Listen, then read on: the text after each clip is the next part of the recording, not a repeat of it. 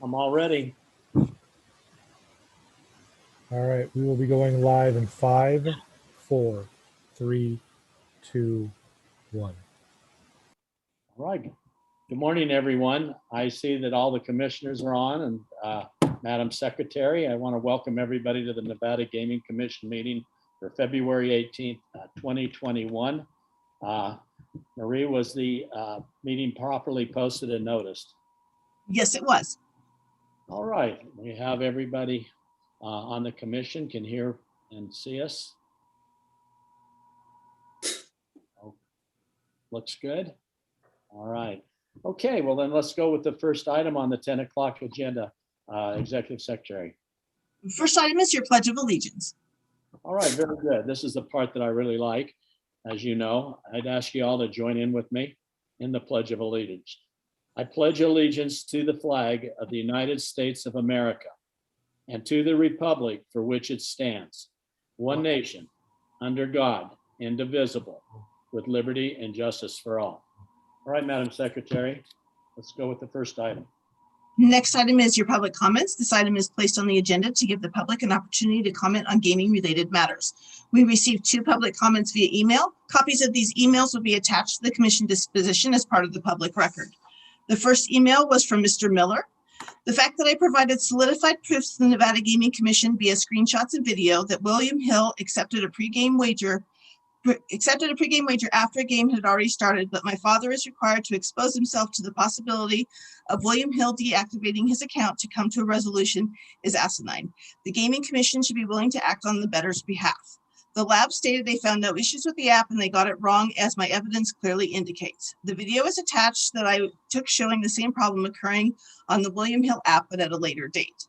I submitted a complaint on behalf of my father regarding the William Hill app to Derek Agnew and Dylan Meeks, and frankly, I don't feel it was handled properly.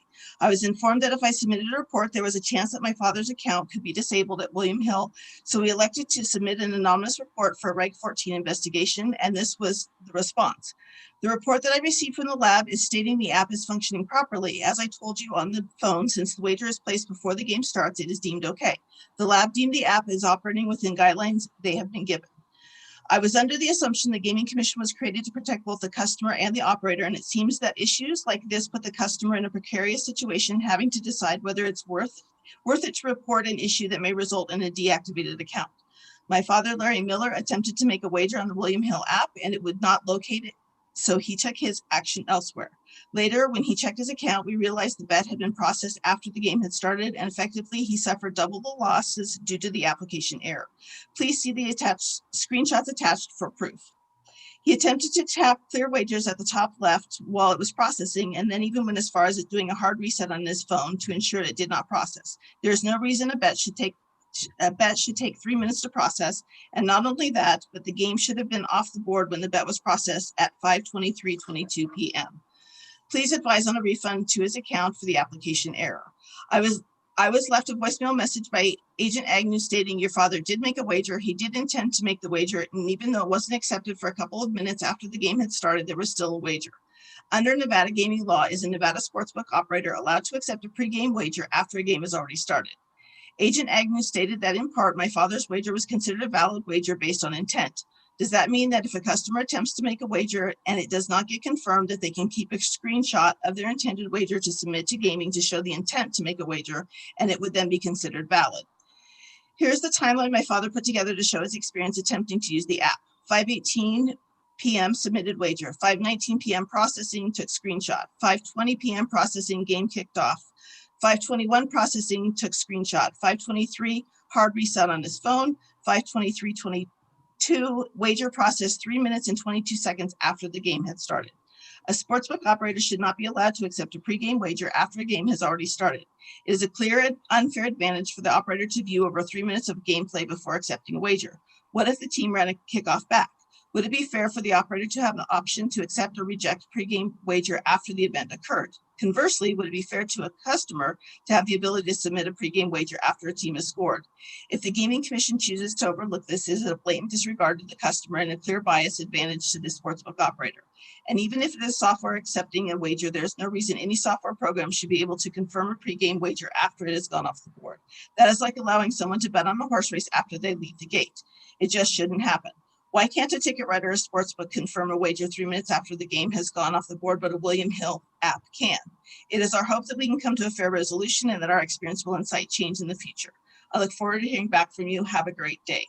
The app version used was WHMS1 version 6.2.4.1, 1013/20, 14/19/47. And for the record, the app still consistently spins placing bet as seen in the screenshots attached, and you will have to reset your phone and go back to the app to resubmit the bet. All right, I wanted to just make one comment on that before we go to the next one. I have been in contact with investigations and our agents as well, and they have responded several times to this matter, and they've found no irregularities or violation of law whatsoever, and that everything was in full compliance with the law in the state of Nevada. So I just wanted to put that in there. We do appreciate letters of that type, and we thoroughly always fully investigate them and get to the bottom of which they have done in this case. So I just want to make that comment as well. Thank you. The second public comment we received is from Justin Hamik. Hello, my name is Justin Yamik, and I represent Beyond Gaming. From as early as I can remember, I was helping my uncle refurbish mechanical slot machines. He sold them then and still does today. His wife, my aunt, owned an arcade and I spent a lot of time at. My interest in video games and gambling started at a young age. My love for the sounds, sights, and the machines themselves was undeniable. In 2008, I was going to compete in a video game tournament in Las Vegas for a large cash prize. My team couldn't afford the trip and my daughter was born the same weekend. Since we couldn't make the trip to Las Vegas, I wanted to come up with a way for people to play video games and win money more easily. In 2009, my friend Dan, my brother-in-law Tony, and I formed Beyond Gaming. We built a website that allowed gamers to wager money on video games and play in tournaments for cash and prizes. We made money by taking a rake. One thing that made us stand out from our only other competitor was that we automatically verified the results of the match. It was successful from the start. Our slogan was play for something.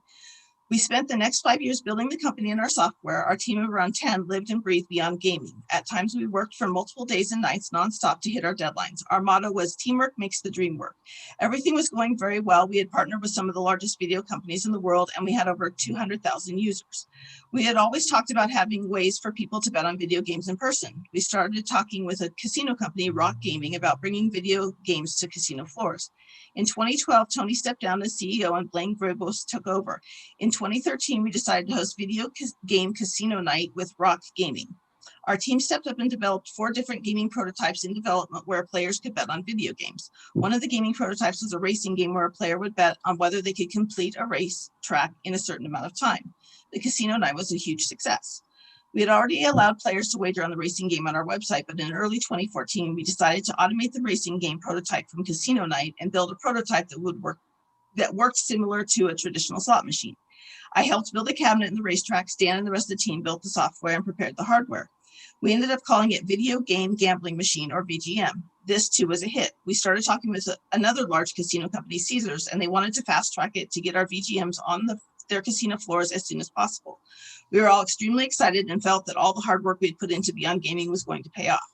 Blaine was a good CEO at first, but something changed. He offered to buy our prototypes and our intellectual property we developed as a team to start a new company called GameCo that would build the VGMs. The offer was very bad for us. He cut everyone out of the team except for Dan. The rest of the team would be left behind with a very small ownership in GameCo.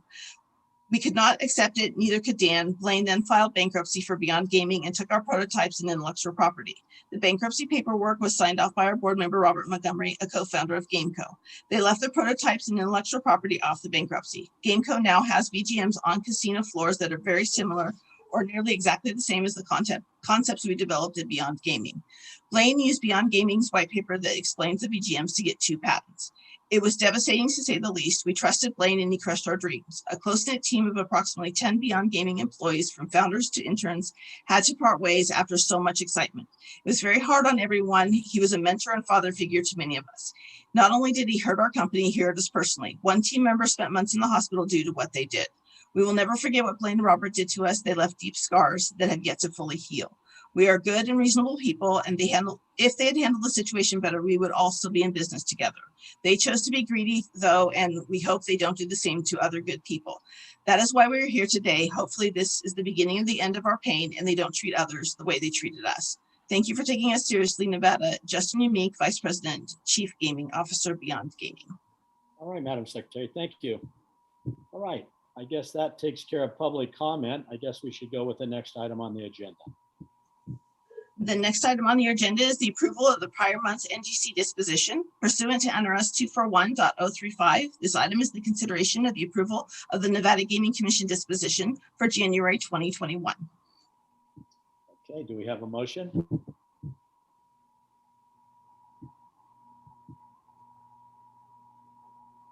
Chair Moran, I'll go ahead and move for approval of our prior month disposition, and that is the month of January. Very good. All right, call for the vote. Commissioner Fuchs, Aye. Commissioner Cohen, Aye. Commissioner Solis Rainey. Commissioner Solis Rainey, we are unable to hear you.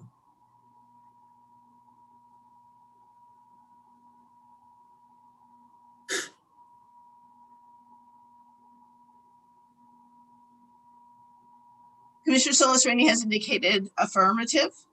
Commissioner Brown, Aye. Chairman Moran. Aye. All right, motion passes. Let's go with the next item.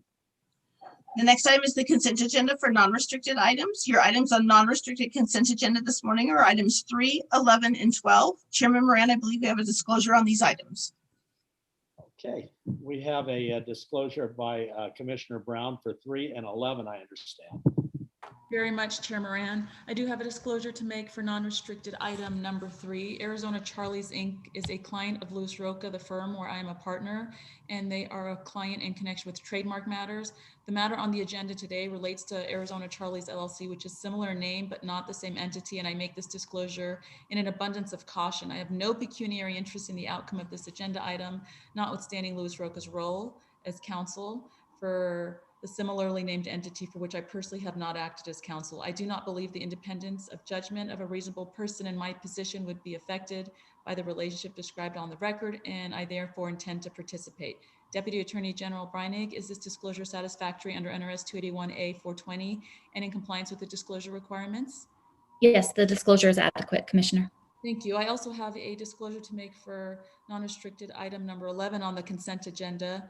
JESR LLC is listed as a client related and owned by a client of Louis Roca in a matter for Jacobs Entertainment, Inc., dealing with renewal of construction contracts. Also, Sands Regency is an affiliate of Jacobs Entertainment, Inc., involving an unrelated transactional matter. I have no pecuniary interest in the outcome of this agenda item, and I do not believe the independence of judgment of a reasonable person in my position would be affected as described on the record, and I therefore intend to participate. Deputy Attorney General Breinig, is this disclosure satisfactory under NRS 281A 420 and in compliance with the disclosure requirements? Yes, Commissioner, the disclosure is adequate. Thank you. All right, thank you, Commissioner Brown. I guess this item, the consent agenda item, is ready for a motion. Mr. Chairman, I'd go ahead and move for approval of items 3, 11, and 12 as recommended by the Gaming Control Board. Thank you, Commissioner Cohen. Madam Secretary, would you call for the vote? Commissioner Fuchs, Aye. Commissioner Cohen, Aye. Commissioner Solis Rainey, Aye. Commissioner Brown, Aye. Chairman Moran. Aye. And I'd also say welcome, Commissioner Solis. This IT stuff's a lot of fun, isn't it? Okay, Madam Secretary, let's go with the next item.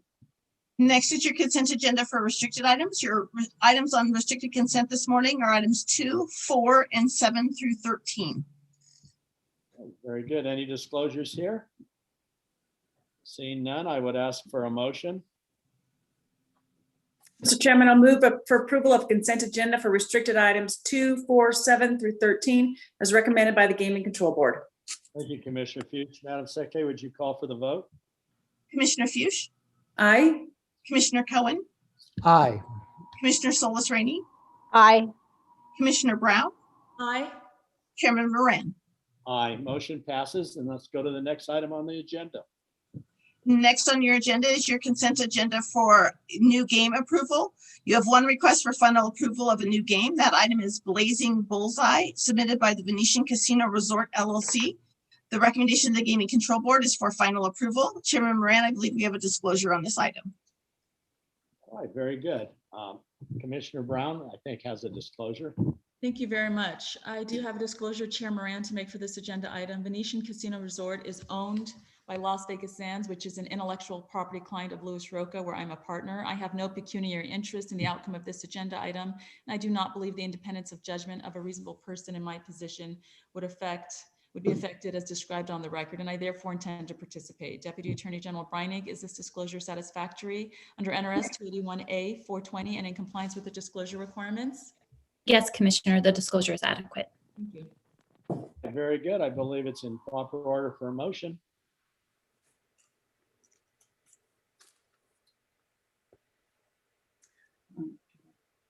Will the commissioner make a motion on this? I'll go ahead and make another motion, and I will move for approval of our new game number 1, Blazing Bullseye. All right, very good. Motion made. Madam Secretary, if there's no discussion, could we call for the vote? Commissioner Fuchs, Aye. Commissioner Cohen, Aye. Commissioner Solis Rainey, Aye. Commissioner Brown, Aye. Chairman Moran. Aye. All right, that passes.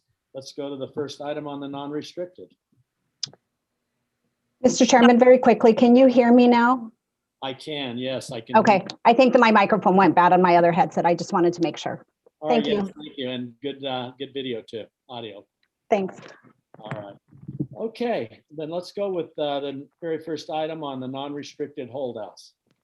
The first item on holdout is non-restricted number 1, which are the applications of Blaine Joshua Goldman for a finding of suitability or licensure as a trustee, beneficiary, officer, director, manager, and key executive of MASH 3 Separate Property Trust, Gameco Holdco Inc., and Gameco LLC as noted on the agenda. The recommendation of the Gaming Control Board is for approval with the limitation as noted on the agenda. All right, very good. Do we have an applicant and an attorney? Good morning, Chairman Moran, members of the commission, Madam Secretary, Sonia Vermees from the law firm Brownstein Hyatt Farber Schreck. Also appearing this morning, the applicant, Blaine Greyboys Goldman. Mr. Chairman, if I might give a brief overview of the application this morning. I would like that, Ben. I want to take care of one preliminary matter, just for the record, if we could. That matter, and I want to first welcome you and Mr. Goldman to the Gaming Commission.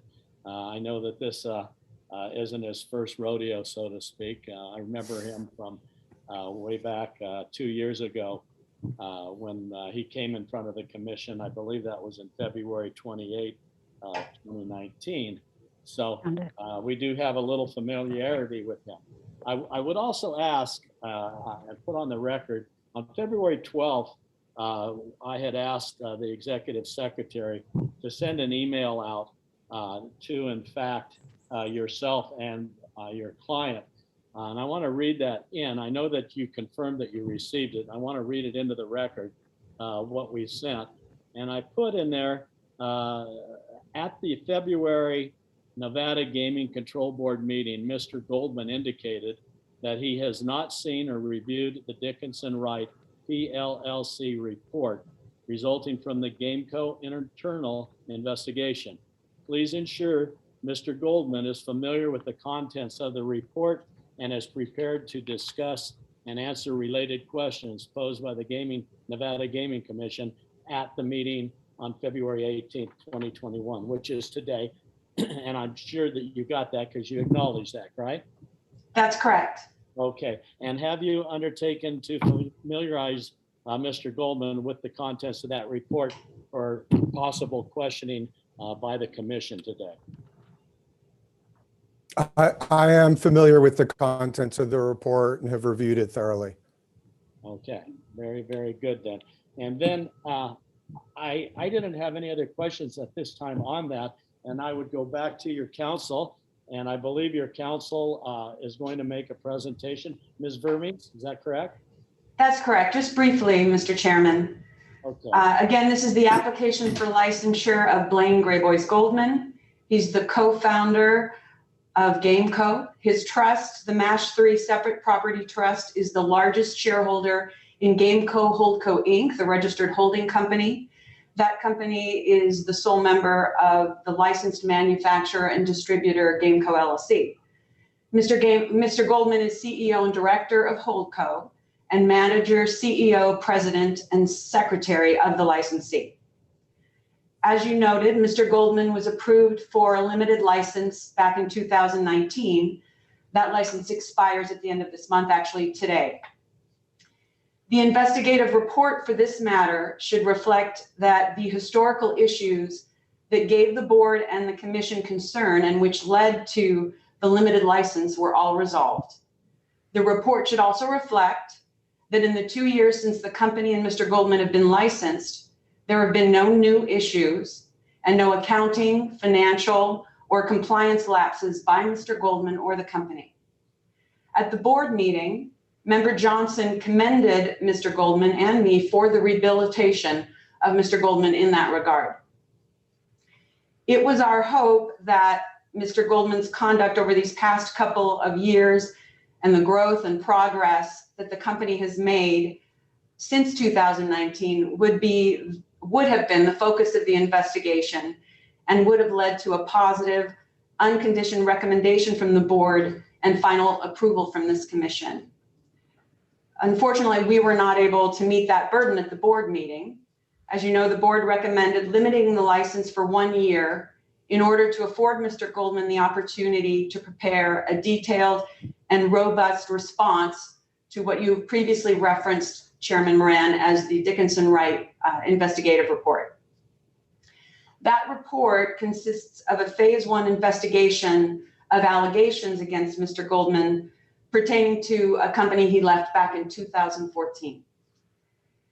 If the commission is inclined to adopt the board's recommendation, I request that questions pertaining to the report and the underlying allegations be withheld until we could submit this robust response and come back before you for that purpose.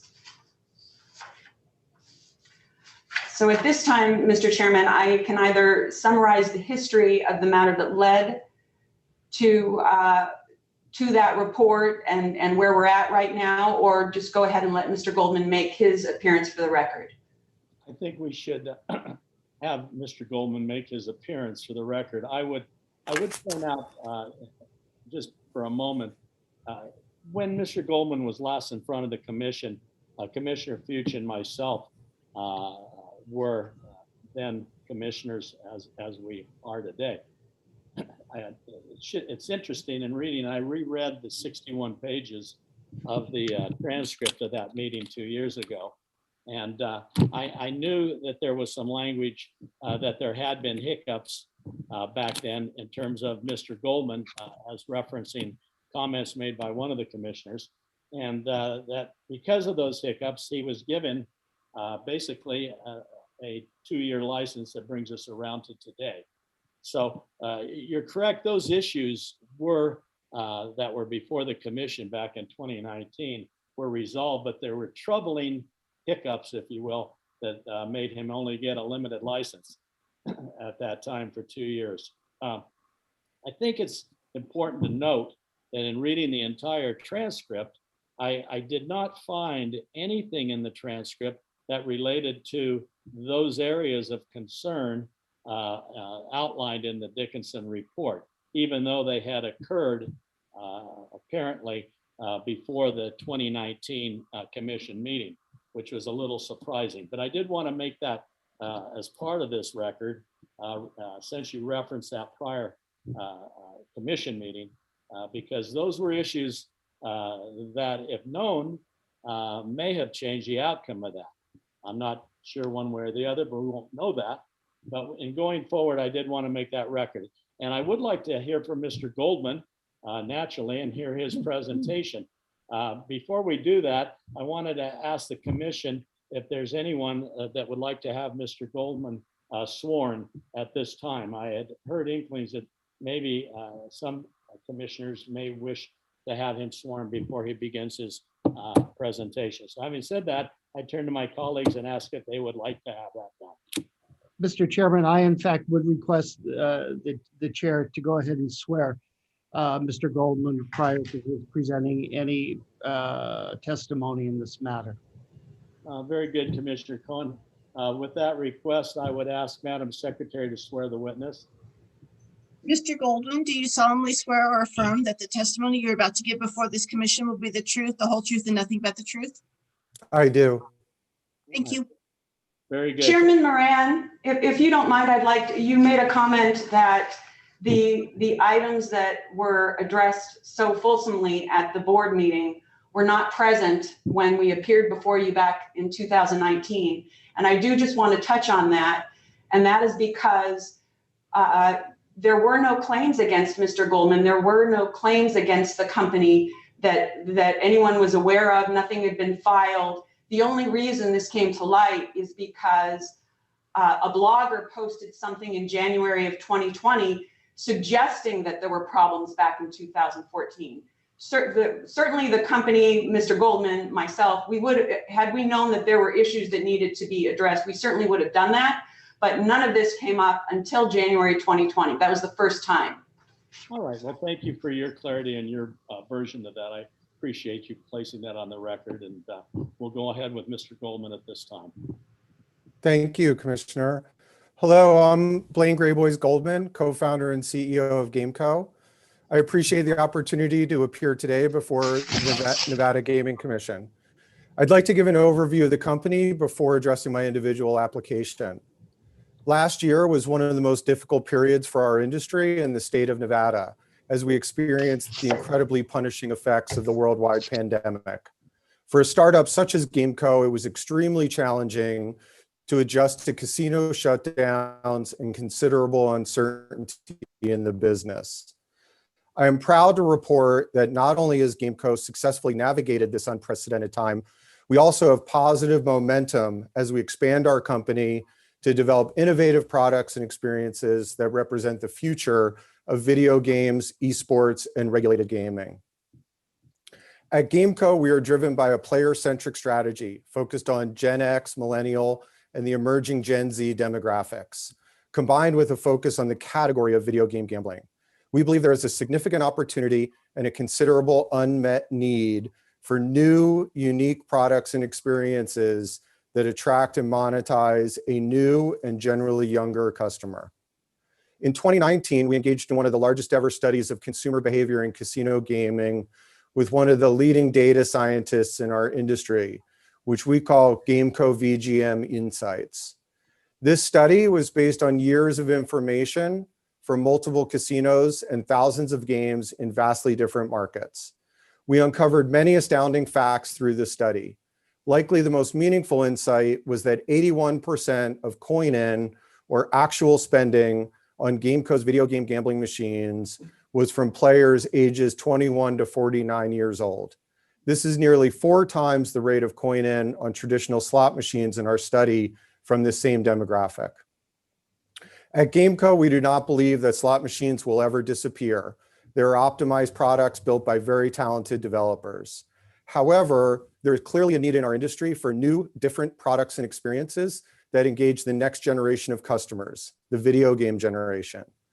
Today, we are seeing strong demand reemerge as casinos reopen and patrons return to properties.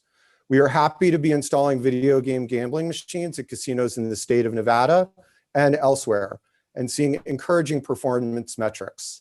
And these games are monetizing a completely untapped and underserved audience of new, younger players. Over the past 2 years, GameCo has expanded our category to iGaming and esports books. We are producing games which will soon be distributed to digital casinos worldwide, bringing our unique style of gameplay to new audiences globally. We have also announced the first ever dedicated esports book set to open soon in Colorado. We plan to expand our esports betting offering to all jurisdictions that have regulated the activity, including Nevada. As a venture-backed startup, it's extremely challenging to operate in an industry dominated by multi-billion-dollar corporations. At GameCo, we bring a nimble tech startup approach that allows us to identify new opportunities and swiftly launch products and experiences to address emerging market demand. We do all of this under a mantra I have promoted since the beginning of my career: be polite, calm, and kind. I am thankful to all of the team members at GameCo, our investors, and our customers and partners who are supporting our focus on commitment to innovation. When I appeared before this commission for my initial licensing in 2019, I was issued a 2-year limited license. I understand that the board and commission had concerns about accounting and tax reporting matters from my pre-GameCo business activities. Those concerns included the historical reconciliation of total deposits for certain tax years with the gross receipts of my wholly owned company, MASH3 Inc., and the wages on my personal tax returns. At that time, I engaged a well-regarded local Las Vegas accounting firm, Garrity and Associates. Using a very conservative accounting approach, Garrity and Associates concluded that there was underreporting in certain years, but also overreporting in a couple of years. We quickly and thoroughly amended my returns for the relevant tax years. Since this time, I have continued my engagement with Garrity and Associates, who handle all of the bookkeeping and accounting for MASH3 and for me personally. I am pleased and proud to report that these best practices have resulted in a system and structure that ensures stringent accounting of my personal and business accounts and taxes. I believe that my most recent investigation verifies the proper management of this matter, as no questions were raised by the agents or by the board members. At GameCo, despite the modest size of our company, we follow the same best practices of the larger companies in our industry. This includes following best-in-class accounting and auditing processes, which are led by our highly experienced CFO, Art Hamilton, and supported by our outside accounting firm and auditors, Deloitte Touche. Our board of directors and board of managers, as well as our compliance committee, include seasoned gaming veterans and are operated with the highest standards of governance and corporate responsibility. I take the responsibility and privilege of holding a Nevada gaming license very seriously, and I am confident that I conduct myself with character, integrity, and honesty in all matters, both professionally and personally. To that point, I would like to proactively address the matter that was raised during my most recent investigation and was discussed during my control board hearing relating to a consulting role I held from 2012 to 2014. Approximately 1 year ago, a false and defamatory allegation was made against me on social media. As soon as I became aware of these false allegations, I immediately reported the matter to GameCo's inside and outside counsel and to the chairman of GameCo's compliance committee, Mr. A.G. Burnett. GameCo's general counsel reported the false allegations to the appropriate parties at the Nevada Gaming Control Board and the New Jersey Division of Gaming Enforcement.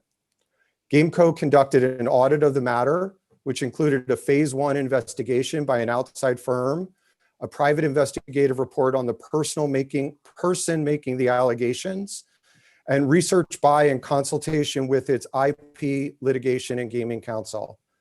After thoroughly reviewing the findings, the company elected to close the matter and report its findings to the compliance committee. The compliance committee then voted to have the company report the findings and closure to Nevada and New Jersey regulators. This was communicated to the appropriate parties at the Nevada Gaming Control Board, who noted their appreciation of the thorough handling of the matter by GameCo and that they had no further questions. During the audit process, I provided GameCo's legal and compliance teams with complete autonomy and independence to review the matter as they saw fit, which they did. In keeping with this approach, I had not reviewed the report before my control board hearing.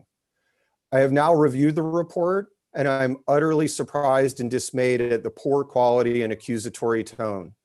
Entire topics and issues are incorrectly framed based on a lack of understanding of the subject, and the speculative findings and opinions are ultimately based on a limited scope of interpreting years-old emails completely out of context.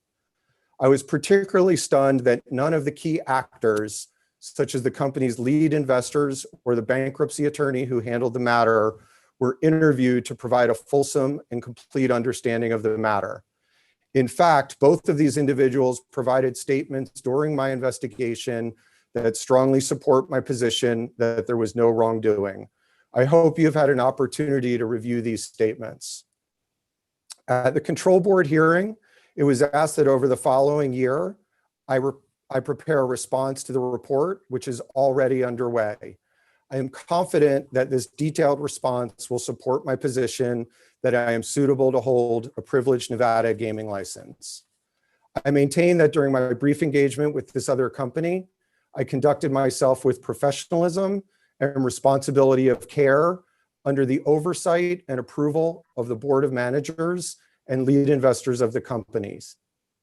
During my investigation, I responded promptly and thoroughly to all inquiries from the Nevada Gaming Control Board's agents.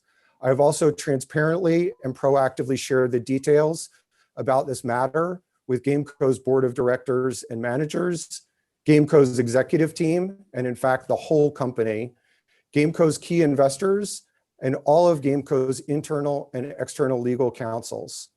This is not just a personal matter for me. As the CEO for Gameco, I am ultimately responsible for more than 30 employees, most residents of the state of Nevada, and the investment made in our company.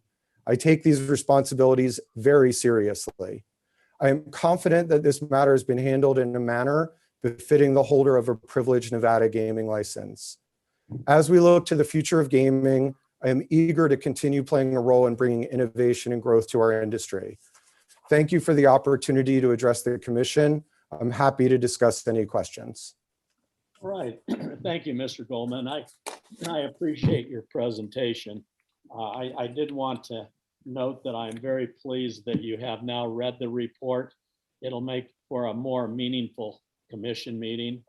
I think that you would agree with me that the time frame of the Dickinson report began with your employment and going over to Beyond Gaming in 2012 and extended through you filing for the two patents in 2016. So for a time frame, I think you'd agree that the Dickinson report is concerned with areas from that beginning 2012 period when you joined the company to subsequent to the 2016.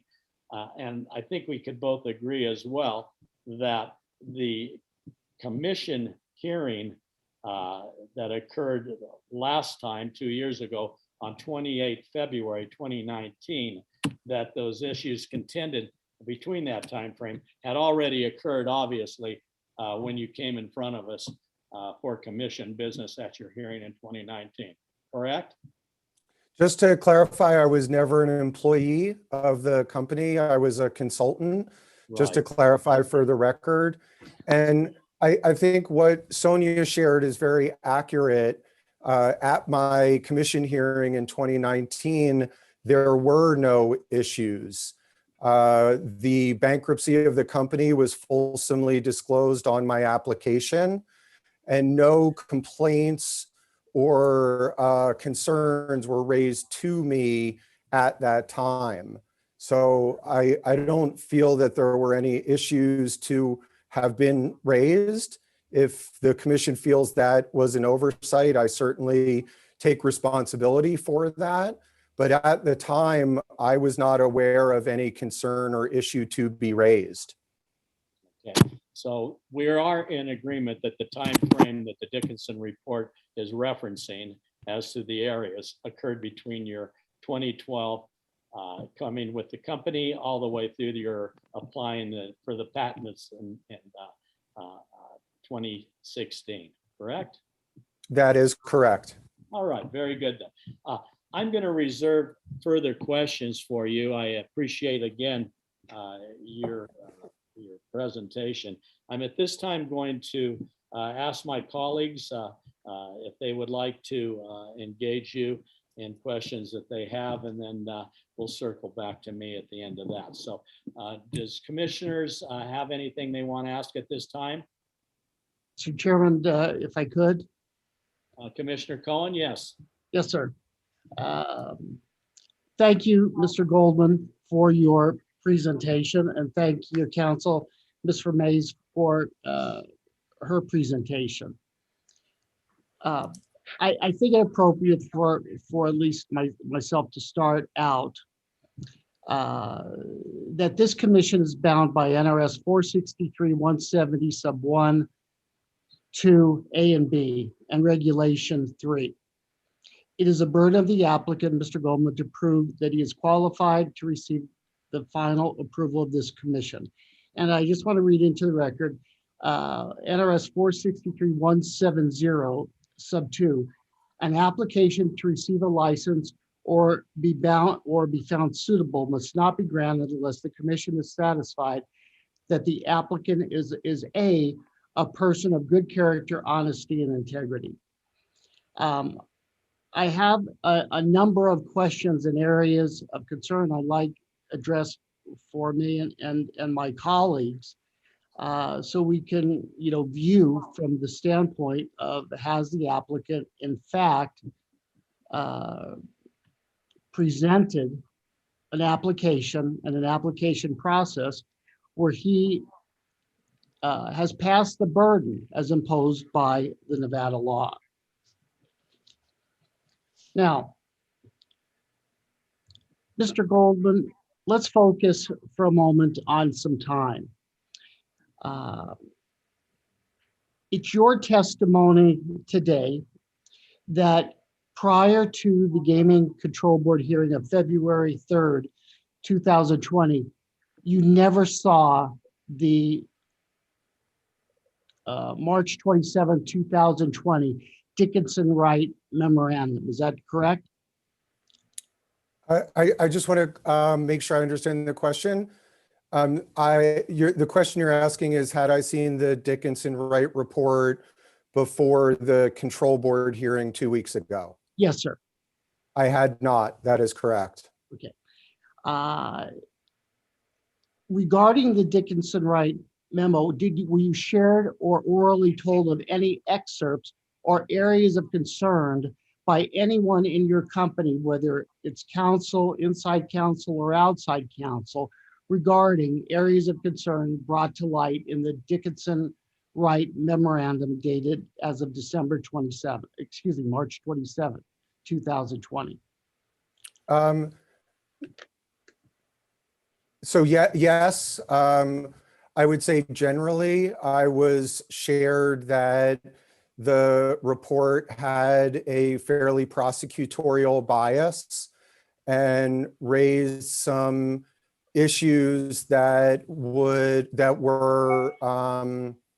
I guess problematic or challenging in the scope of the report. We did not discuss specifics of the report.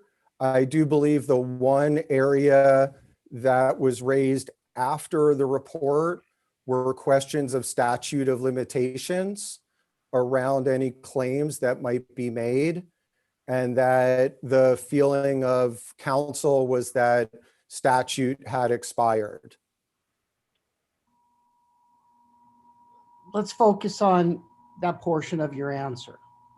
And forgive me, because I just, sometimes questions lead to answers, and then answers lead to more questions. I understand the process. Now, you stated generally you were made aware of problematic and challenging issues that were raised during the course of that report. Who raised those with you, and when did that occur? I don't know the exact dates, but they would have been raised probably very soon after receiving the report by our general counsel, internal counsel at the time, by Ms. Vermees, who's our outside gaming counsel in Nevada, and potentially by other members of our compliance committee. But most specifically by our general counsel at the time. And what was her name? Christina MacArthur. Christina MacArthur. Okay. Now, let's focus on that. So, sometime after the issuance of the memorandum by Dickinson Wright, you were made aware by a number of people within the company of challenging and problematic issues pertaining, regarding beyond gaming and the intellectual property. Is that accurate? Yes. Now, you were interviewed 2 times by an attorney or attorneys for Dickinson Wright in preparation of the March 27th memo. Is that accurate? I only remember one, but there might have been a second one remotely. Who was present in the one meeting with Dickinson Wright counsel? That you could- Just myself and the counsel from Dickinson Wright. Okay, so you had no, Christina MacArthur did not attend, nor did you have counsel, correct? No, that is correct. During the course of that interview with Dickinson Wright, were you led to believe that issues pertaining to the potential theft of intellectual property were an issue that they were charged with investigating? That they were charged with investigating? Yes, sir. Yes, I understood the general purpose of the investigation. And during that time, were you made aware of any notes, or was that recorded to the best of your knowledge, that interview? There was a gentleman who took notes. I'm not certain it was recorded. Okay, and during that first interview, at least the one that you recall, and again, I understand your statement, there may have been a second, but you don't have any independent recollection of that, correct? That is correct. I certainly remember the one. It was in person in New York. And as I said, there might have been a follow-up one remotely. I'm not certain of that. So at least as to, let me rephrase that. During the interview you had with Dickinson Wright counsel, did they raise issues pertaining to ownership of the video game machine with you? They raised general issues around ownership of intellectual property, including the video game gambling machine. Concept, I would say. Did they raise issues regarding the asset purchase agreement draft that you had submitted to Beyond Gaming for you to purchase? Yes, we discussed the matter.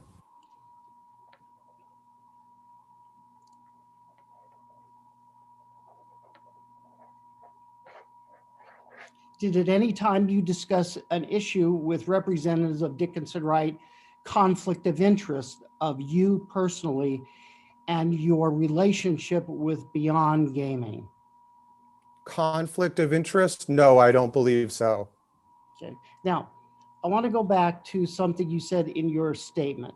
You stated in your presentation that you never were employed by Beyond Gaming. Is that an accurate statement? That is correct. And I was just correcting it for the record. I was a consultant to the company. Okay, you were a consultant to the company during the entire time from the inception in November of 2012 to and including the conclusion of the bankruptcy. You were strictly a consultant? That is correct. Were you under a written, fully executed employment, were you under a fully executed consulting agreement? I am not certain of that. We have never been able to recover it. It's a long time ago, and it's not a record that we've had available. So I am not certain that I was under an executed consulting agreement. Now, throughout the record that we have been provided with, which includes many, many pages, many, many exhibits, including a bankruptcy petition that was filed for Beyond Gaming, you have been referred to as the Chief Executive Officer. Is that correct? That is correct. I held that role as a consultant. So notwithstanding the fact that you were not employed, using your words, you believe you were strictly a consultant, but as a consultant, you were the Chief Executive Officer of Beyond Gaming. That is the title that I held and role that I held. Now, I'm going to get into, and forgive me if I become repetitive, because as I get older, I get No more problem. repetitive.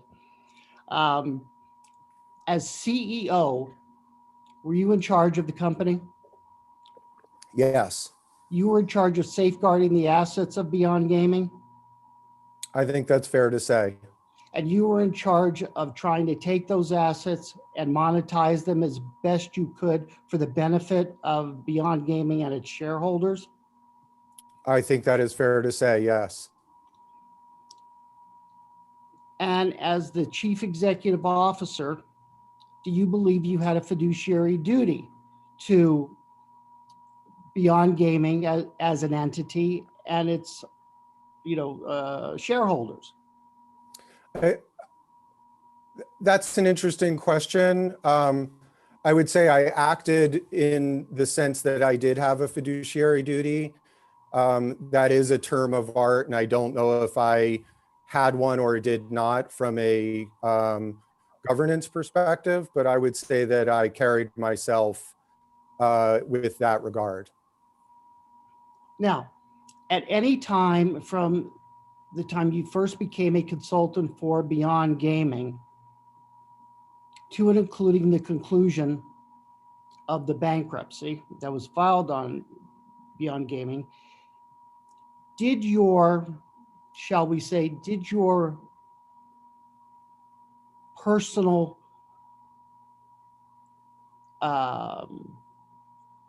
reasons for being with the company change? And I'll break that down because I know it's a broad question.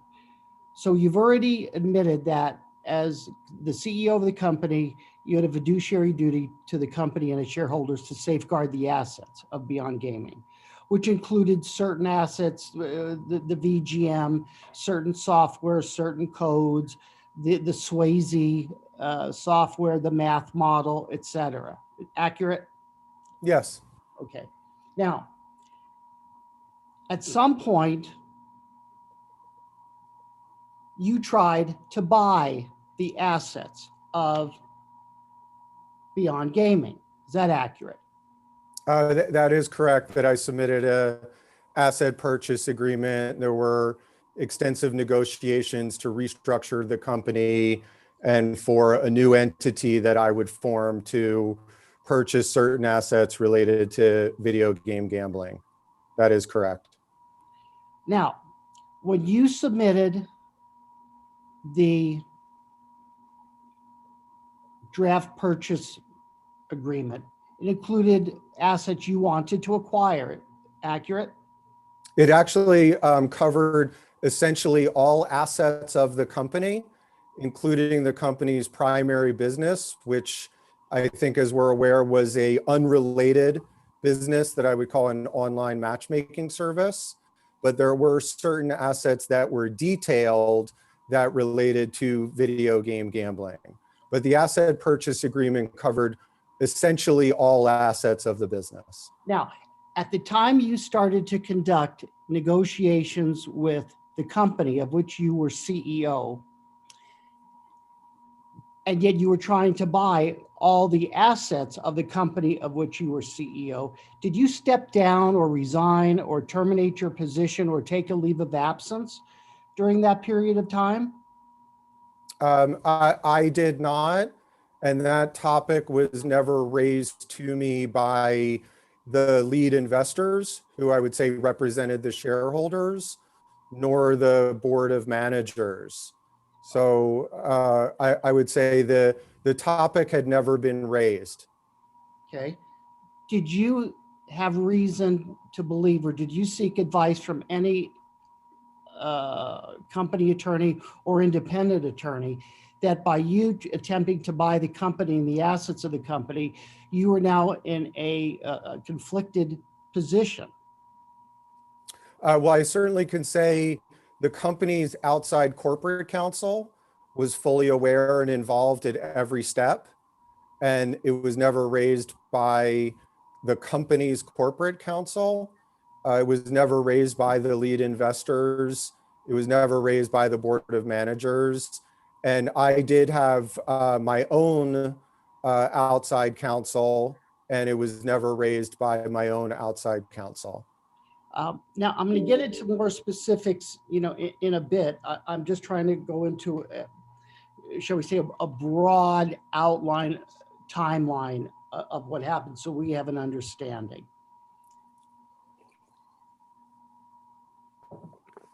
A number of emails have been provided to us and also have been attached to the Dickinson Wright document that you had made representations that you in fact had a deal with Beyond Gaming to purchase the assets. Accurate? Yes, And you put that in writing to potential investors. that is correct. The deal for you, Mr. Goldman, to acquire the assets, that never was consummated, was it? That is correct. The asset purchase agreement was executed by all but, I believe, 3 shareholders. It was fully supported by the lead investors who controlled roughly 60 or 70% of the company.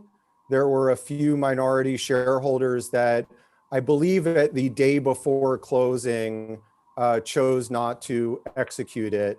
And I guess it's worth noting that those signatures were being collected by one of the founders of the company who was actively supporting the restructuring under that asset purchase agreement. In fact, it was the signatures were being collected, I believe, by all 3 of the founders who up until that moment supported the asset purchase agreement. So the deal cratered. The deal did not consummate. That is correct. Now, after the deal of which you were attempting to acquire the assets for a quote, new co named GameCo, did you continue in your role as consultant / CEO of Beyond Gaming? Yes, I did. I remained in that role until the bankruptcy closed in December of 2014. Okay. Now, let's go to, I'm going to be jumping around, so forgive me. I know the topic fairly well. I'm glad to discuss anything. Okay. Let's go to the draft asset purchase agreement. For purposes of this, if you have the Dickinson Wright memorandum in front of you, and Ms. Vermees, I'm looking at pages 72 of 298. I don't have it printed in front of me, but I have access to it if you need me to refer to a specific page. What I'll try and do is I'm not going to read page after page or paragraph after paragraph. I'll go ahead and read them to you so there's no dispute. We're on the same proverbial page. Okay. Now, let's focus on the asset purchase agreement, of which you say a number of parties to the document did in fact execute, but in fact it ultimately cratered. Again, accurate? The agreement did not consummate or close. Now, what would be the date, to the best of your recollection, that this document, asset purchase agreement, was out for signature? I could find the exact date, but summer 2014, I would say June or July. Okay, so June or July 2014, you were consultant / CEO of Beyond Gaming, and you were the majority shareholder of the potential acquirer. Accurate? That is correct, yes. Now, at least I go ahead. I just want to say, I'm not certain. I'd have to pull up records that the entity of the acquirer was actually formed, but I could confirm those records, but I think it was. it says in the information provided to us that Beyond Gaming was in fact formed at the time. It was a Delaware. Beyond Game, yes, the company was, I was referring to the potential acquirer. You said I was the majority shareholder.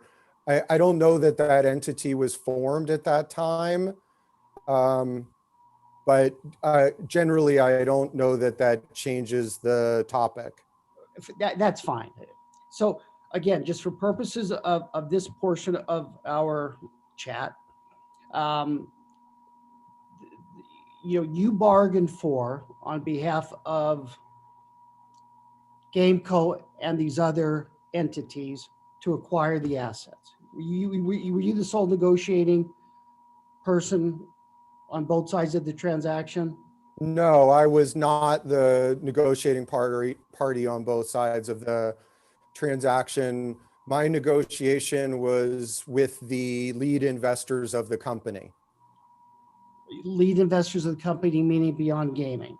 That is correct. So the lead investors of Beyond Gaming that you had a fiduciary duty to through you being CEO, you were dealing with them, yet you were also dealing with them on behalf of Newco. That is correct. Okay, now.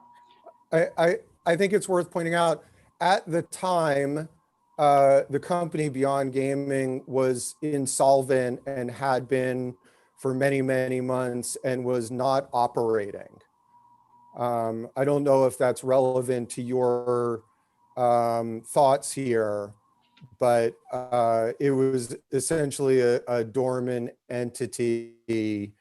But yes, I remained a consultant to the company. And CEO. Now. As a consultant in the role of CEO, yes. And whether it's relevant to my thought process, I have no idea.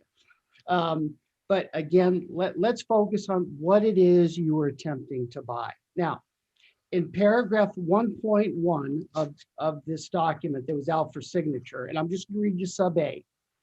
At least at the time of summer of 2014, sub A states, and I quote, any and all intellectual property owned, licensed, used, or developed by seller, parenthesis, the assigned intellectual property, unquote, and any related documentation, including any patents and patent applications to the extent primarily related to the business. And I will represent to you, sir, that is in fact what paragraph. That's pretty form language, so it would make sense that it's included. And I'll also represent to you that in that particular limiting paragraph, there is no delineation of the words, if any. In other words, you wanted to buy the assets of Beyond Gaming. As I stated, yeah, typically the language that would be used would be essentially or substantially all assets. So that is correct. I understand. Now, in fact, the assets were delineated in a schedule that was attached to this agreement, and that schedule, and I realize you don't have it in front of you, but I'm very familiar with it, and I have a list here of what those assets were, and I believe they're referred to as certain identified purchase assets. So, okay, you have that list in front of you? I do. There are 7 items. That is correct. Let's go through each of those 7 items, if you would, sir. I'd be glad to. I'm likely going to refer to a statement that was provided with very detailed information on this in my investigation. Do you have that statement as well? Well, I'm not really concerned about that. I just want to know, and I'm looking at the Schedule 1. Let me do it my way.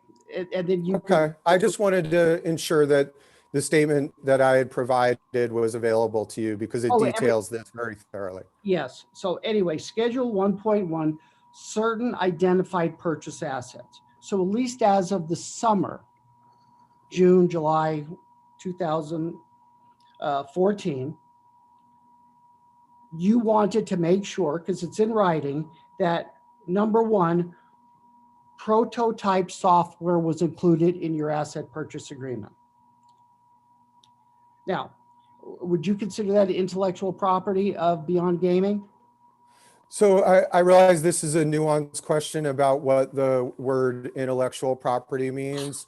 I think it's fair to say that it was referred to as intellectual property in multiple email exchanges. And I certainly wouldn't disagree that it could be considered intellectual property. Let's go to number 2, Swayze software, intellectual property that you wanted included in this deal? It was identified again as one of the purchase assets, yes.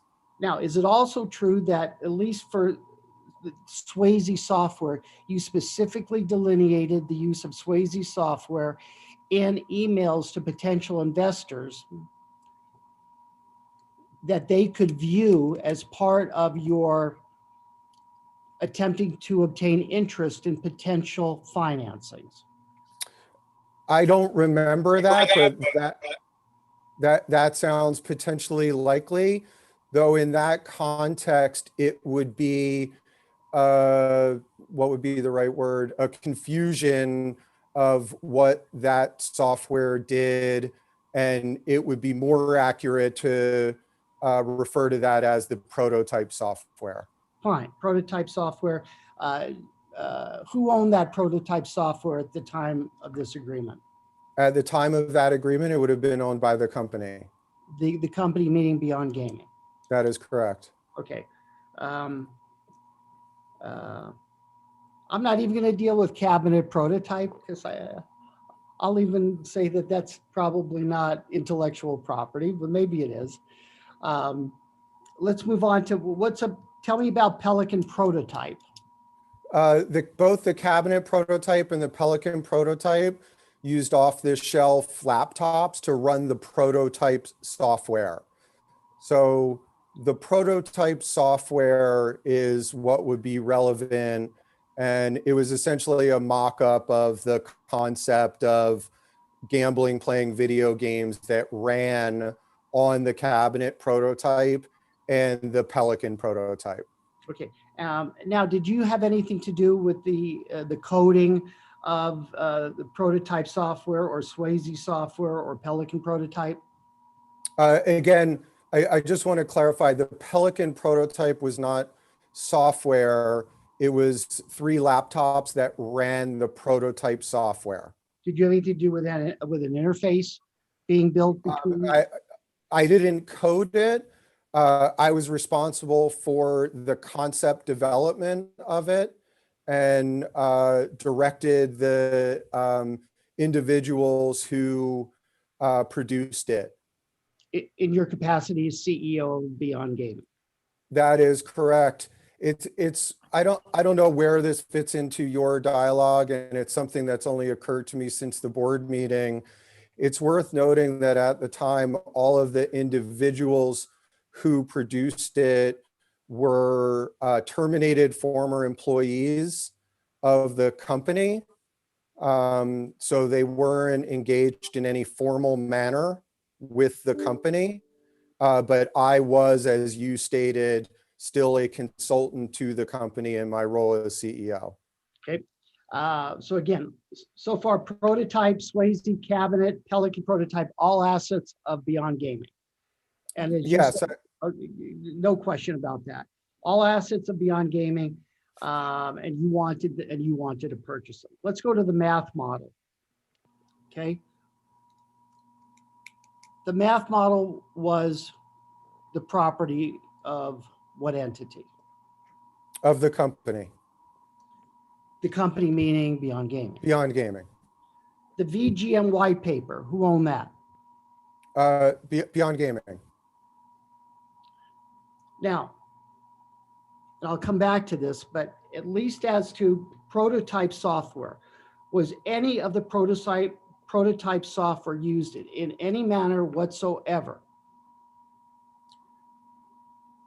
in the ultimate patents of which GameCo filed or is utilized? No, it would have been impossible for that to have happened for a number of reasons. Tell me about that. What were the reasons why? Well, I would say the two simplest to understand are that I never had access to the source code. The prototype software existed on the Pelican prototype in what's called a executable. So I never had access to that source code. So therefore it would have been impossible that any software code or technical components of that prototype software were incorporated into any product at GameCo. And the second is it represented a completely different style of gameplay that was not relevant to the patents you're referencing related to GameCo. The prototype software was a two-player multiplayer game. You and I played a racing game against each other. The winner won money, the loser lost. So sort of a pari-mutuel. The patents filed by GameCo and the products developed initially by GameCo were all single player games. Okay. So not only did I not have access to the source code such that it would be impossible for it to be included in any GameCo product, the concept itself represented in the prototype software was not relevant to the product we ultimately developed at GameCo. Let me circle back to some issues that you raised. The VGM white paper. Did you provide the VGM white paper to any potential investor or used in any financing for purposes of obtaining money for GameCo? I did. I believe in April 2014, and you would have the date and I could pull it up. I was granted permission to do so by the lead investors and board of managers of Beyond Gaming in hopes of finding a way to save the company from bankruptcy. The company at that time was insolvent and the board gave me formal approval to do so. I never shared a single document under the name GameCo or a single document that would have reflected the item you're mentioning until after the board gave me that approval. And that approval remained in place until the bankruptcy of the company. Now, let's focus again on the IP. So the asset purchase agreement terminated because all the parties didn't sign. So, so we've got that. You continue to operate as CEO of Beyond Gaming. We've got that. You continue to try and utilize the assets of Beyond Gaming, and the assets mean the intellectual property, to go ahead and raise money, correct? That is correct. And again, I think it's important for the record, under the knowledge, support, and direction of the majority shareholders of the company and under approval from the board of managers. Okay, so again, let's focus on summer of 2014. Fine. 2014, we know we have delineated intellectual property as set forth, at least in paragraph 1A of the asset purchase agreement, as further delineated and more specifically set forth at Schedule 1.1, certain identified purchase assets. Okay, that's a given. Now, yes, I am not a bankruptcy expert, so I'm going to defer to my colleagues, in a bit to go into this, but did you ever take a position as the CEO of Beyond Gaming in any documentation whatsoever that Beyond Gaming had no intellectual property? likely so. Do you consider that an accurate statement? Yes, I'm sorry, do I consider what an accurate statement? You've already admitted and said, in writing, that there were certain intellectual property of Beyond Gaming which you were attempting to purchase. It's in black and white. It may not have Yes, ever been signed, but you admit that that's intellectual property. Did you ever take a position contrary to these things being intellectual property belonging to Beyond Gaming prior to the bankruptcy being filed by Beyond Gaming? That's a very difficult question to answer, just given the time frame since then. But I think I generally understand the question that you're asking. And there were certainly times that I would have communicated that Beyond Gaming had no intellectual property, in that Beyond Gaming had no patents issued or filed or pending, no copyrights or trademarks. And I believe it would be fair to say no trade secrets as well. So I believe I understand the question that you're asking, and I certainly wouldn't deny that there would have been times that I would have said that. Okay. And again, if I think that's a matter of context. however you want to phrase it. And again, if I ask you something that just makes no sense, tell me. I know it sounds like a deposition. I don't mean it to be that way. I'm just trying to get to the bottom. I'm glad to answer anything. And discharge, at least, what I believe is our duties as fact finders, to see, that if you met your burden under NRS and the gaming reg. Now, again, so you do say it's an accurate statement that you have taken a position inconsistent, that you believe that there was no IP of Beyond Gaming. Accurate? You just said that. Yes, I think that's a matter of context, Okay. but yes. Okay, now let's focus on that for a moment.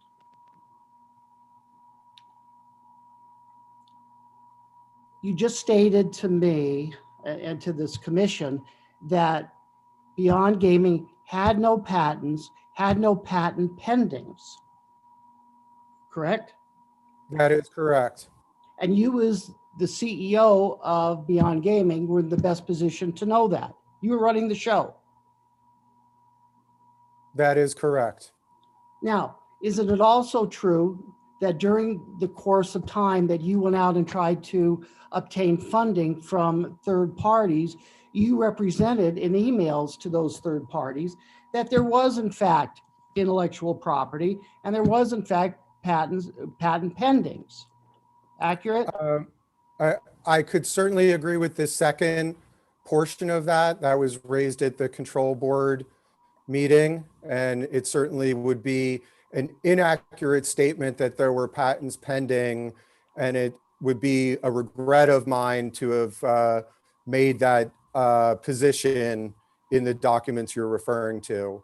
So I can't answer affirmatively to the first part of your question. okay, so at least as to information you disseminated to third parties, when you definitively stated that there were patent pendings, it was a false statement. I would have to take responsibility for that, yes. Okay, now, when did you sign the bankruptcy petition, the voluntary bankruptcy petition? I'm going to say October 2014. Okay, October of 2014, and you signed that as CEO of Beyond Gaming. That is correct, though I do feel compelled to state, with the full knowledge and support of the majority shareholders and approval of the board of managers and approval of company counsel, meaning Beyond Gaming company counsel, who took the minutes of the board meeting where the bankruptcy petition was filed. And I feel compelled to raise that because one of the false allegations that I feel is very unfair is that I somehow instructed anyone or forced the company or did anything on my own to initiate the bankruptcy of the company. I mean, you seem very knowledgeable just generally about corporate matters. That would have been impossible. The bankruptcy was paid for by the two lead investors pro rata. They chose the bankruptcy counsel, and they ultimately made the decision to seek Chapter 7 bankruptcy protection. I thank you for that clarification, sir. Now, so you signed the bankruptcy petition as the CEO of Beyond Gaming, was it October 10th? You have the date, but I remember it's October 2014. Yeah. Now, and that was roughly 2-3 months after the asset purchase agreement, your attempts to buy the company failed. That is correct. Now, and prior to your signing your name as CEO under penalty of perjury and all the things the U.S. Code requires of a person filing on behalf of the company for a bankruptcy, you were responsible for providing disclosures and information to the attorneys filing the bankruptcy, correct? Absolutely. Okay. Now, and what was the name of the law firm that Fox Rothschild. Fox Rothschild. Fox Rothschild. Okay. Now, was Fox Rothschild given, to the best of your recollection, a copy of the asset purchase agreement? Yes, to the best of my recollection, Did you they give were it to them? given a. Did you They give- were given all of the materials were provided by me. Okay. Now, I think it's also worth mentioning, which I've provided in my statements, all of those filings were reviewed by Beyond Gaming's outside accounting firm and bookkeeper, who were also creditors, and were also reviewed and approved by Beyond Gaming's outside corporate counsel, who was also a creditor and who was the counterparty representing the company Beyond Gaming in the discussion of that asset purchase agreement. So not only did I disclose it to Fox Rothschild, many other key stakeholders who were also creditors of the company were part of that process. I thank you for that. Now, let's focus on that. So the bankruptcy petition is executed by yourself as CEO of Beyond Gaming, October 2014. When did you start the bankruptcy process? And by process, I mean seeking a firm, deciding on the firm, and ultimately providing the $15,000 retainer for the firm to file. I don't have the exact timeline, but I would say it took 4 to 6 weeks. Okay, so now we're back to late August, early September. I think that's fair. Okay, so your deal creators to buy Beyond Gaming, midsummer, June, July, late August, 2 months later, 6 weeks later, 8 weeks later, you are now in a position, the determination has been made to file the chapter proceeding. 6 weeks earlier, you have intellectual property assets as set forth in the asset purchase agreement. You have intellectual property assets as set forth in emails. You've got the Swayze, you've got prototypes, you've got VGM, you've got white paper. You have all this. Were any of those assets disclosed in any of the schedules of the voluntary petition that you executed as the CEO? I just need a yes or a no. No, they're not listed in the schedules, nor is any of the other software that the company's core business was involved in, and likely about $2 million was invested in. So no detailed assets were scheduled, and that ultimately would have been the decision of how the bankruptcy attorney, who was a bankruptcy partner at Fox Rothschild, chose to do so. And I think that you're likely aware there was a first draft of the bankruptcy filing that was slightly different and was less fulsome. Less fulsome in some ways, in that it did not include the line, no software patented or copyrighted, I believe is the line, but it did include a value attributed to it of roughly $100,000, which was the value on the balance sheet from the outside accounting firm of the assets of the company. Okay. So I think it's very important to note here, because it's, clear the sort of subject of the question, that none of the assets of Beyond Gaming were detailed or scheduled, and everybody was fulsomely and fully aware of what they were. Believe it or not, I'm now going to go to my notes. So,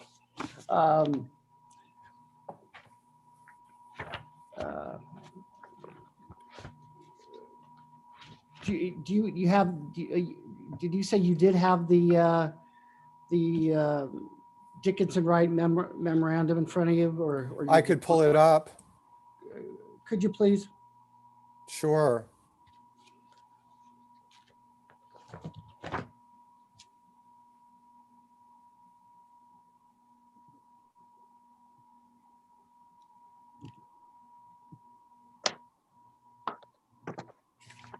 I have it open.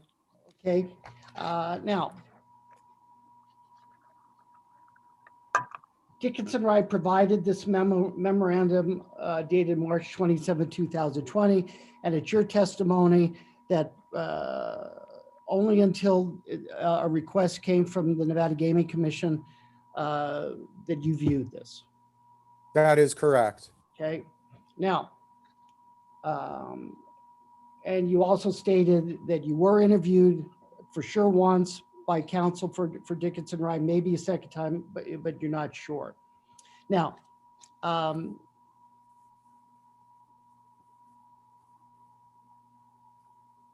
since the time that Dickinson Wright provided this document to your company, do you continue to use Dickinson Wright in any manner whatsoever as No, counsel? I've never had an engagement with Dickinson Wright in any way, and Gameco engaged Dickinson Wright in this report. Now, but the question was, do you still use them as counsel in any manner? No. Okay. Now,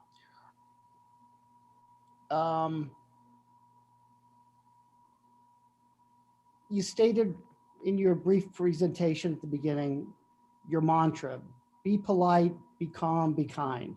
And you've been very polite, you've been very calm. And It's actually embroidered on the inside of my jacket here. And I appreciate that. Now,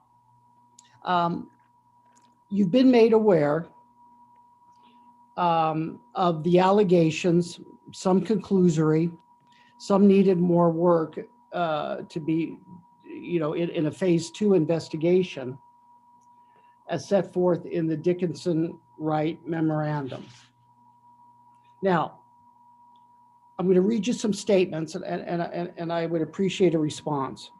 Page 2 of 34 of the Dickinson Wright, in full paragraph 1, 2, 3, 4, starting with the words "in summary." In summary, the firm has concluded at a minimum that Gameco took possession and used at least some of Beyond Gaming's intellectual property related to the VGM in a manner that was inconsistent with Beyond Gaming's ownership rights and the rights of Beyond Gaming's bankruptcy estate. How do you respond? Yes, I think that they are not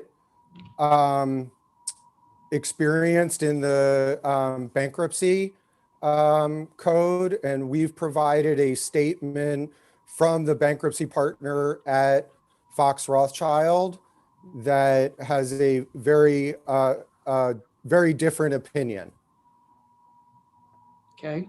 And the same opinion I was provided at the time by that bankruptcy counsel. May I read that? Yes, sir. It may sound one-sided, but it's not intended to be that way.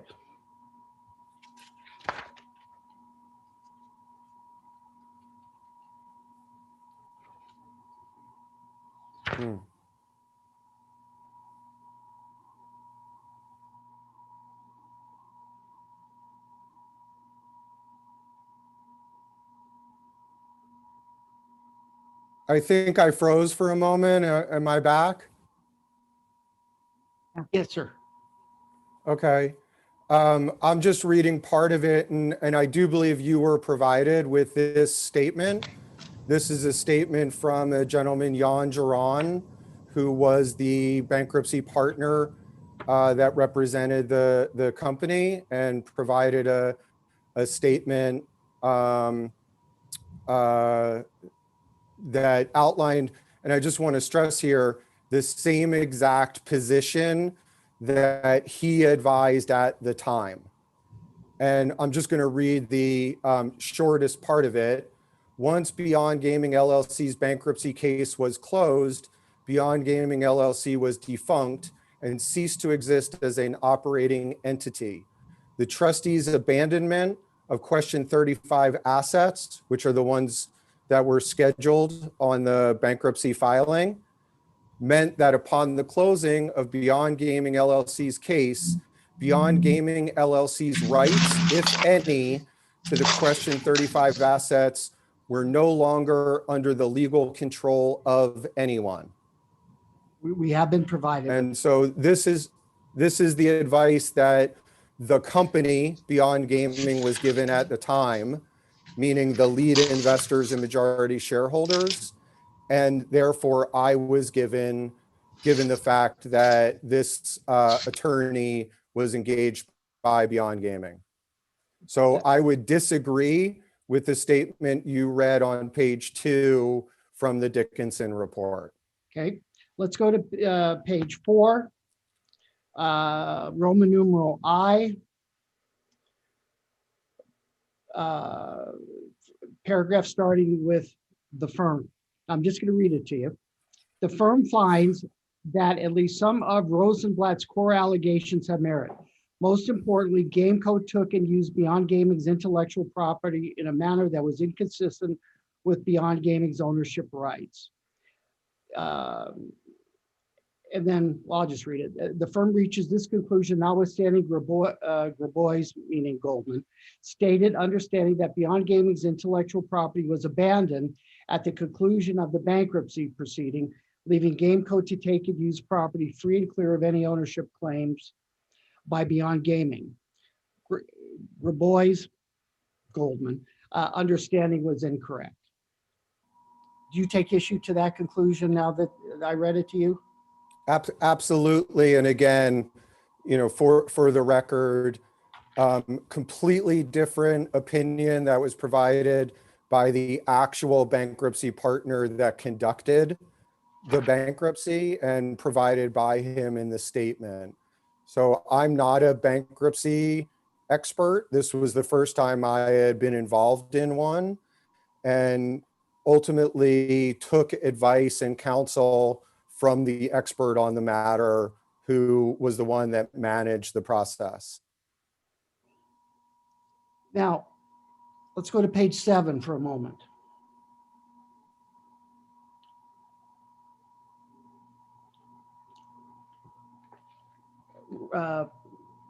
Identified numeral 2. Grabois claimed he described Beyond Gaming's business and assets both orally and in writing, i.e. emails to Guerin in the summer of 2014 prior to preparation of the bankruptcy petition, including copies to Guerin of Beyond Gaming's white paper asset purchase agreement, which discussed and expressly identified Beyond Gaming's intellectual property. Grabois, Goldman, also claimed he told Guerin about several competing offers that were made to purchase Beyond Gaming in the summer. Now, at least the investigative company that was that was hired by Beyond Gaming states the investigative team uncovered no emails to support your disclosure. Now, you told, in answer to one of my questions, you told them. Did you tell them? Yes. Did you tell them in writing, by letter, email? Probably not by letter. We didn't use letter, so it would have been both by email and verbally. You know, this was more than 6 years ago. I'm surprised I had as many emails related to it as I did. There are many email threads that are incomplete, and I did not have access to the email address I used at the time. Now, primarily the Beyond Gaming email address. okay. But I see what you're about to read, and I'm glad to address it. You never know what I'm about to. Now, that paragraph does go on to state that you were dealing with a paralegal at Fox Rothschild by the name of Robin Solomon. Do you remember Robin Solomon and you having any interface? Yeah, I had many email exchanges. Now, your deal cratered to buy the assets in the summer. 6 weeks later, give or take, you're now in the process of gathering information, providing information to your bankruptcy counsel for voluntary liquidation. Now, is it an accurate statement that Fox Rothschild's Robin Solomon sent to you an email September 19th, 2014 as part of the process of completing the bankruptcy petition?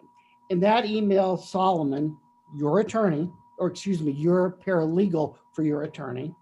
Well, I just want to be clear, not my paralegal for my attorney, Beyond Gaming's, but I think the line of questioning, if you will, still stands. I stand corrected. I didn't mean to suggest that this was your personal attorney, although I don't know even about that, but that's someone else who may bring that up. Anyway, in that email, Robin Solomon, counsel to Beyond Gaming, wrote to you, and I quote, "I was wondering about any type of intellectual property or licenses for the computer programs." You responded, quote, "There is no IP." Remember that?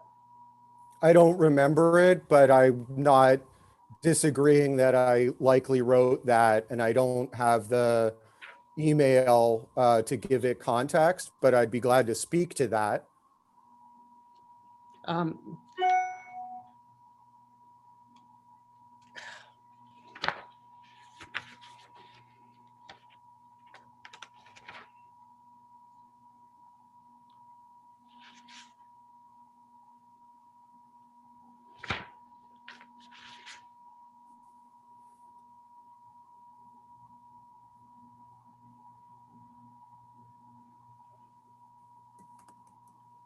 Would you please go to page 18?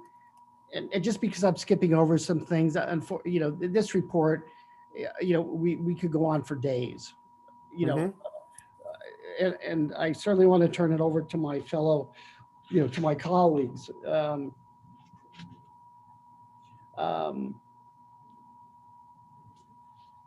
Middle of the page, May 8th. Grabois sent an email to Rock Ventures representative providing information to Rock Ventures as part of Rock Ventures due diligence efforts. So again, this is before this is before the asset purchase agreement, was executed, before it terminated, but certainly as you as CEO of Beyond Gaming. GameCo is a brand new company with no assets and only projections. Is it possible to adapt information required from other documents here? List of assets, none. I take it that means list of assets. GameCo had no assets. Is that what you meant by that? I'm guessing so. This is very out of context, but yes. Post restructuring with Beyond Gaming, GameCo. So now when you say post restructuring with Beyond Gaming, did you harbor a belief as early as March 8th, 2014 that this company was going into bankruptcy? That was the only outcome that would have occurred other than restructuring. So in this case, restructuring is referring to the asset purchase agreement. But yes, bankruptcy was being discussed at that time in May of 2014. The company was insolvent, the bank account was negative, and there was no funding for the business.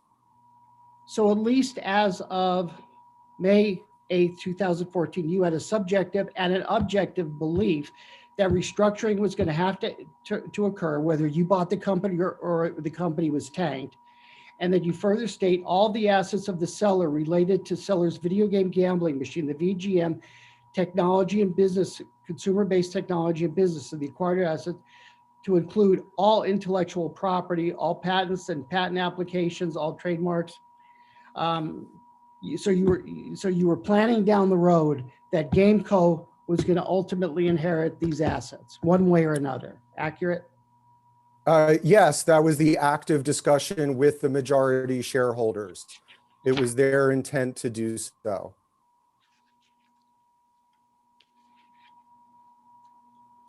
And I think this provides very excellent framing for the previous question that you raised of there is no IP. It would be in reference to a question like this: all patents, patent application, trademarks, service names, so domain names, addresses. That would have been what I was responding to. Okay. And I just would get timeline issues. April 28, 2014, I'll represent you. That was the day you formed GameCo. At the time you thought you formed GameCo, you were still CEO of Beyond Gaming, right? That is correct.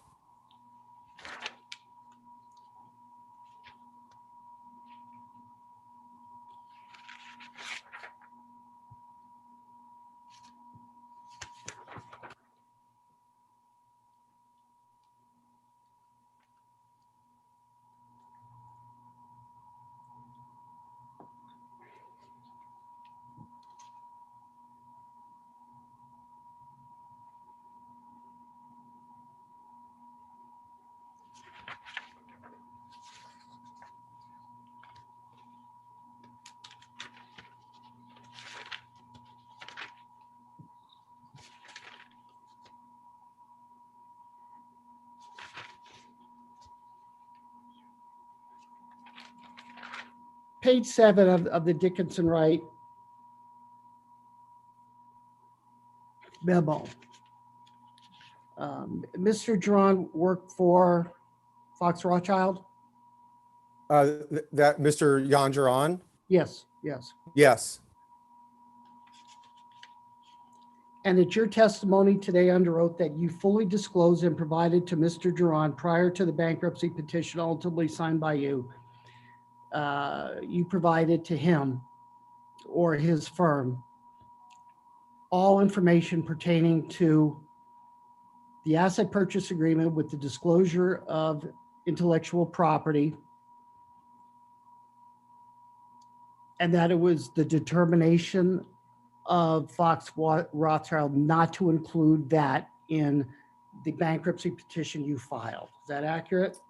That is accurate. Again, I would stress it was also their decision to not include all of the assets that had been developed at Beyond Gaming, including their legacy business, which was a matchmaking video game service. Okay, and again, I want you to be careful with this because these are very specific questions. Did you provide emails prior to the bankruptcy filing of which you executed Beyond Gaming's white paper to Mr. Duran or any representative of Fox Rothschild? I doubt I provided the white paper. That wouldn't have seemed relevant. Did you provide to Mr. Duran, Robin Solomon, or any other person associated with Fox Rothschild the draft that was out for signature of the asset purchase agreement? I do believe that I did, yes. But you have no emails or transmittal documentation to corroborate that? I do not. Did you have any documents, emails, letters of transmittal, letters of attachment, emails or attachment providing to Mr. Duran, Robin Solomon, or any other employee of Fox Rothschild Schedule 1.1 draft of the asset purchase agreement? I'm sorry, is Schedule 1.1 those 7 items listed? Yes, sir. I mean, I believe that they were provided with the asset purchase agreement, so that would have been included.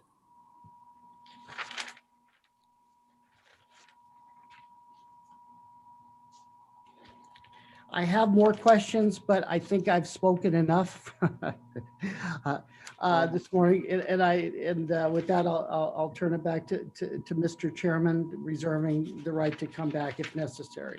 All right, thank you, Commissioner Cohen. The record will note that you reserved your right to ask more questions, which you certainly always have that right.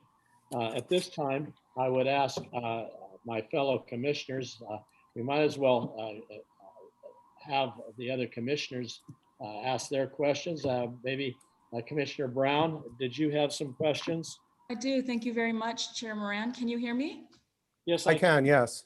Thank you so much, Mr. Goldman. Thank you for answering our questions today under oath. I just want you to know my background briefly. I do practice in bankruptcy here in Las Vegas and in Reno. So I've been doing that for about 20 years. So I'm familiar with the bankruptcy code. And I was privy to some emails from you to your counsel in connection with your understanding or articles that you found relating to abandonment. So I do have some questions for you about that. But turning to the final petition that was signed by you, sir, in connection with the Beyond Gaming bankruptcy petition that was filed on October 13th, 2014, in your capacity as Chief Executive Officer. You recall that bankruptcy petition, sir? Yes, I do. Do you have a copy of that before you? I don't, but I could find it probably. Okay. Let me know when you find it so I can ask you some questions about that, please.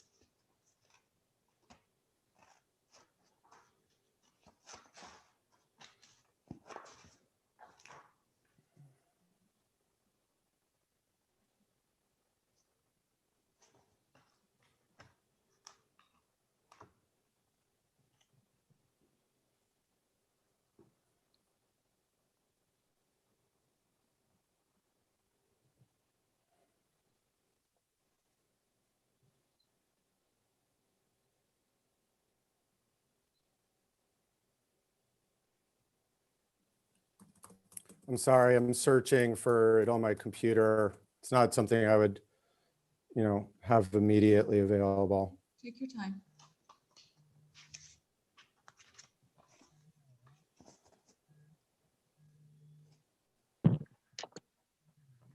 If it helps, it was Exhibit 26 to the Dickinson Wright report.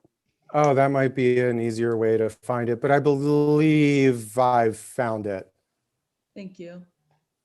And I'm asking that you look at the one, the Dickinson Wright report Exhibit 26 doesn't have a file stamp, but the one that I'm looking at that I have access to is file stamped with a case number at the top, designated 14-12318, and it's identified as docket number 1, and it has 47 pages in its entirety. Do you have that, sir? That is the one I am looking at. That is correct. Thank you. I appreciate you taking the time to locate that.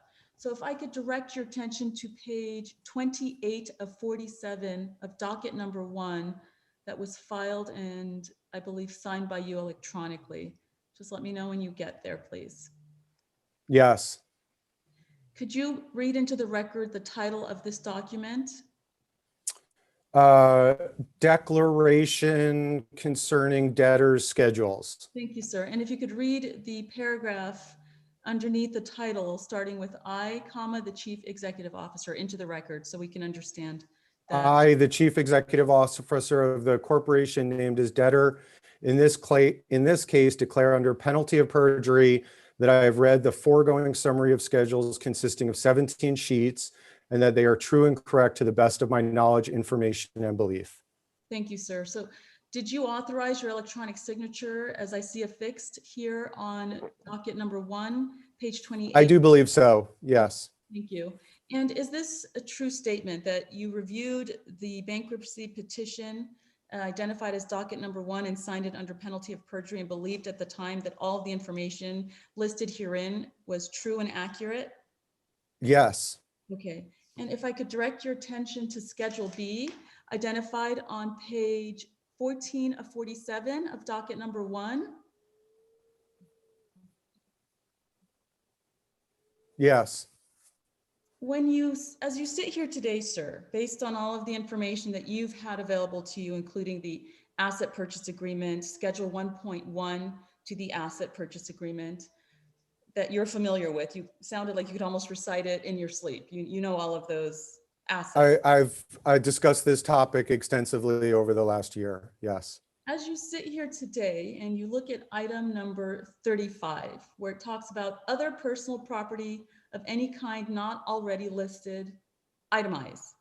Do you believe that there are omissions for item 35 based on all of your knowledge of the exhibit that was included in the asset purchase agreement? Do I believe that there were omissions in terms of what was provided and filed here? No. Do I wish that it was filed differently now, given the discussions that we're having? Absolutely. And it would have included all of the legacy software developed by Beyond Gaming, and may have included other the items related to video game gambling. But do I feel that it is accurate still? Yes, I do, under the advice and counsel I was given in preparing these filings. Absolutely.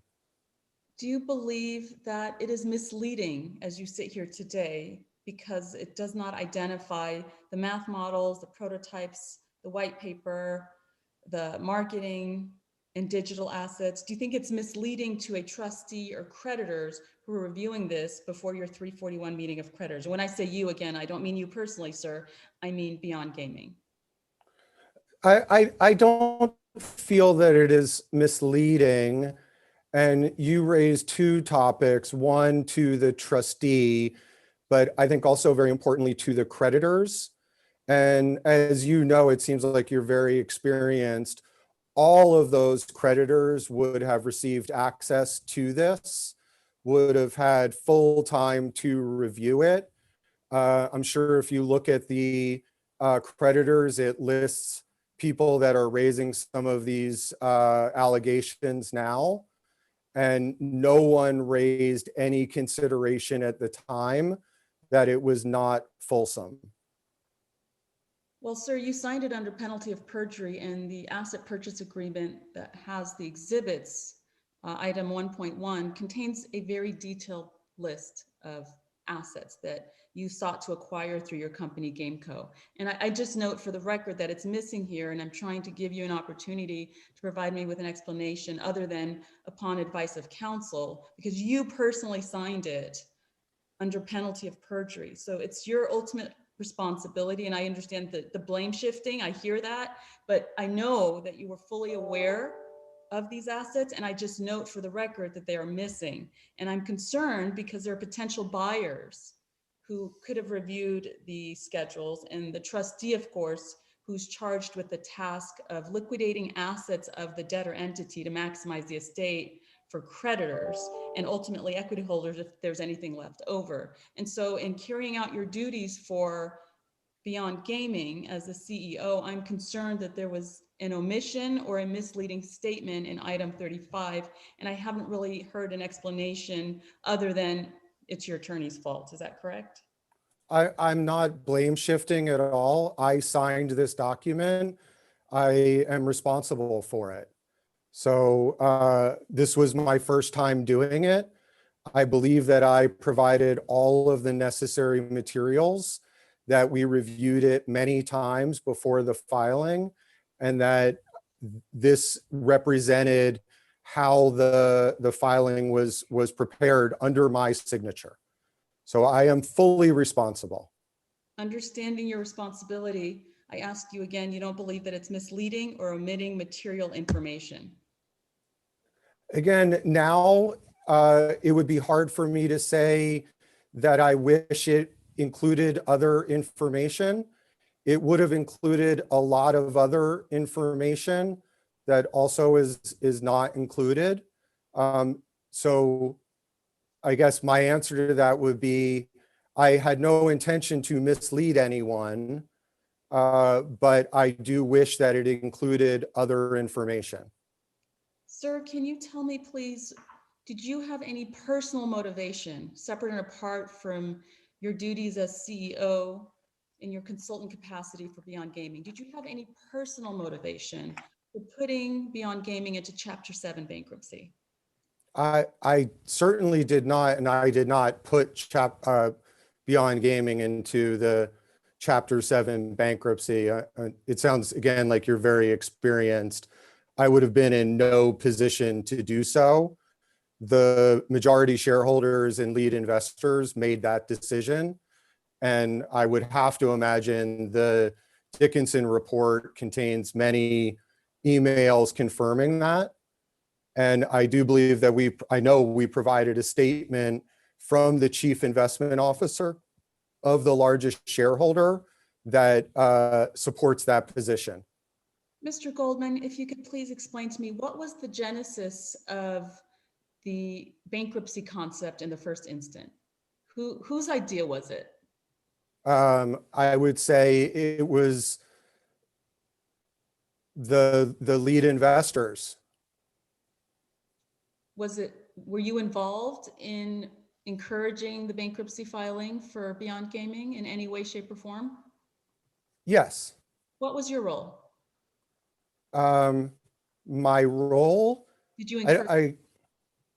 At a certain point, I believe I did encourage it. Yes. At what point, sir, did you encourage the bankruptcy filing for Beyond Gaming?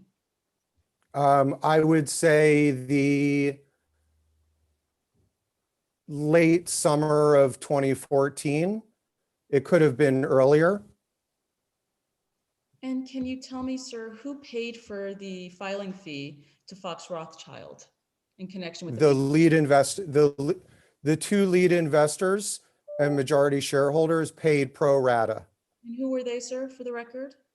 One was called WPS Challenger, a London-based venture firm, and the other was called Rocket Ventures, a local Ohio-based venture firm.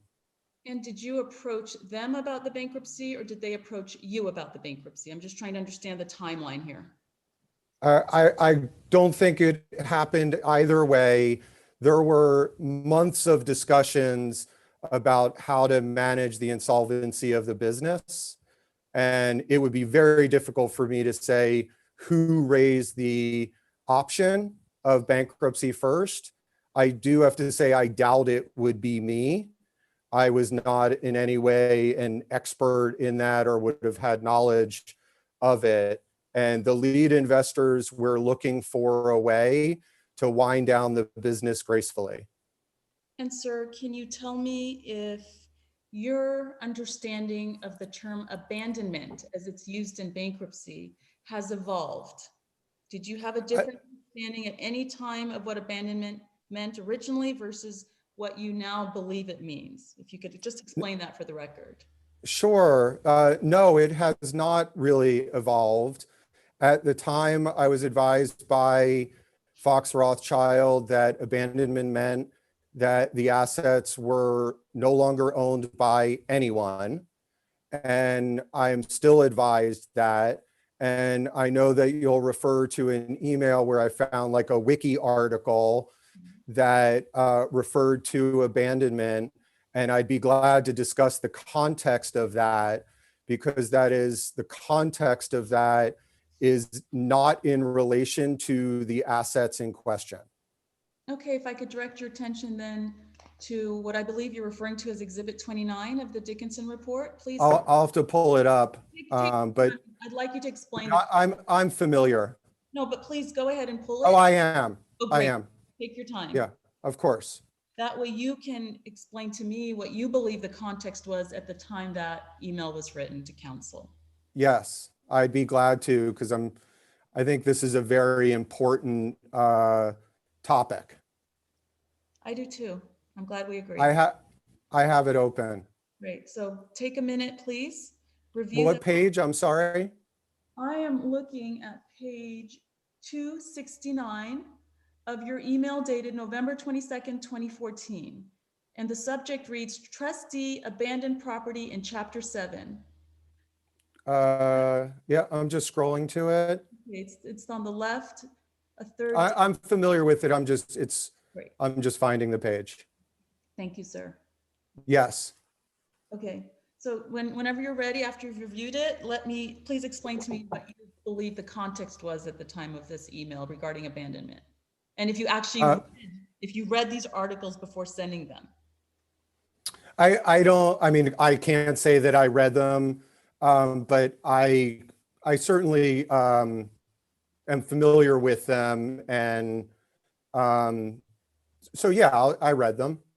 Okay, so if you go to the bottom of page 269, it says in the paragraph under that little heading, who gets to keep the property? Could you just take a look at that and tell me who gets to keep the property in a bankruptcy in a corporate bankruptcy, in a Chapter 7 after it's been abandoned?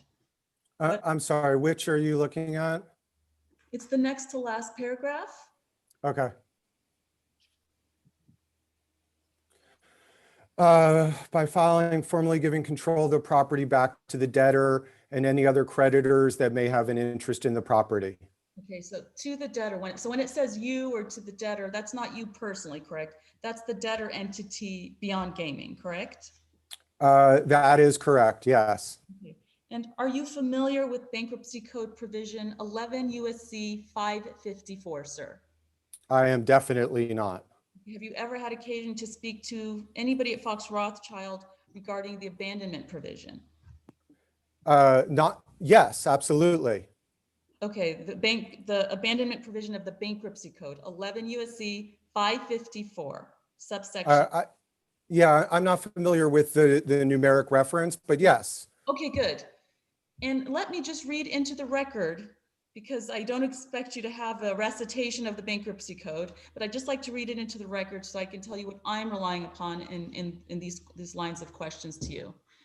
Under 11 USC 554 of the Bankruptcy Code, which governs the abandonment of property of the estate. And you'll admit, sir, that the intellectual property, patents, the math model, prototypes, white paper, marketing, digital assets, software, mock-ups, all of that is considered the debtor Beyond Gaming's property as of the bankruptcy filing, correct? Yes. Okay, good. So we're on the same page. So under 11 USC 544 subsection C, it provides, unless the court orders otherwise, any property scheduled under section 521A1 of this title, not otherwise administered at the time of the closing of a case, is abandoned to the debtor and administered for purposes of section 350 of this title. And I just want you to focus there on it's abandoned to the debtor. Are you with me? I am, yes. So as you sit here today, based upon the article that you provided to your attorney to Robert Montgomery, I apologize. You and Robert Montgomery were speaking amongst yourselves about your understanding of abandonment on November 22nd, 2014. So was it your understanding at that point that the property is abandoned back to the debtor?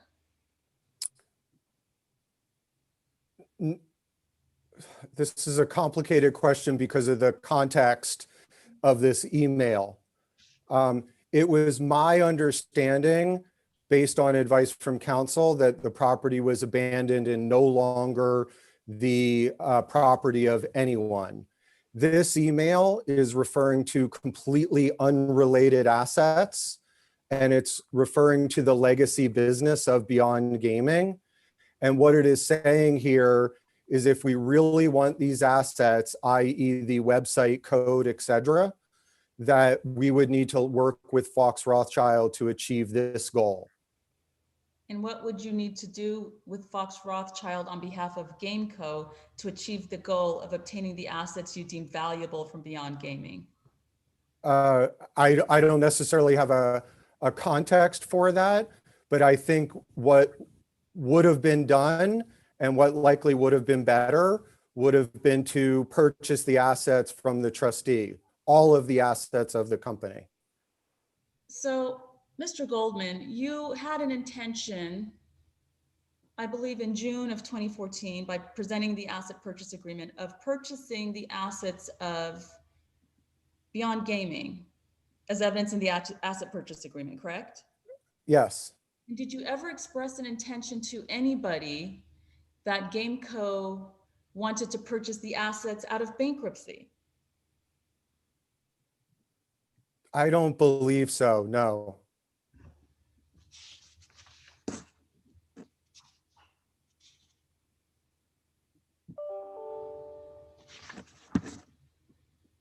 I certainly wish we had. I do recall there was an email that you wrote specifically addressing on page 24 of the report. If you'd like to direct your attention to the Dickinson report on page 24, it appears from your email dated July 31st, 2014, from you to Mr. Montgomery, that you contemplated buying the intellectual property out of the Beyond Gaming bankruptcy. And whenever you get there, let me know so you can take a look. Okay. In case you have some detail regarding the context if I'm missing it.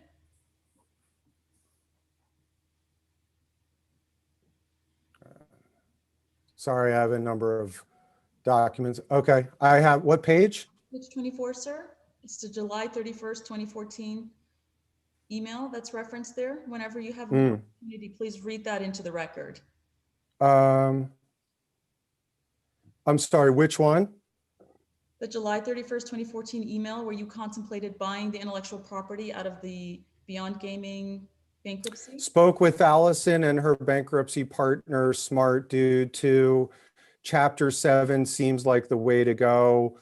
Would cost 10 to 15,000 and would absolutely kill all future risk. It's likely we could even buy the asset as planned.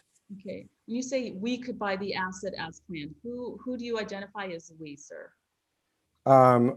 It's stated to Robert Montgomery. So Gameco. Gameco. Okay. Just I wanted for clarity of record. Thank you, sir. Yeah. And can I ask you, did you ever during the bankruptcy proceedings make an offer to the Chapter 7 trustee to purchase any intellectual property or other assets as identified in Schedule B, item 35, from the bankruptcy estate on behalf of Gameco or anybody else? I did not. No one did. No, and I did not. About you, sir. Only us. No, I understand. I'm making it clear. I did not, nor anyone related to me. No one did. And why did you not make an offer to the Chapter 7 bankruptcy trustee to purchase the assets of Beyond Gaming that you deemed valuable from at least, I think, the summer of 2014 forward? Sure. I didn't think that it was necessary. And why did you not think it was necessary? Because I'd been advised that the outcome of the Chapter 7 would be abandonment and that no one would control those assets and that it would be free to continue developing this into a viable business. And notwithstanding what I just read into the record under 11 U.S.C. 554C, that it gets abandoned back to the debtor and it's still owned by the debtor, can you tell me why you thought the debtor was no longer a viable business or an actual legal entity that existed and survived beyond the bankruptcy? Well, again, it would have been on advice of counsel, which is documented in the statement that he provided. Can I ask you, as Chief Executive Officer, did you at any time file articles of dissolution with the Delaware Secretary of State to make sure that Beyond Gaming was no longer a legal entity that continues to exist? I believe so. I believe that articles were filed, yes. And when were they filed? I'm looking, I thought that was detailed in the letter from Mr. Giron. So I'm not certain, but I thought that was detailed in the letter. Was there a meeting held to dissolve Beyond Gaming? I am not certain. Okay, and can you tell me with any certainty whether or not the bankruptcy trustee was ever provided with a copy of the asset purchase agreement from you or your counsel? I am not certain of that, no. And who would know that? Well, Fox Rothschild. Okay, and can you tell me during the 341 meeting of creditors where you attended, I understand, is that correct? I did. I was the only one in attendance. I attended. With counsel, right? Not by yourself. I believe someone from Fox Rothschild attended. During the 341 meeting of creditors, did you identify for the bankruptcy trustee on the record? And I believe you were sworn in at that time as well, correct? I believe so. You're familiar with the process. I believe so.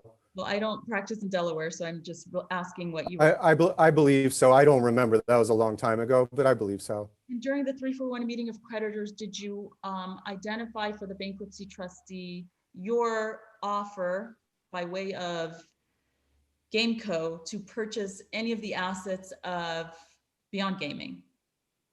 No, I remember the 341 meeting being like 5 minutes, and that essentially no questions were asked or opportunity to raise any topics. Did you So- disclose to the Chapter 7 trustee at any time during the 341 meeting of creditors that there were potential other interested buyers separate and apart from Gameco interested in purchasing assets of Beyond Gaming? No, again, I don't believe there was any opportunity to do so, nor would I have been in a position to do so. I don't believe that there were. Do you know if counsel Fox Rothschild, who represented Beyond Gaming, ever identified for the Chapter 7 trustee the asset purchase agreement or any prior offers to purchase Beyond Gaming? I wouldn't be familiar with that, or how the process works. And did you in any way, shape, or form assist the bankruptcy trustee to market or sell the assets of Beyond Gaming? No, I wasn't requested to. I would have gladly done so. And could you remind me for the record, how much did Gameco offer to purchase Beyond Gaming? I believe it was I believe it was $50,000. And as of the petition date of October 13th, 2014, what do you believe the value was at that time? And I think your offer in the APA was in the summer, but months later in October of 2014, what do you think the value of the assets, and I mean all of the assets of Beyond Gaming were as of the bankruptcy petition date? 0. Okay, but you did not identify 0, sir, in the Schedule B. You identified unknown. Is that correct? That is correct. Yes, it says unknown. So if you were willing to pay $50,000 in the summer of 2014, but as of the petition date, you believe now the value was 0, how did that value diminish so quickly? Well, actually, the previous filing listed $100,000. The draft, And not filed, correct? correct, the draft, which was directly taken from the balance sheet of the company provided by outside accountant. And I believe in a revision of the filing in reference to that schedule, we added a little bit more of a descriptor, software not patented or copyrighted, value unknown. And I believe that was specifically related to discussions with Fox Rothschild about all of these topics we're raising now. What is the value of the legacy business? What is the value of any assets related to video game gambling? If you had the opportunity to refile the petition under Schedule B, item 35, would your number now be 0 at that time, looking back, if you had the opportunity to do it again? I know you testified earlier, had I known now what I knew then, I would have added more. No, in terms of value, you said you believed it was 0 as of the petition date. Would you have changed it to 0? I don't think so. Because it was unknown. Okay. And can I ask you, do you have before you the exhibits to the Dickinson report? Are those accessible to you?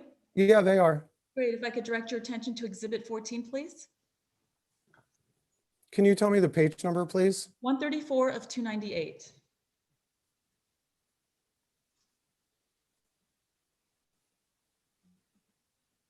I'm sorry, 34? 134. Yes, sir. Yes. Excellent. So I know that I'd like to give the opportunity to review that before I ask you any questions. So if you could please start at the very top of your email from you to Tony, Nick, Justin, Yamek. I believe we received a statement today from Mr. Yamek, and Brandon. And you Mhm. copied some people as well, and that's dated July 18th, 2014. If you could just read that first email from you, and when you're ready, I will ask you some questions about that. Thank you. Sure. All wanted to jump in and clarify. Go ahead. Is that the correct one? Yes, thank you. Beyond Gaming had a garage sale and generated $480, selling mostly furniture and odds and ends from the office applied to creditors. Per Nick's instruction and with board approval, we kept receipts of all items sold. Bader did most of the selling and wrote receipts. None of the items sold are parentheses should be listed on the APA. If there's a mistake, let's update the list. Please feel free to track changes and edit the APA's asset list and share for review. The items listed on the APA come from an inventory prepared by the team and represent the remaining physical assets in the company, physical assets of the company in possession of the team members. The items stored at my house were the casino assets and some physical assets, furniture again. Also, to address Justin's original point, my starting intention was for those physical assets to remain with Beyond Gaming and the team. This is reflected in Justin's original email on this thread. Per Nick's explanation, this is no longer the structure of the transaction. Beyond Gaming is closing and therefore had to be changed based on agreeing to the requests for this new structure with holding trust. I don't know what that refers to. Further, there is critical intellectual property on some of the machines which must be transferred to and retained by GameCo. For example, the server contains the code base. If there are any specific items that individuals need for their well-being, please let me know and I'm sure we can resolve something. As the team is not making a claim to any physical assets, let's use the asset list in the APA as a means to document what is in their possession and what needs to be transferred at closing. I will handle this directly so we do not take additional time from Nick and increase costs with losses for SLK. Please feel free to send me an updated asset list ASAP so we can resolve and package final documents.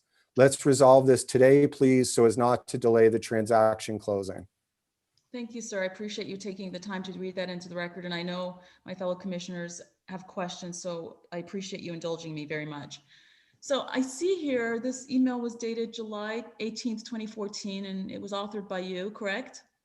Correct. You identify critical intellectual property on some machines, and you say they must be transferred to and retained by GameCo. Can you tell me why in July of 2014, these assets had to be transferred to GameCo if there was no fully executed asset purchase agreement? It means in the context of executing it. Understood. And can you tell me, as of the petition date of October 13th, 2014, where were these critical assets, including the machine to which you're referring in this email? I honestly would have no idea. It's referring to the server contains the code base. This is referring to the code base for the prototype software. It was almost certainly a cloud server and likely would have been shut down because of non-payment, but I would have had no idea where it was stored. And what was stored on your property, your personal property, I think, right? As of the petition date. The Pelican prototype, I believe the cabinet prototype had been destroyed. It was quite large. And there was a time where we basically did a dumpster of everything that was remaining. Okay. And the people referenced in this email, including Mr. Yamek, participated in that to the best of my knowledge. And can you tell me why you didn't identify the physical items you had in your possession expressly in the bankruptcy petition when you approved the filing of that in Schedule B, item 35? Again, the one asset would have been the Pelican prototype. And I guess it was my understanding that it was not needed to be detailed in that way. Thank you, sir. I do appreciate you indulging me in answering my questions. And I reserve the right to answer follow-up questions. And please, I ask my fellow commissioners and appreciate the time. Please proceed if you have any questions. Thank you. All right, thank you, Commissioner Brown, and I appreciate your question. And it's always good to have a fellow commissioner who understands bankruptcy law because that's pretty complex. So thank you for your questions. All right, I would ask if any other commissioners, Commissioner Fuchs or Commissioner Solis Rainey would like to jump in at this point. Sure. Mr. Chairman, oh, Go ahead, Rosa. Go all right, thank you. Thank you, Mr. Goldman. I wanted to just step back a little bit. I had some maybe foundational questions. Starting with your name, I understand Gerbois is a family name that you have been using in some cases, and I'm quite familiar with, especially artists using stage names and such. How long have you been using that name? Since my first year or second year at college, so that would be 1992, 1993. Okay. I read through the transcripts from the 2019 proceedings very closely, and I noticed that that name didn't pop up anywhere there. But in looking at all of these documents relating to this issue, that is the only last name that shows up. So my question to you is, when you were doing business with Beyond Gaming, did they know you as Blaine Gerbois or Blaine Goldman? Both, certainly. And the bankruptcy filing was filed as Gerbois Goldman. At a certain point, I started using both for clarity, but everybody would have known me as both. Okay, so when you were doing business with you, they knew that that wasn't your legal last name, but that's one that you used. That is correct. Okay, do you typically sign all legal documents with this name that at this point, I mean, it's not part of your legal name. Has it always been your practice to sign all documents? It's typically been my practice to sign Gerbois Goldman, and there are certainly some that would be signed just Goldman or just Gerbois. Okay, no problem. I was just curious about that. I like I said, I'm familiar with stage names and such, but I'd never seen it used on legal documents without undergoing a formal legal name change. So I thought that was a bit unusual. Stepping back a little bit to your history, what experience do you have with e-gaming other than the time that you spent at Beyond Gaming and what you've done since? Oh, do you mean esports? I'm sorry, esports, yes. Yeah, I didn't have a lot of experience in esports before I started working at or for Beyond Gaming, but I had been producing video games generally for more than 10 years. What type of video games? When you say producing, is that actually making them? Yeah, the term producer, I was typically an executive producer, would refer to the party most seniorly responsible for creating a game.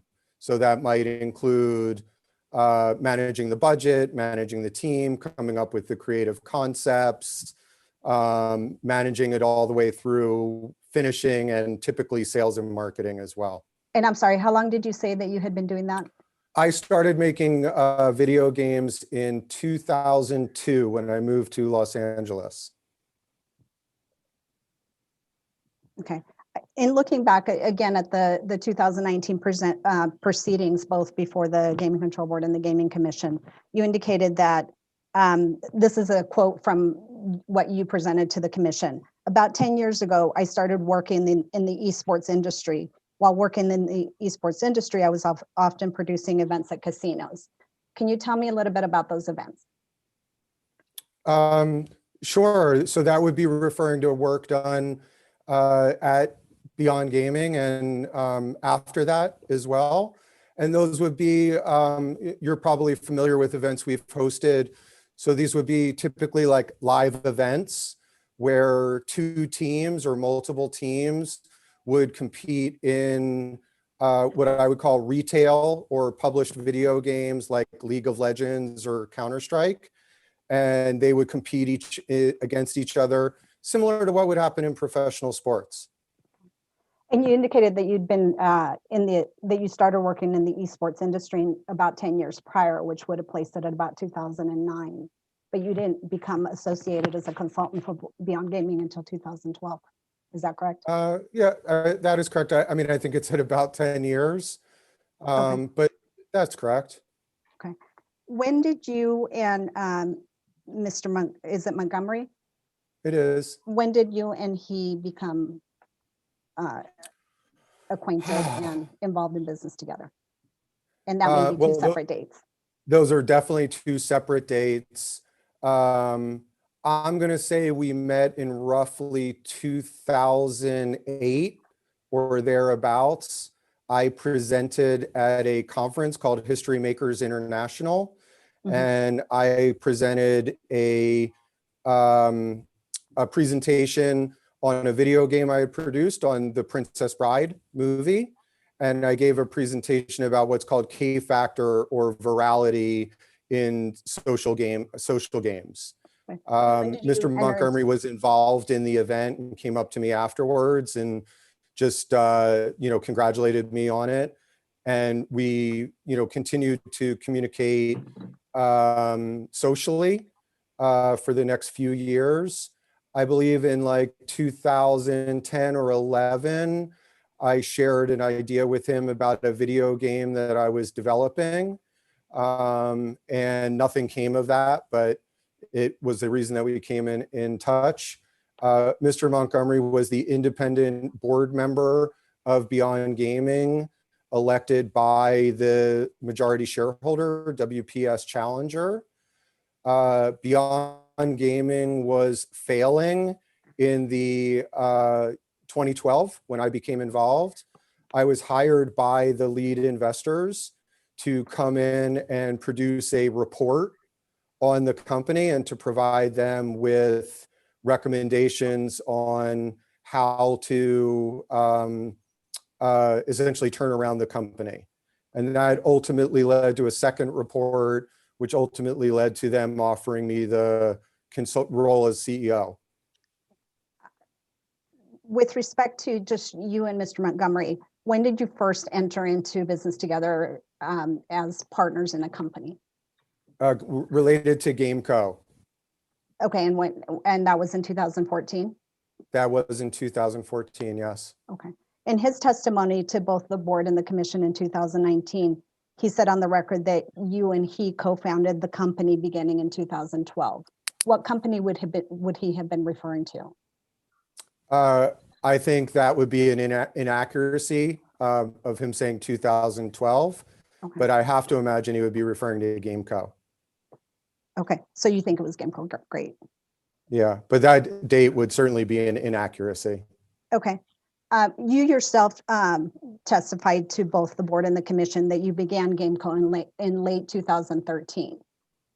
Is that also incorrect? Well, I guess it matters when you say began working on these ideas that ultimately were developed by GameCo. GameCo was founded in May 2014, but I would say, began developing the ideas that eventually were developed into GameCo in late 2013. That is correct.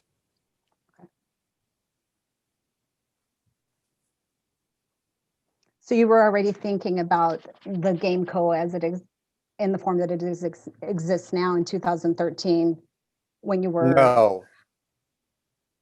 No, thinking about the ideas around video game gambling.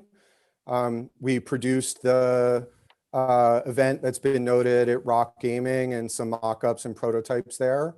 So I wasn't thinking about it in the context of GameCo until the beginning of 2014, when again, the company was insolvent and we were looking for ways to essentially salvage the value and continue moving forward. You indicated earlier in response to Commissioner Cohen's questions that part of the reason that the Board of Managers gave you authorization in a release, I believe you called it, to pursue investment opportunities was to try to save beyond gaming. Is that correct? Yeah, the idea of the restructuring, and I think this is really relevant, the offer of $50,000 was not solely for the assets related to video game gambling. It was to solve creditor and debt issues so that the company could be restructured effectively. But that didn't, oh, I'm sorry, I interrupted. Go ahead. Yeah, I just wanted to clarify, because it reflects on all of the emails that we've noted as well. The goal of the asset purchase agreement was to restructure Beyond Gaming, address the debt, and essentially give the company back to the founders. And when I say Beyond Gaming, I mean the matchmaking service that Beyond Gaming was founded to develop and commercialize. So the asset purchase agreement, and the intention of that was to give the company back, Beyond Gaming, to the founders, allow me to move forward with the video game gambling concept, and that we would each own pieces of equity in the other businesses. And I know that none of the documents or emails that have very clearly outlined that have been referenced here, but that was absolutely the business structure. The asset purchase agreement was simply one of the documents that would have effectuated that. Okay, and I'll have some questions about the asset purchase agreement in a moment, but I'm trying to just understand why, in the context of seeking a privileged license for Gameco and yourself, you represented to the gaming authorities that that company itself, Gameco, was developed in 2013. So I'm just trying to understand what it is that you meant by that company being developed, you know, so far beyond the time frame when you actually created it. Sure, that was the when I developed the ideas around video game gambling. But I believe, and you can correct me if I'm wrong, please, but I believe that you have previously said in interviews and even to the Game Control Board that those ideas were created in the context of your consulting agreement with Beyond Gaming, and therefore those ideas belong to Beyond Gaming. Is that incorrect? That is correct, yes. Okay, so how did those become ideas of Gameco in 2013? I guess in that context, it's not great phrasing of that. Okay. Gameco was founded in May 2014. So from any official standpoint, the company began then. And you've referenced a couple of times at different points today about the legacy business. Beyond Gaming had, I guess in your mind, like a legacy business related to these tournament play of video gaming, is that correct? Yeah, it would be referred to in the industry as a matchmaking service for video game console players. Okay.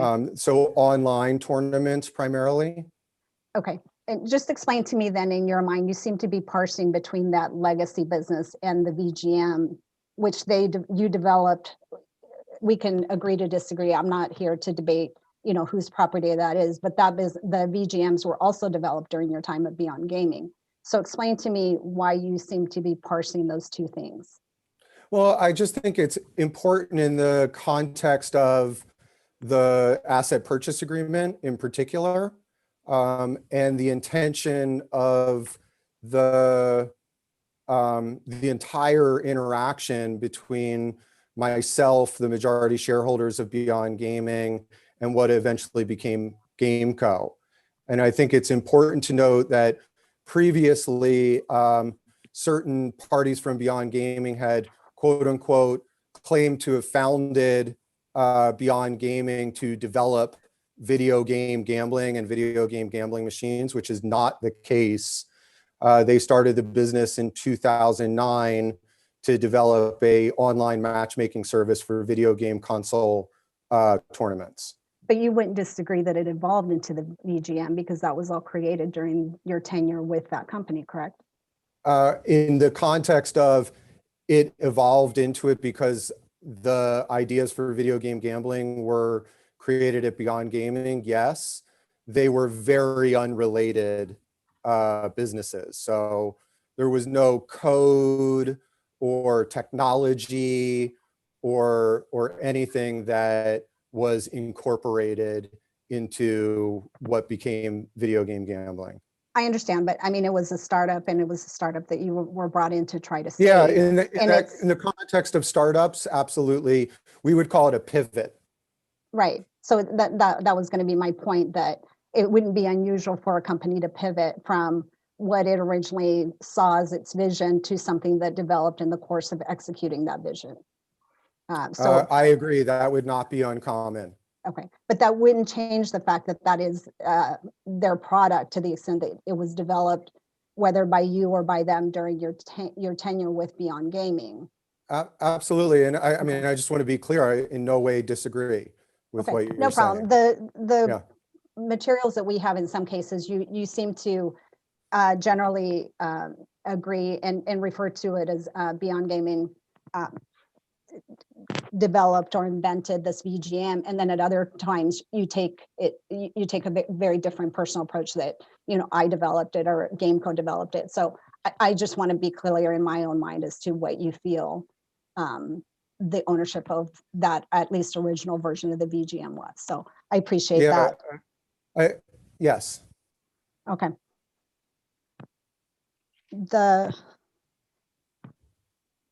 When you were before the commission and the board in 2019, I believed it was Commissioner Fuchs asked you if you were building your own game titles or buying them.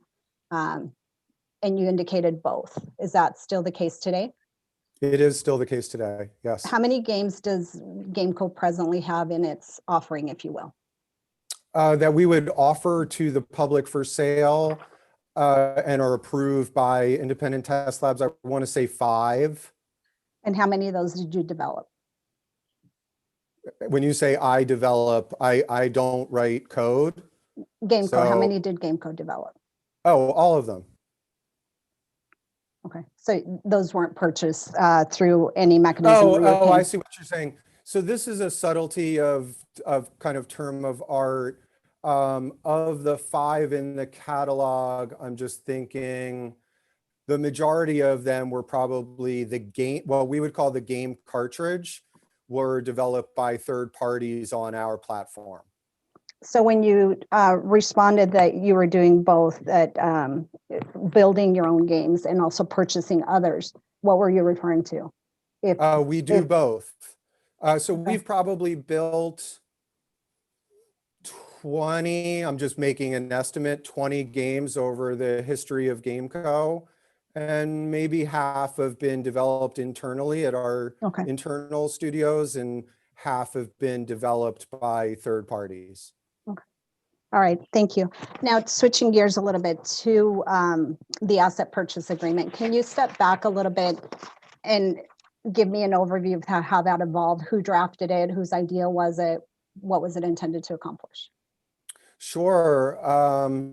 I would say starting in the beginning of 2014, so pretty straight away, the company Beyond Gaming was insolvent. We had tried to seek financing from 2 casino companies, both of whom either didn't make offers or made offers that were unsuitable to the majority shareholders. And so I would say around that time, so call it March, April, May, I started to work with the majority shareholders to think about other ways to continue to develop the product concept. So I would say the idea around restructuring Beyond Gaming and GameCo buying the assets related to video game gambling started in February, March. The asset purchase agreement was probably first drafted April, May. In April, as has been noted, I was given permission by the majority shareholders and board to go seek investment into a new entity. And the concept around, And I'm sorry, let me interrupt you there and stop you there. The permission that as far as like the records that we have, are you saying that you understood that to give you permission to seek new funding for a new entity or to pursue the asset purchase agreement with the Beyond Both. Gaming? Both? Okay, go ahead. I'm sorry. and the concept, again, the asset purchase agreement is very out of context here. The concept that I presented to all of the shareholders of Beyond Gaming was for GameCo to purchase the assets related to video game gambling, raise new funds into GameCo, provide, I believe, 25% equity in GameCo to Beyond Gaming, and to restructure Beyond Gaming. The lead investors had agreed to, I don't know the term of art, but to relieve the debt and equity they held in Beyond Gaming and essentially allow the original founders, team, and minority shareholders to continue operating that legacy business. And that's why I had sort of touched on the differential between the legacy business and video game gambling. And I believe that the negotiated terms were that GameCo would own 25% of the Beyond Gaming restructured business. The minority shareholders would own 75% debt-free. The majority shareholders would, I believe, have stepped away. They were not interested in funding the business further. And that reciprocally, Beyond Gaming would own 25% in GameCo, and GameCo would own the remaining 75%. And so the asset purchase agreement was, sorry, go ahead. I'm sorry. I interrupted. Yeah, so Go the ahead and asset finish your thought. purchase agreement was one instrument by which all of those activities would have happened. Were the lead investors, as you call them, the majority owners, were they also stepping away from the Beyond Gaming? They were ownership? stepping away from both businesses, I believe. Okay, so this 25% ownership that was supposed to go to Beyond Gaming in GameCo, would the lead investors have had an interest in that 25%? I honestly, I cannot remember, but my recollection is that they were stepping away. WPS Challenger was shutting down. The fund had no money, so there would have been no methodology or structure by which they could have been involved in either business. And I believe that Rocket had no interest in being involved in either business. If they were to be involved, it would have been on, terms that they would have agreed to. But I don't believe either intended to be involved in either business. But the discussions that you were in with Rocket financing, that was for financing GameCo. So it seemed to be that you were still pursuing investment from them in your separate company. I do believe there was a time that Rocket was considering putting up all or part of the funds for the asset purchase agreement. I do believe there was a time where that was the case. Okay. So who drafted the asset purchase agreement? Wilson Sonsini, the law firm. Was that at your request? It was, yes. And were you the one that determined the price? I don't know how we arrived at $50,000, but I would say that I was the one that proposed it. That's likely the case. The price was $50,000 less outstanding debt listed on an exhibit that was attached to the document.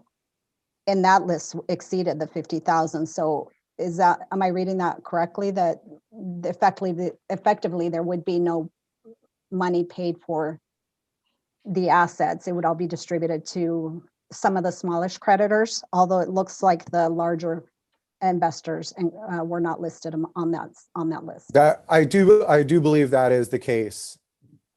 So that when you say that the investors had agreed to step back, they had agreed to not receive it, to forego any portion, I guess, if you will, of that sales price. That is my recollection. Yes. Okay. Why is Mr. Yamik listed as the only seller? He's the only named seller in there other than Rocket and WMS, who I believe at least the draft of the agreement that I have say they're listed only for Article 7 purposes. I believe that he stepped up to represent the original founders and minority shareholders. There had to be an individual, to the best of my recollection and knowledge, and I believe he stepped up to represent the minority shareholders.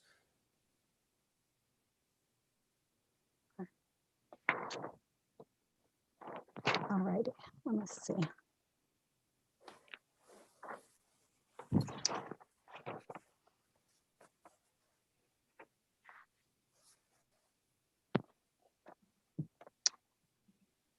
This casino night or event that has come up a couple of times in Detroit, can you tell me a little bit about that? Sure. I had been put in contact with a company called Rock Gaming. They owned a couple of casinos, including at the time the Greektown Casino in Detroit, and had discussed with them the ideas around video game gambling. And at that point, the idea was developed in basically to the extent of a couple of pictures that I had commissioned from some artist friends of mine. And I guess I was compelling enough to them to agree that let's have a casino night where we see how people respond to this concept. So I produced and organized 5 casino nights. I'll note here, because this is on the record, previous versions of the story from Mr. Yamik were that I attended it. I produced the entire thing. I organized it from the beginning. I conducted it.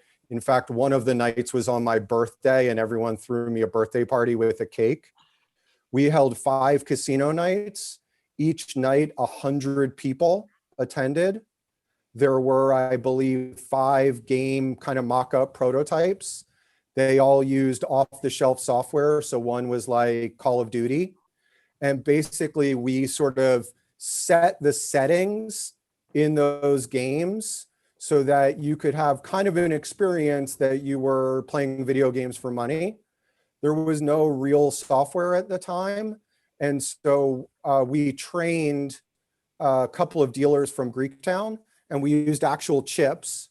So we invited 100 people on 5 nights. They were segmented into groups like, I play slot machines, I play video games, I play both. I think each night lasted an hour or 2.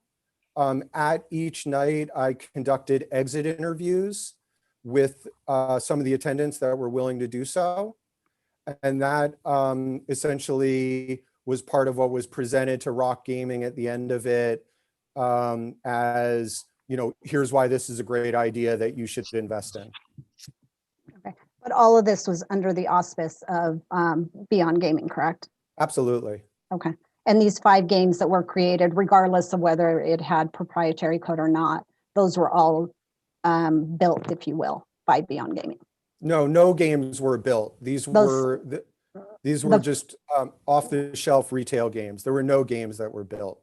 Okay, so what were the 5 games then that you were referring to? I know you mentioned Call of Duty. Call of Duty.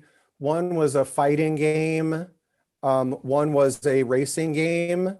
The racing game used the prototype software that we've spoken about earlier. So that was the only, game that was created by Beyond Gaming. That game used an off-the-shelf game called Trackmania, which is a car racing game. But this gets into the subtlety or term of art of what we mean by a game. The video game portions of all of these were off-the-shelf retail games. Right, so it's just the same Call of Duty that my son has in our home. The exact same You were Call of just Duty that adding, you're- you were just adding the gambling component through the dealer training.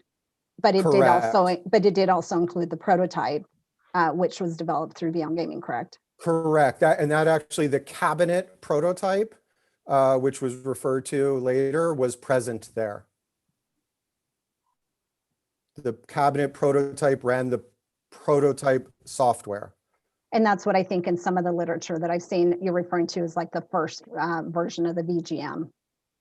Or the idea of it. It kind of physically showed the idea of the VGM. Yeah, I don't know what literature you're referring to. That was the first physical incarnation of the idea of gambling, playing video games that was produced to my knowledge. And again, a very different kind of gameplay. It was a head-to-head parimutuel game, but I did call it at the time video game gambling machine. Okay. All right, thank you. Stepping away from the casino nights, in the Dickinson Wright report, there's a mention of at least 3 competing groups attempting to purchase Beyond Gaming. Can you tell me a little bit about those 3 groups and those offers? I'm only aware of one, and it was a gentleman named Bob. I am not extremely familiar with the offer. The offer was made to the lead investors. Part of the terms of that offer were that I would be an employee of this new company in a sales capacity, which I was not interested to do. But I am not familiar with the terms of that proposal. It would have been made to the lead investors. So you Again, don't know at that anything. point, even though I was a consultant and CEO, I was very much trying to keep my fiduciary duties properly aligned. I believe I had one meeting with Bob around this discussion. It was organized by Nick Malone from SLK, who was corporate counsel for Beyond Gaming. And again, at that, I was asked that I would be an employee of the company in a sales capacity, which I declined. I'm not aware of other offers or what the nature of any of the offers would be. Okay, so if you look at the Dickinson report at page 7, which you were looking at earlier, the portion where it says that Grabois also claimed that he told Goran about several competing offers that were made to purchase Beyond Gaming in summer 2014. Is this Bob offer one of them? Absolutely. And did you at that, are you aware of others that you just now don't recall, or are you saying there were not other offers? Well, no, there was one from Rock Gaming after the casino night. They offered, I don't remember the exact number, but it was like some amount to own the vast majority of the whole company. Okay. And what would be the And that third would have one? been one of the other ones. Okay, and was there a third one? Again, I'm honestly, I'm not, I don't remember that there was or wasn't. Okay. How many employees did you say Gameco has now? I believe we just are over 30. And are those employees in the Las Vegas office, or do you still maintain an office elsewhere? The majority are in Las Vegas. We have 4 people in New York. And what's the role of the people in New York? They make games. They maintain our platform and make games. Are these 30 employees full-time employees? Yes. We have a number of other consultants. I actually have that number from a couple weeks ago. We have one in Rochester, New York, and we most recently hired one in Columbus, Ohio. Nice. We have one contractor in Las Vegas, and 2 contractors in Sydney, Australia.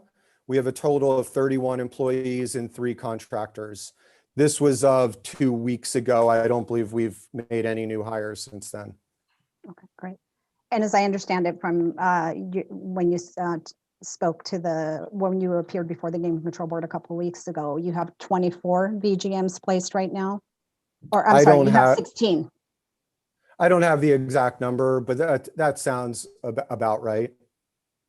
So 16, 4 in Oklahoma and 12 in Nevada. Does that sound about right? It does sound about right. I thought there were some operating in California. That might not be the case, but that sounds about right. And in 2019, was that number higher? I believe the record maybe showed 24 in Connecticut. It certainly fluctuates. It's very typical for gaming companies. And plus last year was difficult for our industry. It was hard for everybody. In 2019, you had the VGMs placed in Connecticut, New Jersey, and Chile. Did those jurisdictions just discontinue using them? I mean, were they short-term contracts that you had with different gaming companies and they kind of tried them and didn't like them, or for whatever reason, sure, find that it didn't suit them? Yeah, I mean, different reasons for different times we would take back a game. But I would say contracts in our industry typically aren't necessarily short-term contracts. They're kind of open-ended and they're very performance-based.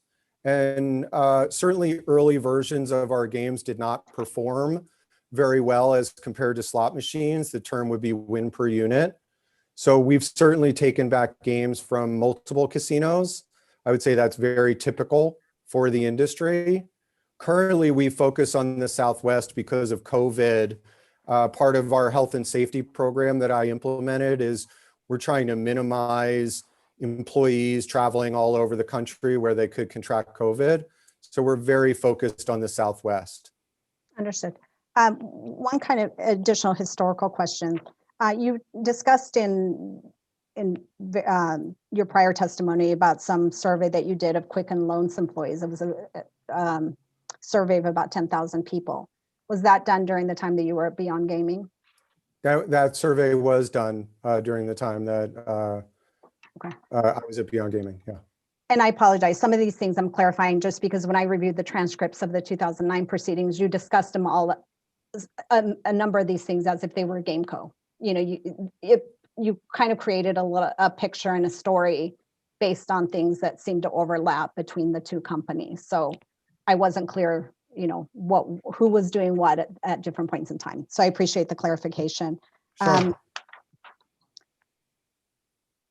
If I could have you now turn to the Dickinson report. Sure. On page 16. And let me know when you get there. I am.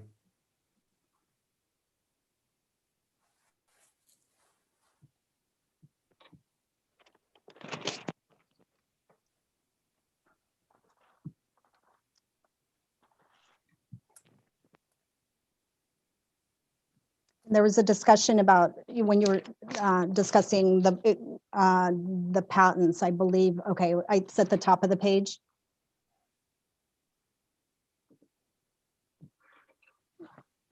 Yep. There was a discussion. I'm sorry, I'm having a hard time reading my notes. There was a discussion about pursuing the patents under a new company. So. Yeah, I don't remember this firm, but I think I can respond to any questions. Okay. Who made the decision to pursue those patents under the new company instead of the existing company that you were then acting as CEO for? Sure. I'm certainly collectively the lead investors and myself, the majority shareholders. But in March, GameCo didn't exist yet, right? Correct. And I see here it says can explain more on a call, but will take about 45 days to advance. Okay. So even though you hadn't created your new company, you had already reached the decision, at least in your own mind, and it sounds like you had also discussed it with the investors, that you didn't want to pursue the patents for the benefit of the company that you were then serving. but rather for a new company. Yes, I think that is a way to frame it. Again, Beyond Gaming was insolvent, and collectively we were looking for ways to provide the most value to everyone. How did you believe this would provide value to anyone that was involved? Well, I explained earlier, the concept of the transaction was that the lead investors were going to step away and write off the debt, which I believe was more than $2 million. That Beyond Gaming would be restructured debt-free. It would be owned in majority by the minority shareholders. GameCo would own a small piece of it, and reciprocally, GameCo would then develop the ideas around video game gambling, and that Beyond Gaming would have owned a minority in that. So the discussion at the time with the lead investors was how to create the most value for all shareholders. Okay, and I'm going to just ask this bluntly because, I know that we're short on time, but was the decision made in your mind, or maybe in your mind and in conjunction with the major investors? Did you just not want to work with the original founders? No, in fact, I would say we were still very friendly. I uncovered emails that I personally lent a couple of the founders money personally because they were having a difficult time. And again, the idea in the restructuring was that GameCo would be involved in the sort of like relaunch, if you will, of Beyond Gaming. So I would say very much so March, April, May, June, July, relationships were very like friendly and promising. Okay. Again, the idea was the alternative to a restructuring was bankruptcy. The company was insolvent, and the idea to do all of this was developed as a way to create value for all shareholders. Understood, but in other instances where, I've dealt with companies that are insolvent and they're looking to restructure, and come out of it kind of, maybe in a modified form, but with the same team. And there seems to be a distinct effort for you to segregate them and you. And I was just trying to understand that. Yeah, I don't think there was a distinct effort in any way. At least one of the founders of Beyond Gaming was actually involved in the creation of the video game gambling assets. The others weren't. So the idea was to essentially assign or align people's skills and talents. In going back to the report on page 17, and this is a section that I believe you were asked about earlier, on April 10th, when you were reaching out to other investors and indicating, it looked like you were trying to raise financing, and you indicate in there that you'd already negotiated a deal to buy the company. That predates the agreement that we have in June, the asset purchase agreement in June. And also it's at the very start of what you indicated the period was when you started contemplating the asset purchase agreement. So how do you, I guess, defend the fact that you were already representing to others that you had a deal when you had, at that point, just started to discuss a deal? No, we definitely had a deal in principle. We absolutely did. So you had a deal in principle by April? Oh, absolutely. Yeah, I only formed GameCo for that reason, to effectuate the deal in principle. Absolutely. I'm sorry that I have a dog that just came into the room, so okay. Trying to calm him down. When you joined Beyond Gaming in 2012, I think in one of your initial reports, you reported that Beyond Gaming was 1 to 2 months behind schedule in the beta launch of the company's product. What was the product at that time? What was it that they were behind on? It was the matchmaking software for Okay. video game console tournaments. Thank you. That's what I suspected from your early answers, but I just wanted to double Yeah. check.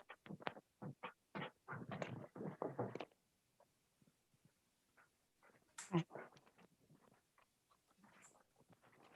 I will defer any additional questions for right now. I need to calm him down real quickly. No But I did have problem. kind of one final, and it was just a curiosity question. It looks like in your report, you use cryptocurrency, or you had various types of cryptocurrency. What is it that you use that for?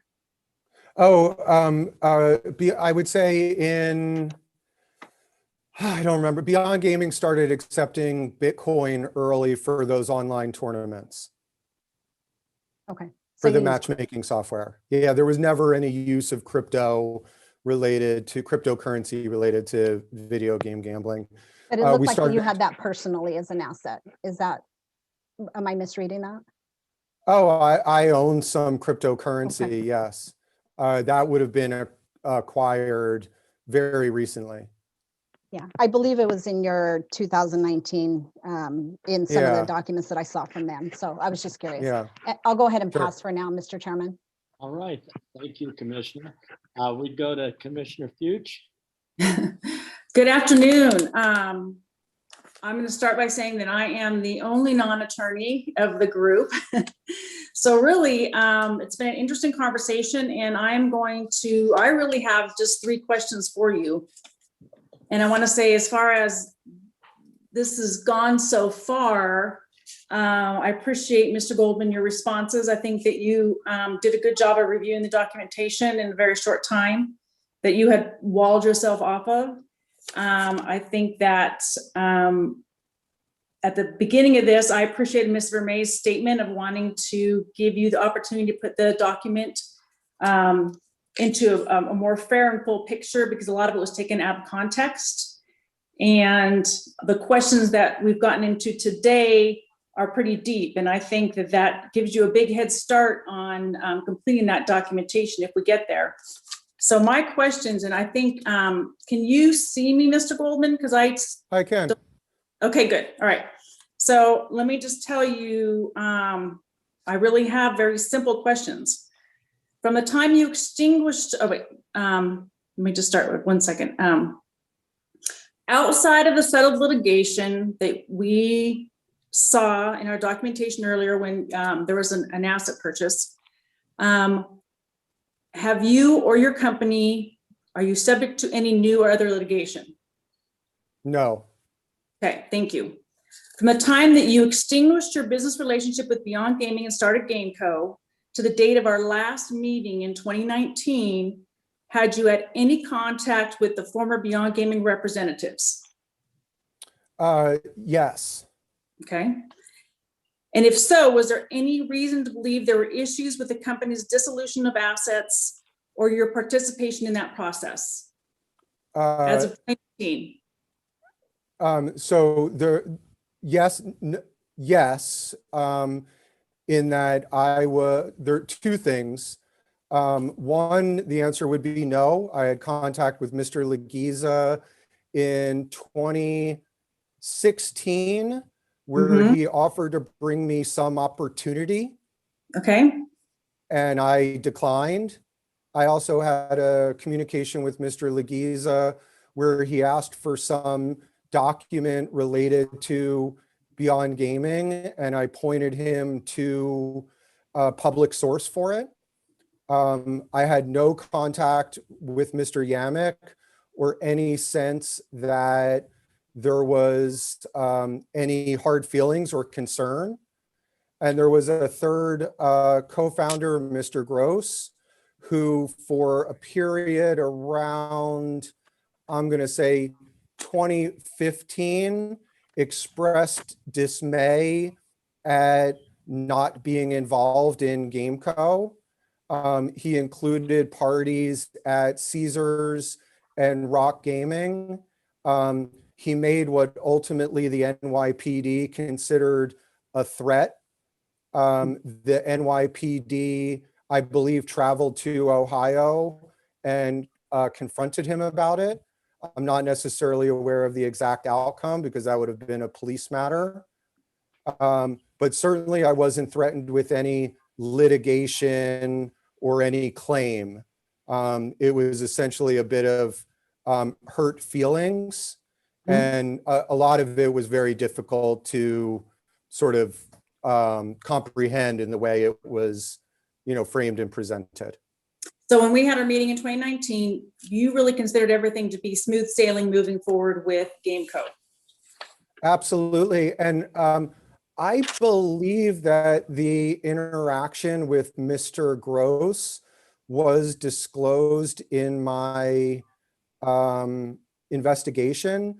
I mean, it didn't necessarily seem highly material, but I believe it was disclosed. Certainly the bankruptcy was disclosed, and that's obvious from the filings, and it's disclosed on every single GameCo filing. And absolutely, I considered the matter closed and a non-issue. In 2019, it had been 5 years since the bankruptcy. I had not heard from anyone. No claim had been made. And just as a personal matter, and based on my understanding of abandonment now and then, those parties had every right and capability to develop this concept into a viable business on their own, and they chose not to. So in no way did any of the interactions restrict any party from doing anything, but absolutely I considered the matter closed. I hadn't heard from anyone in years. There'd been no claim, no litigation, no threat of claim, nothing. Okay, thank you. And I think we need to have that on the record. Now let's bounce forward to today and what has been put before us, which is, volumes of information and information that you have just recently reviewed because you walled yourself off from the report and you've given the reasons why in the board meeting and then again today. But after putting this, digesting as much as you could this report, do you believe that your participation in the dissolution of Beyond Gaming and its assets were done fairly, legally, and to the best of your ability to preserve your position and maintain fiduciary responsibility? I do. And that's what I need to hear. We've talked a lot today, and I appreciate the expertise of my colleagues. I don't have that expertise. If you want to dig into your finances, I'm your gal, but there are a lot of questions, but I also feel that, and the board brought this up, is I'm not sure we're giving you the ultimate, the entire opportunity to present a fair and full picture of this report. As you said, and your counsel said also, a lot was taken out of context. I think my colleagues digged into a lot of that. And personally, Commissioner Fuge. Yes. Why don't we do that when we get into deliberations? If you have some questions for him, why don't we go ahead and get those questions done? And then what we'll do is after you conclude here, we'll take a short break as a court reporter and everybody is pretty much tired out.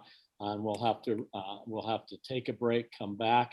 And then what I anticipate doing, if there's any further follow-up questions after you've concluded your remarks, then we can have the applicant's attorney respond, and then we'll go that way. But if you have some questions, I'd like you to hit them, and then we'll bring it back and we'll all round table it. Those are my questions. I wanted to add a little bit more context to those, but I will go ahead and hold off. Thank you. All right, thank you. Madam Secretary, why don't we take a short break? Say it's 13 after the hour. Why don't we take 20 minutes, let the court reporter and everybody take a breath, and then we'll come back. When we come back, any of the commissioners that have any more follow-up questions, we'll quickly take those, and then we'll go back to the applicant's attorney for closing, and then we'll bring it back to the commission. All right? Okay, so take a break until 1:35. That'd be fine. Thank you. Thank you. All right, thank you.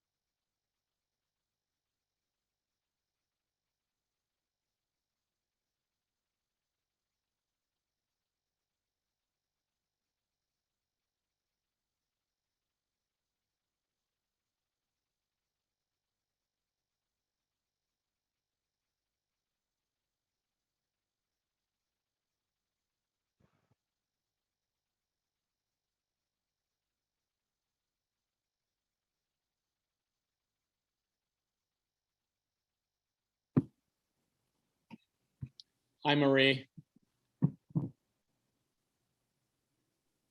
Hello. Hi, Marie.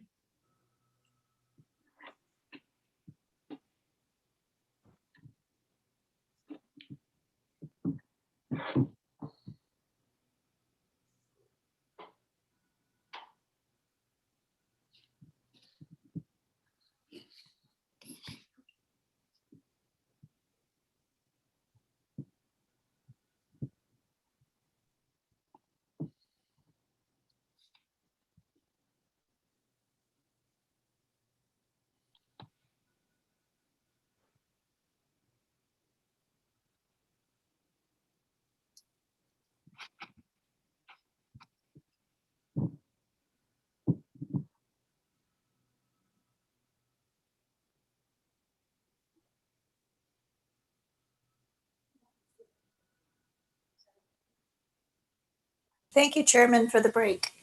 All right, good. Are we all back on? Yep. All right, you're welcome. That was a long stretch. I can't ever remember going that long without getting off of one item. Mr. Goldman's back on view.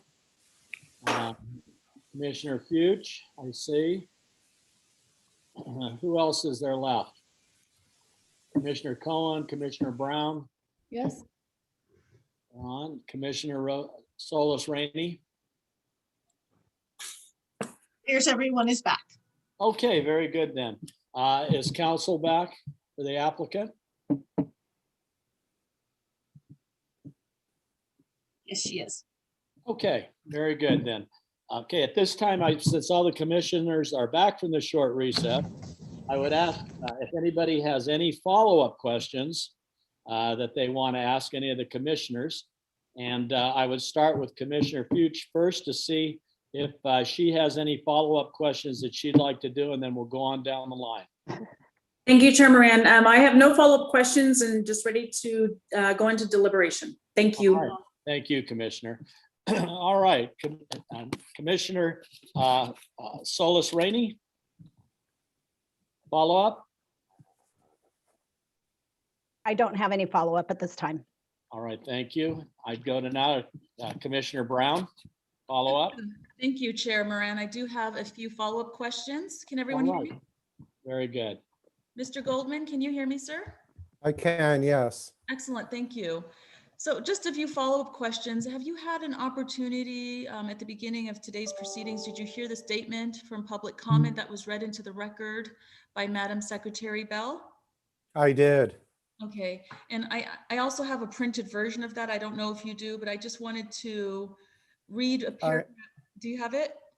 I believe it's in the transcript from the board hearing. I certainly wasn't taking notes. Okay, so if I could just direct you, if you could, if you have it available, otherwise I could just read what I. If you could read it, and I'm pulling it up at the same time.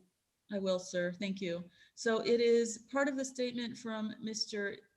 Yamek, Justin Yamek, who identifies himself as, if I may, the Vice President, Chief Gaming Officer for Beyond Gaming. Do you see that? Did you recall that reference? I'm still pulling it up, but I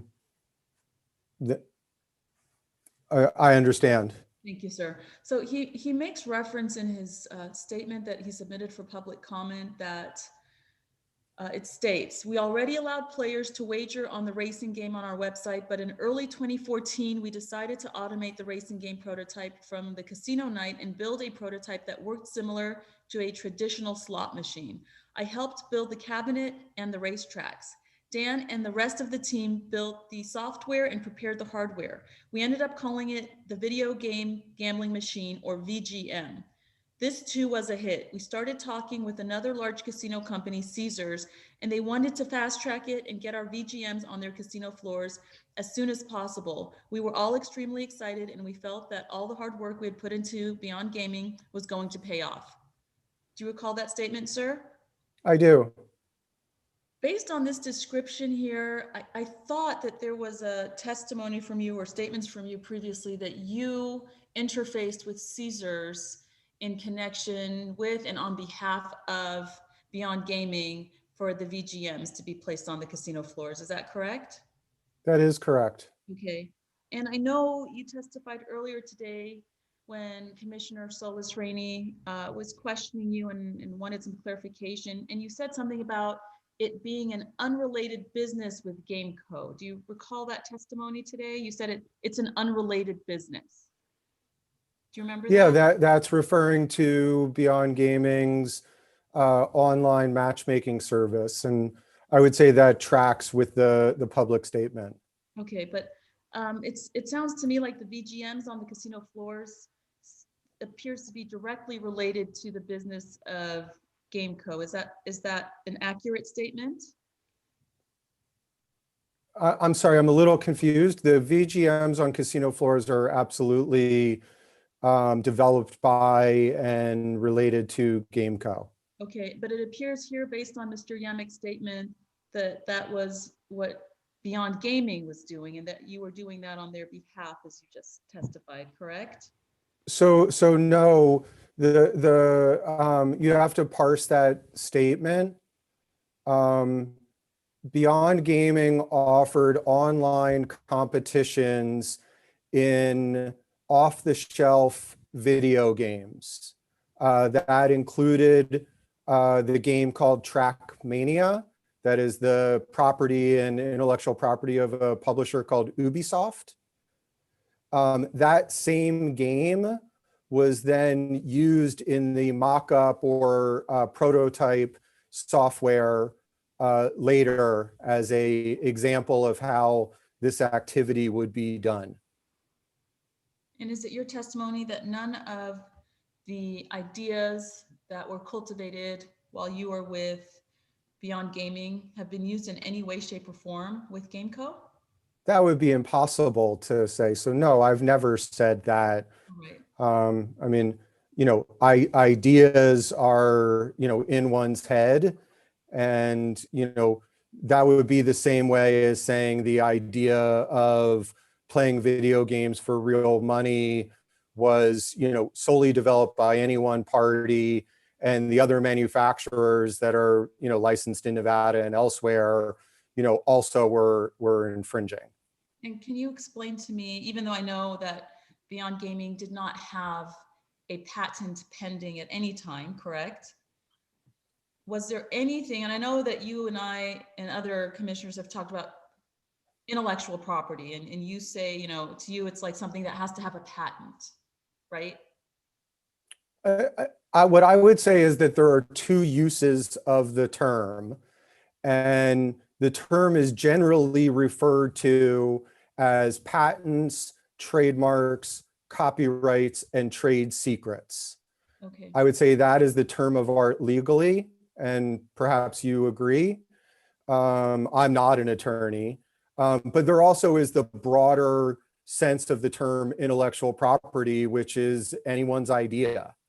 Okay, but beyond that, I'm looking at item 1.1 for the APA, how you previously defined intellectual property, not the legal term, but how you previously defined it in terms of the assets. I just want to make clear for the record that none of those assets were used in any way, shape, or form to produce what GameCo is currently using today, albeit in a different generation. Is that So you mean from a software standpoint? Any of the assets identified in item 1.1, were any of them used in any way, shape, or form to propel GameCo into what it's doing now with its business operations with casinos? In any way, shape, or form, absolutely, and I've detailed that in my statement. So the prototype software on the Pelican prototype was used for a couple months in 2015 before it stopped working. I never had access to that source code, nor would it have been functional in any GameCo product. So it was used in a sales and marketing standpoint. The other two documents, the VGM white paper, and I forget what the third one, I'm just pulling it up, is referred to specifically, executive summary documents, also were used in some way, shape, or form as sales and marketing tools. They were absolutely evolved and changed. I don't believe, and again, I'm not a lawyer, that any of those contained anything that would be defined as, technical intellectual property. I mean, they were basically like public stats and positioning. And then the math model, as I, have spent 5 years now in the gaming industry, was essentially a pay table.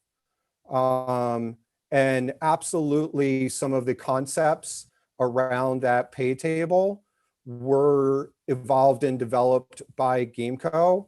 I would say that they ultimately are public knowledge, and that in many ways would have been incorporated into other products from other companies. Thank you.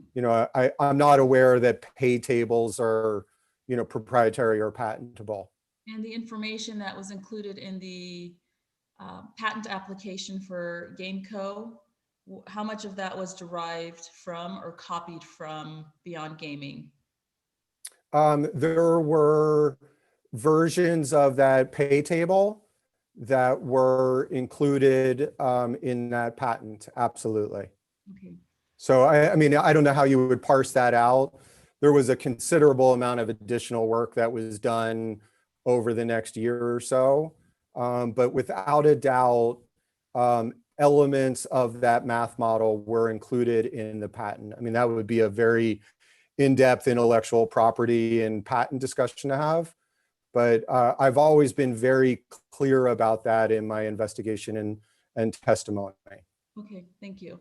I will tell you, Mr. Goldman, I'm a little bit troubled by some of the emails I've seen specifically related to your concerns personally, I think. And if you could clarify to me about being sued and seeking a release and killing rights. So if you could direct your attention to Exhibit 16 or page 148 of 298 of the Dickinson report. I'm sorry, that was a little quick. Can you? Absolutely. Exhibit 16 of the Dickinson report, which can also be located on page 148 of 298. Okay.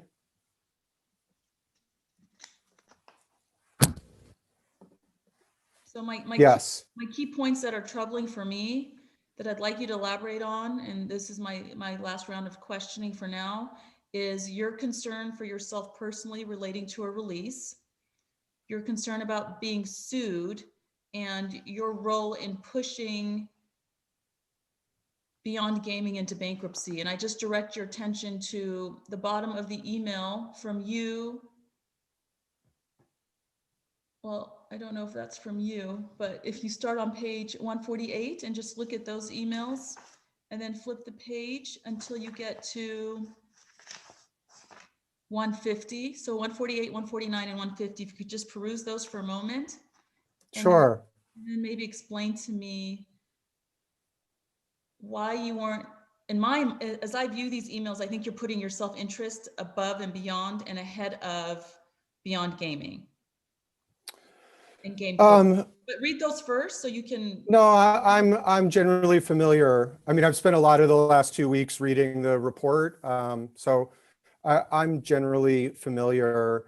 I can see how that would be taken in that context. I think it's important to sort of flesh out that context. Ultimately, my goal was to have the best outcome for everyone involved, all stakeholders. And, I'm noting these are in July, and I believe it was, right at the end of discussions about the restructuring. So I would just start with that. Did I have my own interests in mind? I think absolutely I did. I mean, I think for context, it's important to reflect I was unpaid at this time. I was acting to try to get the best outcome for everyone. And one of those considerations would absolutely be not being open to liability in the future. And I don't know that that puts me above Beyond Gaming. The goal was to have the best outcome for everyone. And that would have included the majority shareholders, the minority shareholders, all of the creditors, everyone. Who was going to sue you, sir, at that time? Who knows who might have? I'm asking, is there anyone specifically? Oh, no, there was no one specifically. There was no threat of litigation or claims. There never has been. But I think it's fair to say that one would only want to continue developing an idea into a viable business if they felt that they had clear right and, I guess you would say, future opportunity to do so. And okay. And on this page 148, there's reference to Tony Co. and that they have no rights here. Could you please elaborate on that? What do you mean? can you give me the paragraph, please? Yes, exhibit page 148. It is the email from you. Oh, sure. Dated July 28th, 2014 to Mr. Montgomery. It's the next to last sentence. Yeah. So Tony Co. was never a company. It was just a phraseology that was used to refer to a group of the original founders and minority shareholders. And when you say they have no rights here, what do you mean? No rights to what? Well, what this is saying, I don't know. I mean, this is really out of context in the moment. But the way I read it is that that we received a release, either they have no rights here. Well, what I'm reading this as is one scenario was that the majority shareholders of Beyond Gaming would have provided a release to me and therefore GameCo to develop this idea into a future business. And that if we received that release, it would not be our responsibility or right to provide it to this other group of people. It would be Beyond Gaming's, the company, if you will, right and responsibility to do so. And what was the consideration for the release? What were you giving Beyond? I don't know. Okay. I believe it was the fact that I was the third largest creditor and that I would potentially waive my creditor position. I don't have the context just given the timing, and I certainly would look forward to the opportunity to address that in a response, but I would have to assume that the consideration would be the release of my creditor position. Okay, and if I could please direct your attention to page 149, there's reference to the Achilles heel is the lack of a signed release, and then further below, I think you say to Mr. Montgomery that we need to be brutal. So take time and look at that and maybe help me understand the context, but it does not seem to me to be an email from a CEO protecting the rights of the creditors and shareholders and maintaining his fiduciary duties. This seems very troubling to me. So if you can help me understand, so I can understand whose rights you were protecting here, because it doesn't appear to be Beyond Gaming's. Well, I don't necessarily agree with that. At this point, the company was insolvent and had no prospects. And I would say at that point, one goal of the company would be to wind it down cleanly. And I believe there are many references to that. And so in that case, it would be in duty of care to properly wind down a business.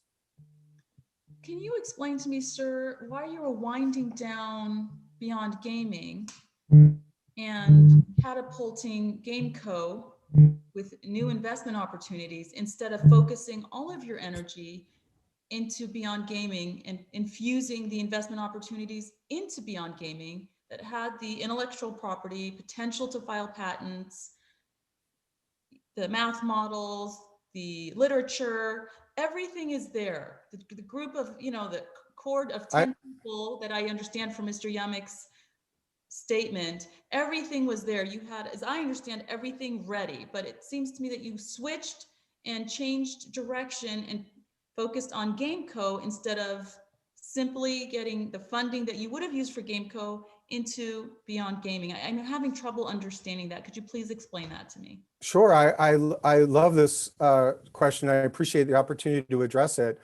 I had done so, this is July 2014, for more than a year. It had been unsuccessful. We had no funding opportunity at Beyond Gaming. The company was insolvent. The funders were not providing it with any further capital. I had not been paid in many months. All of the employees were actually terminated since November. So to say that they were all there isn't necessarily the case. Some of them were still contributing to efforts to try to revitalize the business, both the legacy business and the new video game gambling business. The vast majority of the engineering team had left and started another business well before that. So I wouldn't say that I just switched gears. I tried desperately hard to put that value into Beyond Gaming. It was unsuccessful. And at that point, the lead investors were not willing to invest any more capital. The business was insolvent. It had no prospects. And so I think at that point, it would have been fair to look at other opportunities to continue to develop the ideas that I had created. But I think it would be very, very wrong to say that I did not put all of my effort, all of my resources, all of my contacts, created a lot of risk for myself, not being paid. I had a family, dogs, a house, all of that. I was working side jobs to be able to continue to be involved in trying to salvage this company right up to the point that we weren't able to come to terms on the restructuring. But isn't it true, sir, that concurrently, when you were devoting your energies to Beyond Gaming, you were actually working to build up GameCo and obtain investment opportunities for it? That was as from April to this point, absolutely. And I was doing that under the support of the majority shareholders. I was doing it with the authorization of the board. I will point out also, I was doing it with full knowledge of all of the minority shareholders, Mr. Yamick, and all of the founders of the company. No one was unaware of the efforts to raise money into GameCo. And I would say that's very clearly evidenced by the negotiations that were had to restructure Beyond Gaming. It was felt that that was the best and only outcome for the business and the stakeholders. And that was felt by all parties.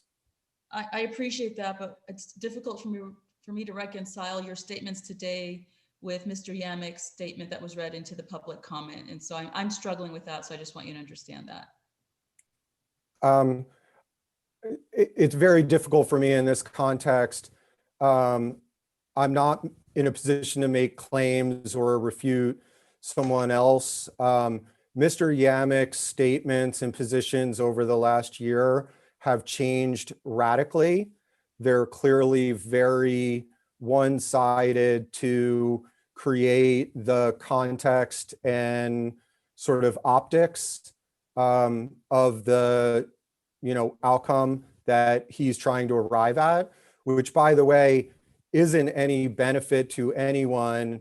It's only essentially trying to hurt me personally and therefore the company.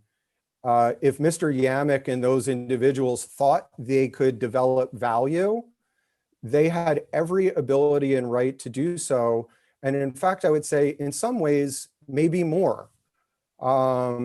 It took more than a year from that point to raise financing into GameCo.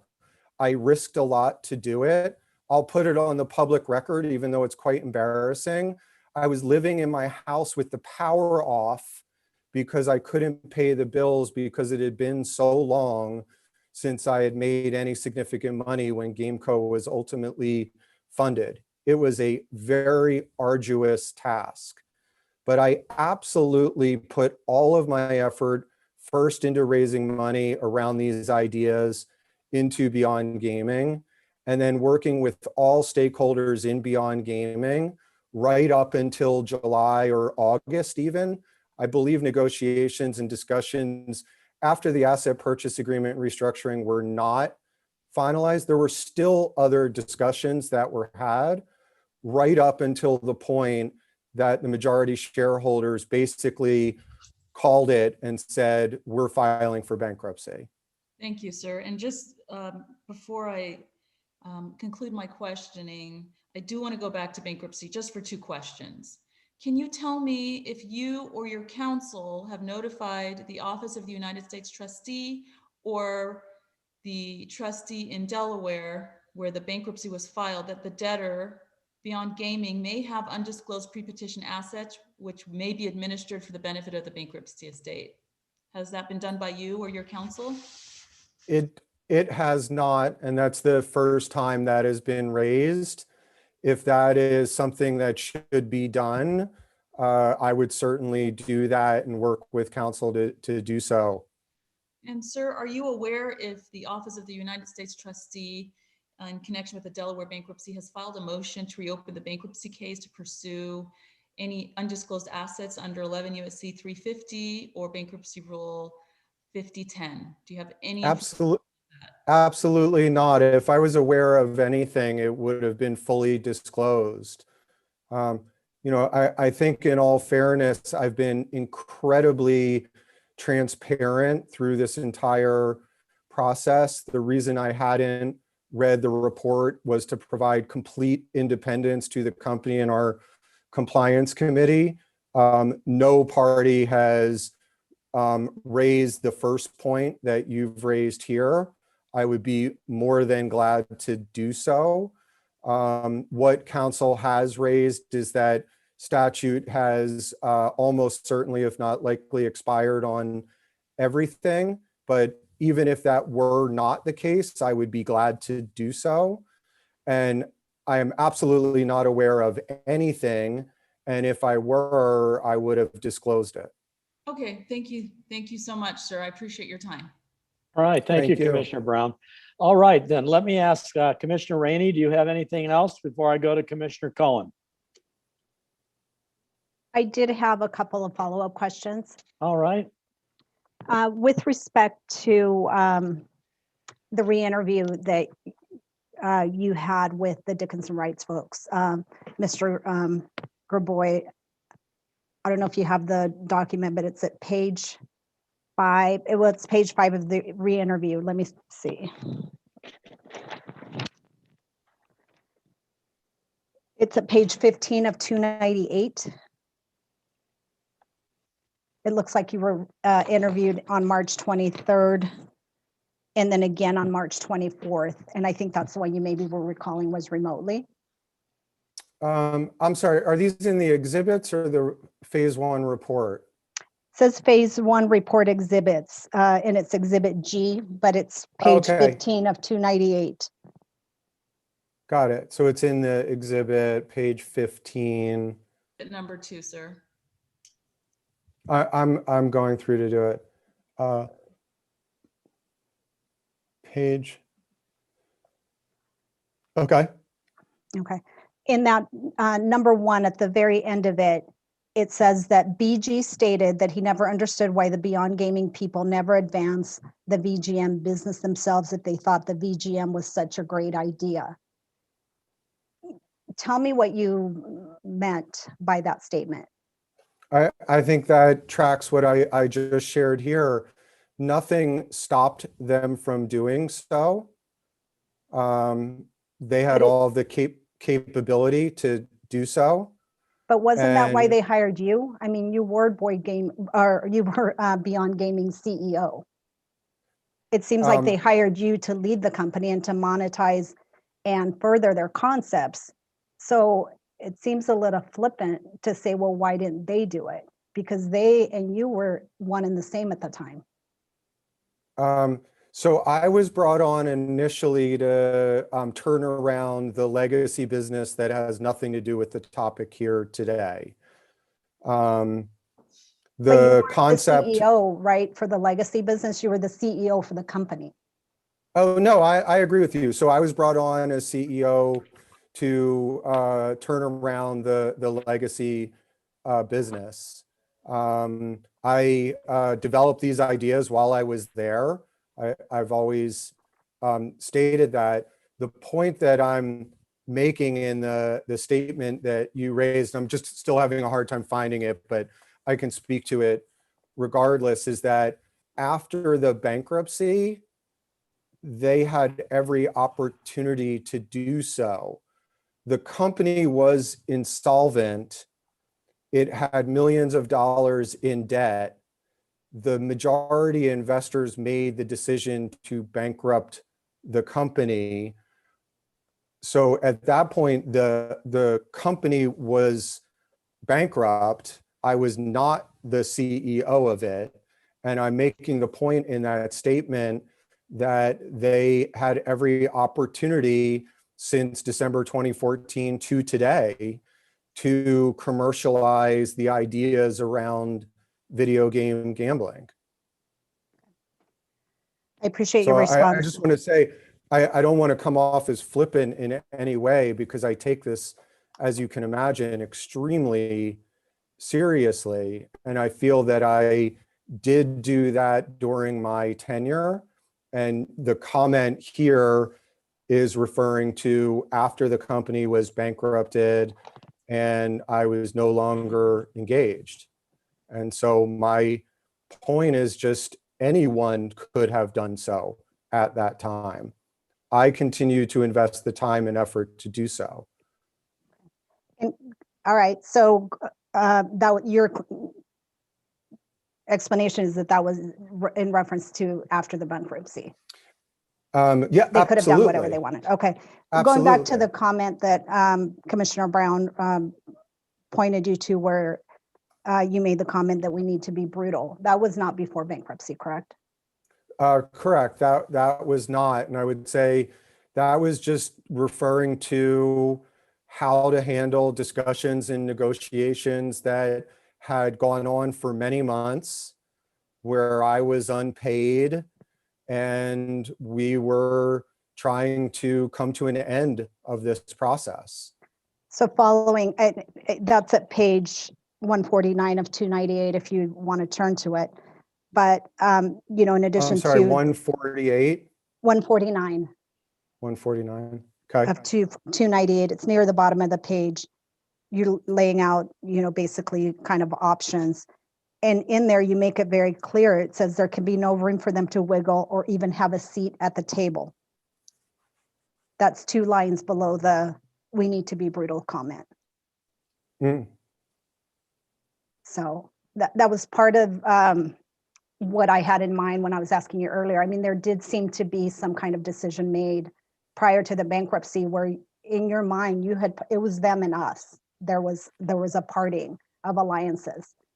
I think that's fair to say. I had given up. I had worked for more than a year to turn this around. I was unpaid. I was the only agent or representative of the company other than the majority shareholders. I feel that I had done my duty and that my duty was, there was nothing more I could do. And I know you're now very critical of the Dickinson report, but Dickinson Wright was a company, they're a reputable firm that was hired by the company, by Gameco, to conduct this independent investigation. Is that not right? That is correct. They are a reputable firm and they were chosen by Gameco to conduct this report. That is true. Okay.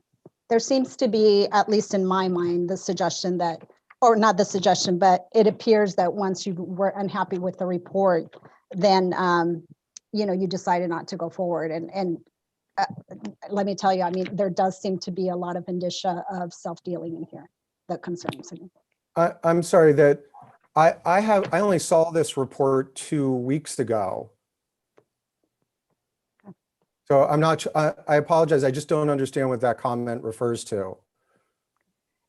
My comment wasn't necessarily just to the report. The self-dealing is that there appears to have been self-dealing throughout your tenure with this company, and that's troubling to me, but I don't have any further questions.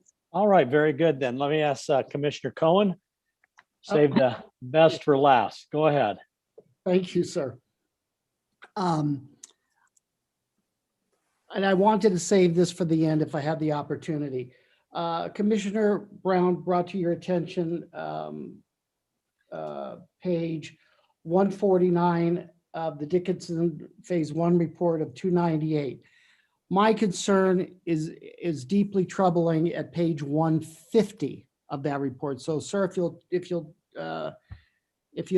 look at that page. Mm-hmm. Now, you talk about in a email that you wrote on July 27th, 2014. Were you still the CEO of Beyond Gaming at this point? I was still engaged by the company as CEO, yes. Okay. And it's certainly before the bankruptcy that you were planning on filing.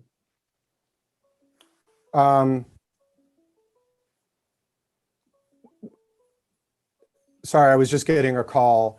The concept or potential for bankruptcy had been on the table since January or February, but certainly before the decision was made to file. Okay, now if you recall my questioning to you this morning, there was a consistent theme throughout there, as Commissioner Solis-Rainey said. She called it self-dealing. I inferred self-dealing. I inferred conflict of interest. I did everything but say, what the heck, sir, were you doing?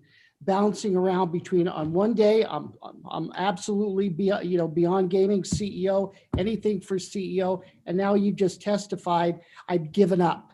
Yet you're still the CEO. I've given up. You switch teams, and it's very evident to me. Let me go. And it's very evident to me that you went from, I don't know the exact date, but it's very evident to me that by your course of conduct, you basically were jockeying to get control of these assets. And I'm going to cite you to some language okay, here's the options in no particular order. Let's go to option B. These are your words, not mine. Yep. In option B, then we could take rocket funding and again, get both funds into GameCo and exclude minorities. Okay. You're still the CEO of Beyond Gaming. I have no idea why you would pen that. Let's go on to option D, bankruptcy. And all this is in totality of what Commissioner Brown brought to your attention. Option D, bankruptcy. You're the CEO. You're charged with a fiduciary duty to protect the assets, to protect everything concerned with the business, including the IP. And I'll read to you. Option D, bankruptcy, right in the middle. And there's a chance we won't get the outcome we want. We, who is we? GameCo. GameCo. You're not talking about the best interests of the company. You're CEO. You switch sides. You switch teams in the middle of the game. If we do pursue, we need to push them into bankruptcy. The we became them. I am very troubled by it. I'll wait for the deliberations, but by your own words, sir, you've created a nightmare of a record for us to go forward on. Thank you. All right. Thank you. All right. I don't imagine there's any more follow-up questions from our commission. Let me return this to counsel from Mr. Goldman. Ms. Vermes, are you there? Yes, I'm here, Mr. Chairman. All right. It's your turn to talk. So you want to close on this before we I'm going to give it a shot. For deliberation? Okay, go ahead. I'm going to give it a shot. Commissioner Cohen, I appreciate what you're saying, and it's consistent with, I think, how the board members felt after reading the report as well, that even though they found, if I understood what they were saying, and I'm not going to put words in their mouth, that they didn't find suitability concerns with Mr. Goldman, but that the report left a bad taste in their mouth. I think that was said a few times at the meeting. It made some bad impressions. I posit to you that those bad impressions were created by suggestions in the report, speculative opinions in the report, and then the attachment of isolated emails taken out of context. And when you read it in its totality, it's not flattering to Mr. Goldman, absolutely not. And that's why I think the board members were kind of say, hey, we're not ready to deny Mr. Goldman today, but we think he needs to have the opportunity to come back and provide a written fulsome response to this that deals with all these things that are giving us this bad taste in our mouth. I would note, though, that there's actually some positive things that you can piecemeal out through this report. On page 2, the firm did not discover any direct evidence that Gray Boys acted with wrongful or criminal intent. On page 6, Rosenblatt alleged that Gray Boys stole Beyond Gaming's intellectual property. The investigation did not find any direct evidence to support this allegation. There was a discussion about, oh, well, you started to formulate ideas at Beyond Gaming, and then those became the products at GameCo. There's language in the report with legal authority backing it up on page 12. There can be no claim against Gray Boys for the information that was in his head as a result of working at Beyond Gaming. There's allegations, opinions suggesting that, well, he was taking Beyond Gaming's materials and he was using them in a way that he wasn't allowed to. On page 13 of the report, there's language that said the release, the board gave Gray Boys to use materials with investors, partners, and contractors could be deemed an implied license to use the materials outside of Beyond Gaming. So those are just a few examples that I think we would like an opportunity. During the course of the investigation, we provided written statements. We had testimony from the chief of the compliance committee. Mr. Gray Boys was investigated. Mr. Montgomery was interviewed. We have a statement from the bankruptcy attorney, and we are in continuing discussions with him about what else may be needed to rehabilitate Mr. Gray Boys based on this report. We have a statement from the lead investor that was the largest shareholder at that company.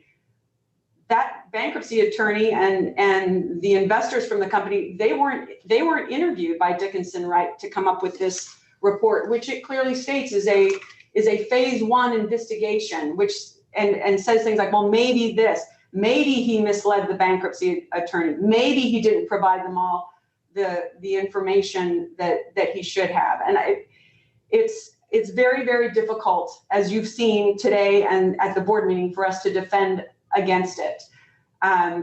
If you are so troubled by this report and you still are not in a position to grant a full license today, then yes, we would ask that you take the recommendation of the board to give us time to prepare a response. But I would hope that some of the other materials that have been provided and the testimony that was given would lead you to a different decision. I did want to touch on one thing. I should have said it while she was bringing up the questions. I appreciate it, Commissioner Brown, your experience in bankruptcy and your knowledge in that area. I certainly don't have it. I'm not a bankruptcy attorney. You asked Mr. Gray Boys at one point about why didn't he make a suggestion to the trustee to buy the assets out of bankruptcy. I did want to just point out for the record that Mr. Gray Boys was a creditor in that bankruptcy. So even if he'd made a claim or an offer to purchase the assets out of bankruptcy for $50,000 or $100,000, he was owed $150,000 by the company. So I don't know that would have brought any value back to the shareholders of that company.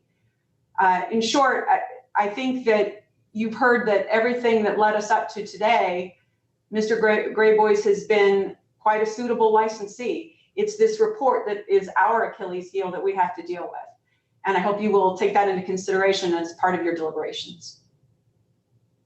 All right, very good then. All right, well, thank you for that final. I'm going to take it back to the commission now. And now's the time when we can all deliberate and talk and see what is the pleasure of the commission. So I'd like to hear from my colleagues in that regard, and maybe we can work our way towards a resolution of this through a nicely put together motion that we can then vote on. So with having said that, let's hear from my colleagues now on this is the time for us to deliberate. So who wants to go first? Chair Moran, I'll jump in if you don't All right. mind. No, not at all. Mr. Mays, thank you for your closing remarks. And I know that you both came in with the expectation of moving forward with an unlimited license, and I believe the board was headed in the right direction. I think 1 year is absolutely the way I want to go. I'm not going to go any other way besides that. I think that this report is damaging. However, I would like to give you and your client the opportunity to respond to it fully and be able to provide the board and its investigators with more details and present your side, because right now, to me, it is not complete. And as under oath, Mr. Goldman has told us is that a lot of this is out of context. And I'll go back to the fact that there has been no litigation that has been arisen because of anything in this report or the past. This all started again with someone that was not related to the company at the time, and it's snowballed. And I feel very strongly that what Mr. Goldman brings to the market is something that's needed and exciting and unique technology. And I think that he deserves a year with his counsel to respond to this report and come back to us in a manner that is satisfactory to the board once they review it and then present it to us. But I certainly do not want it to be unlimited, and I will not go any other direction than the 1 year limitation. So Mr. Goldman, thank you. I think you responded very well to all the questions. You responded what I am going to assume is honestly and openly and forthcoming, and I appreciate that. Thank you. Thank you, Commissioner Fuchs. Very good. Okay, next Commissioner. Any other comments? Any discussion about? I don't see anybody. Maybe Commissioner Cohen? Yes, sir. I take to heart and conscience Commissioner Fuchs' comments about, let's see what happens in the next year and give the opportunity for counsel and Mr. Goldman to respond. And yes, a lot of the comments that I made came from the report of Dickinson Wright, but most of my comments came regarding the own words, the own statements, the own emails of Mr. Goldman. I am very, very troubled by the hats, the multiple hats he was wearing, to the detriment of his employer. And of course, he says he's not an employer, so we'll just say to the detriment of the company that he was the CEO.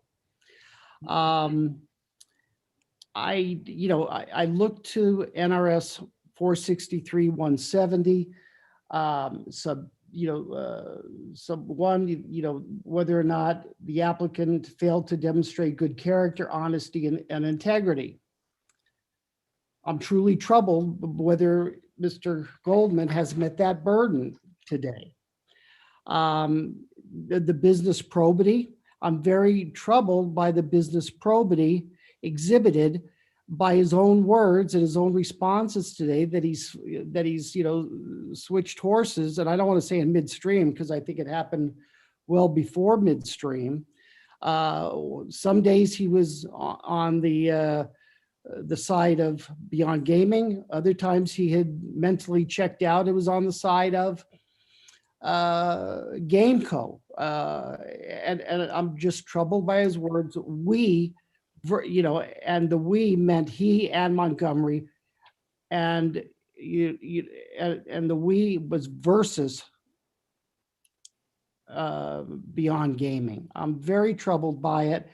I'd like to hear from my, other commissioners. And again, I'm not saying what Commissioner Fuchs is asking for is unreasonable, but I'm still bound by, NRS 463-170. Has he met his burden? Okay, very good. If I may, Mr. Chairman, Yes.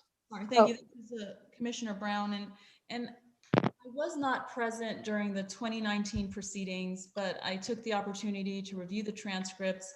And while I've heard comments from Mr. Goldman and his counsel that everything that gave pause in 2019 has since been resolved, I don't think that's an accurate recitation of the record that was previously developed.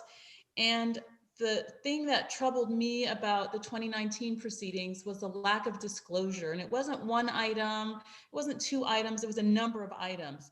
So the failure to disclose a federal tax lien was an issue for me. The failure to disclose a school tax lien was an issue for me. And there were 4 lawsuits, not 1, not 2, but 4 lawsuits that were never even disclosed. So that was the reason, and I think it was Commissioner Fuchs who said, you know what, let's keep a close eye on you. I think that was your language. Let's keep a close eye on you and revisit this in 2 years. And I agree that this is something we should have kept a close eye on, just based on the lack of disclosure for a number of items.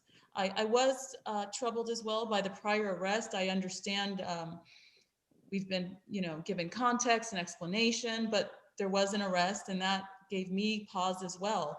And I do appreciate that since the 2019 proceedings, Garrity and Associates has been retained, and they continue on a forward-going basis to work on the tax issues for the problems he had with that. So that doesn't bother me. I do believe that's been resolved, but I think it is important to note that just because somebody doesn't sue Mr. Goldman doesn't mean he did the right thing. And for a lot of litigants, and I take pro bono cases, for a lot of litigants, it is cost prohibitive to commence litigation. And it's my understanding from the record that I reviewed that Mr. Yamick did not have the ability to afford litigation. And to say the statute of limitations has expired, nobody has commenced litigation, that is not my inquiry. My inquiry is not, has anyone sued you? Is it too late to be sued? The inquiry for me is whether or not you've done the right thing, if you are honest, if you have integrity, if you have good moral character. And the questions I asked today about disclosures, omissions in connection with the bankruptcy petition, specifically Schedule B, Item 35, that relates to filing something with a federal bankruptcy court under penalty of perjury. And I know for a fact that Mr. Goldman testified a number of times. He was involved in the asset purchase agreement. He can tell you the list of the items in Schedule 1.1 with his eyes closed, but those items were not identified. Those were not disclosed. And I appreciate, again, the shifting of, advice of counsel, but he knew these things and they weren't disclosed at any time at the 341 meeting of creditors or in the petition or the schedules. And I'm troubled that somebody might think, well, it doesn't matter if he paid $50,000 to the bankruptcy estate for the assets he was prepared to pay for back in maybe the summer of 2014. And he even agreed at some point that there was an email where he stated he was prepared to pay for it during the bankruptcy proceedings. And to say, well, the shareholders would have gotten nothing. Mr. Goldman had a fiduciary obligation not only to the shareholders, but to the creditors of Beyond Gaming. And it's troubling to me when counsel says, well, shareholders would have gotten nothing. It goes beyond the shareholders. So he's filing with a hat of CEO for Beyond Gaming in a bankruptcy case. And to me, it appears from the record, using the words of Mr. Goldman in the emails, even with the explanation of context that Mr. Goldman has tried to elucidate upon me today and the rest of the commissioners, it doesn't feel right. I can't reconcile it, and it doesn't seem like it's truthful to me. And so I don't think that Mr. Goldman has met his burden. It is his burden to obtain a license, and he's charged with the task of making our decision easy. And right now I'm in a position where I feel like denial is appropriate based on the record before the court and not before the court, before the commission today. And I just don't know that giving Mr. Goldman more time to spin the facts or say, oh no, I didn't mean Achilles heel. I didn't mean, kill it, kill all their rights, shove them off the table, push for bankruptcy. I mean, there's only so much he can do to give me more context. I've read everything. I didn't just read the snippets from the Dickinson report. I read the full emails. I spent a substantial amount of time going through it, and I just have trouble with the veracity of the statements that were made today, and I just don't buy it. So I think it's his burden, and I don't think he's met it today. And I'm interested, of course, to hear from the rest of the commissioners, but I think based on my reading of NRS 463-170 subsection 2, that an application can receive a license. This license must not be granted unless he is a person of good character, honesty, and integrity. It says must not. So I feel like I'm bound, and I don't feel like more time given the testimony that was elicited today by Mr. Goldman will help him, because I simply don't believe him. But that's just where I stand right now. And I do believe that under Nevada Gaming Commission Regulation 4.040, that quite frankly, a lot of the information has been misleading, not just the bankruptcy schedules, but the testimony that he proffered today, I think has been misleading, and he spins things and there are twists. And I'm not comfortable granting his application, and I think denial is appropriate. But that's where I am right now, and I am very interested, of course. I know I'm the baby in the group, and I'm open to listening.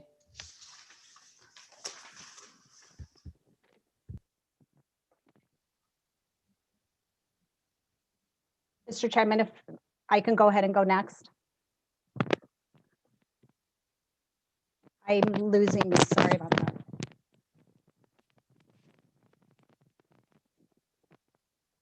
I'm having sound issues. Can you hear me? Chairman Moran, you're on mute. Thank you. All right, yes, I'd called on you to go. Please do. I'd like to hear from you. Guys, it's not muted on my screen, so I'm not quite sure why I'm having a hard time hearing. I'm on a second set of headsets. But I too am troubled, not just from what I heard today, but from my review of the entire record. When I looked at the testimony that was given in the 2019 proceedings, I do feel that there was misstatements and an intent to deceive. Several of the things that were done by Mr. Goldman while he was at Beyond Gaming on behalf of Beyond Gaming, all of a sudden became part of his Gamesco story. And they were adopted as if it was just, it created this great entrepreneur story. But I don't think it was entirely accurate. I don't want to repeat all of the issues that Commissioner Brown did, but I too, as I read through the record, I don't disagree with the concerns that were raised by the Dickinson Wright report. I think that while they may not have been criminal intent, and while it may be too late to commence litigation, I'm not opining on that. I don't know. I don't necessarily agree that he did the right thing and he handled things appropriately when it came to all of the stakeholders in the Beyond Gaming company, nor in how he presented some of the information to the commission. So I also do not believe he's met his burden, and I'm quite troubled by both the explanations, which in some cases seem like excuses today, and by the record that I spent a lot of time going through. All right, thank you, Commissioner. All right, I appreciate everybody, giving their views on this, and we'll be looking for a motion. Before we get a motion, I agree with a lot of what my fellow colleagues have to say. I started this day out literally saying I was troubled by what happened in 2019 Nevada Gaming Commission meeting, when we gave him a chance and we followed the board's recommendation for a 2-year. Like I said, there was articulated on the record 2 years ago when he got a limited license, that there were hiccups, there were things that didn't seem quite right. But the one big thing that really continues even to now is why a lot of these things were not brought up 2 years ago. And there's nothing in the commission record about that occurring. And I'm saying these other things and talking about the bankruptcy, the acquiring of the patents, the purchase asset agreement that he authored with the help of counsel, his role in this, and these different emails. I'm very troubled by the email that he sent to Cinnamon Booth back in April of I think it was 2014, when there were some statements he made that there were patents pending, and that things were he needed money, he needed investors, he needed more money, those kind of things are troublesome to me, because when you make those kind of comments in an email and you try to solicit money on it and you don't really have patents pending, it seems like a bait and switch to me on that part of it. But having said that, I really felt like I gave him a chance before when I was on the commission, and given him the 2 year. Those issues now have turned into new issues, and I gave him a chance before. I don't know. I don't feel that maybe he has learned anything. I just think that for all those reasons, I'm very troubled by the bankruptcy situation. That's very troubling to me. I just couldn't really give him a long term unlimited license in any way, shape, or form. I'm still questioning which way I would go on a denial, but I got to say I probably would be leaning towards a denial on this. So having said that, I would ask for the commissioners, somebody to make a motion, run it up the flagpole. Let's all talk about it and take a vote, and let's get on with the rest of the day. Chairman Moran, just one more point. I wanted to make sure I made that part of the record, because it's just another example. While the time frame is small, it seems to be, in my mind at least, another example of Mr. Goldman, not necessarily intentionally, but just overreaching. He indicated that he has spent the last 2 weeks going through the Dickinson Wright report in response, I think, to a question that somebody asked. But also he was asked the question of whether he had ever seen this report before you as the chairman had asked his counsel to provide that to him. That was only 6 days ago. So, I'm not sure how, if he truly was not given a copy of the report and given an opportunity to review it until 6 days ago, it does seem to be overreaching to say he has spent, the last 2 weeks looking at it.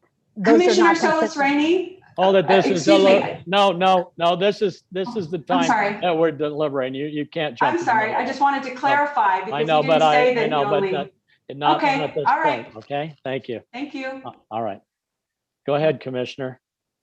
That was the only point. I mean, it was inconsistencies like that that were presented to the board and the commission in 2019, and his responses to questions that were given at the board meeting with respect to the use of patent pending. Frankly, even the fact that you'd sign something other than your legal name to court documents and legal documents troubles me. I'm just not comfortable, and I don't believe that he's met his burden. All right. Well, do we have a motion? Are you a motion maker? Sure, I would be happy to, with respect to non-restricted item number 1, I would move for denial of the application. All right, we have a motion made. Is there any discussion on the motion by the commission? I feel that's inappropriate. I don't feel this is ready for denial, so I will go ahead and we'll take the vote. Well, let's see if any other commissioners have any other comments on the motion. Mr. Chairman, Okay. Yes, go ahead. just for clarification purposes, the motion for denial is that on the basis that the applicant has failed to met his burden under NRS 463170. That's correct. Thank you for putting that in. And I apologize. Very good. All right. Commissioner Cohen, any comments before I call for the vote? Commissioner Brown, any comments before I call for the vote? The only comment that I would make, and this would be directed at Deputy Attorney General Brining, do we need to insert any additional facts on the reliance for purposes of the failure for the applicant to meet his burden under 463-170A? Or is that motion now appropriate? It would be helpful to have additional specifics on this in the motion. Okay, I'm happy to amend the motion. I move for denial of non-restricted item number 1 as read into the record based on a review of the testimony provided by this applicant during the 2019 proceedings, during both before the Gaming Control Board and the Gaming Commission, a review of the record that was presented to us, specifically with respect to what appears to me from his own words in the documents to be a lack of candor and a intentional effort to self-deal. While he was the CEO of a corporation, it seemed like he was pursuing his own interests and taking opportunities that should have been offered and or pursued on behalf of the corporation. Is that a sufficient motion, Commissioner, Deputy Attorney General Brining? Yes, Commissioner, that's sufficient. Thank you. all right, thank you. Okay, that's the motion. Not seeing any further discussion on the motion, I'd ask Madam Secretary to call for the vote. Commissioner Fuchs, Nay.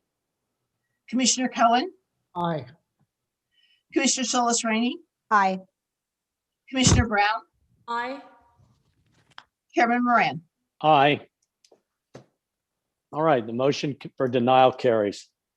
All right, let's move on to the next item. Next item is restricted number 4, which is the application of Sartini Gaming LLC doing business at Reno City Center for a non-restricted gaming license. The recommendation of the Gaming Control Board is for approval with the condition as noted on the agenda. Chairman Moran, I believe we have a disclosure on this item. Okay, Commissioner Brown, you have a disclosure? Yes, thank you very much, Chair Moran. I do have a disclosure to make for non-restricted item number 4. Reno City Center is a client related in 2 CAI Investments LLC matters in connection with the law firm where I'm a partner, Louis Roca. I have no pecuniary interest in the outcome of this agenda item, and I do not believe the independence of judgment of a reasonable person in my position would be affected as described on the record, and therefore I intend to participate. Deputy Attorney General Brining, is this disclosure satisfactory under NRS 281A 420 and in compliance with the disclosure requirements? Yes, Commissioner, the disclosure is adequate. Thank you. All right, very good. Do we have an applicant and Mr. Alonso? Commissioner Moran, Yes. Chairman Moran, I apologize. I skipped over non-restricted number 2. Oh, yes, you did. Okay. Well, That was let's, completely my fault. no, that's all. It's been a long day, needless to say. Let's read number 2 into the record and we'll start that over again. I apologize. Non-restricted number 2 is the application of Daniel Douglas Grossbeck for licensure as a key employee of Golden Tavern Group LLC.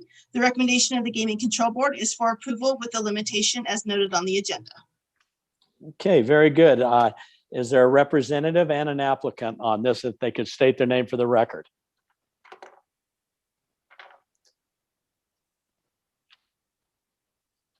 Good Applicant, afternoon. Hi, Phyllis Gilland for Golden Entertainment. Oh, I'm good stuck. afternoon. Thank you, Commissioner, Chairman, Commissioners, and Madam Secretary. Thank you for taking time to speak with us. We do not have anything prepared. Mr. Grossbeck is going to give you a little bit of his background and his job description, and then we're open for any questions you might have.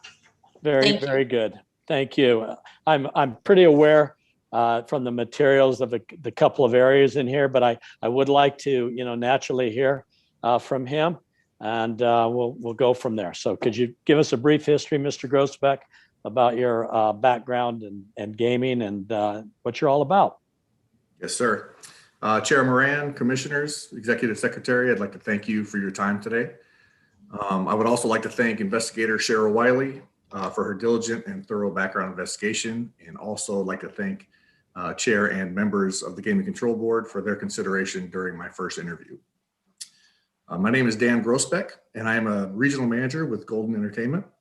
I moved to Las Vegas back in 2004 from Missouri.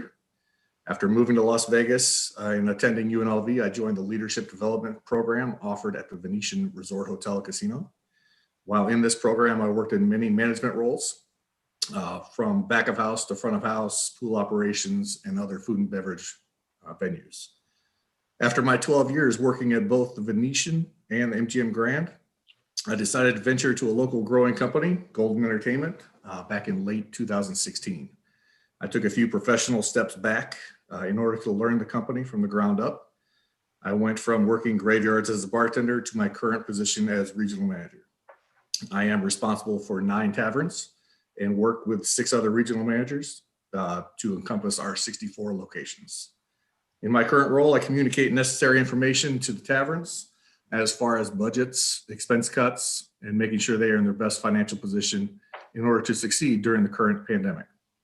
I spend much of my time at my locations making sure management and employees are adhering to the current protocol when it comes to the COVID restrictions. I have incurred some debt in the past 5 years, but I've been making diligent at having it all paid in full as of this coming July, which would mark about 1.5 years from inception.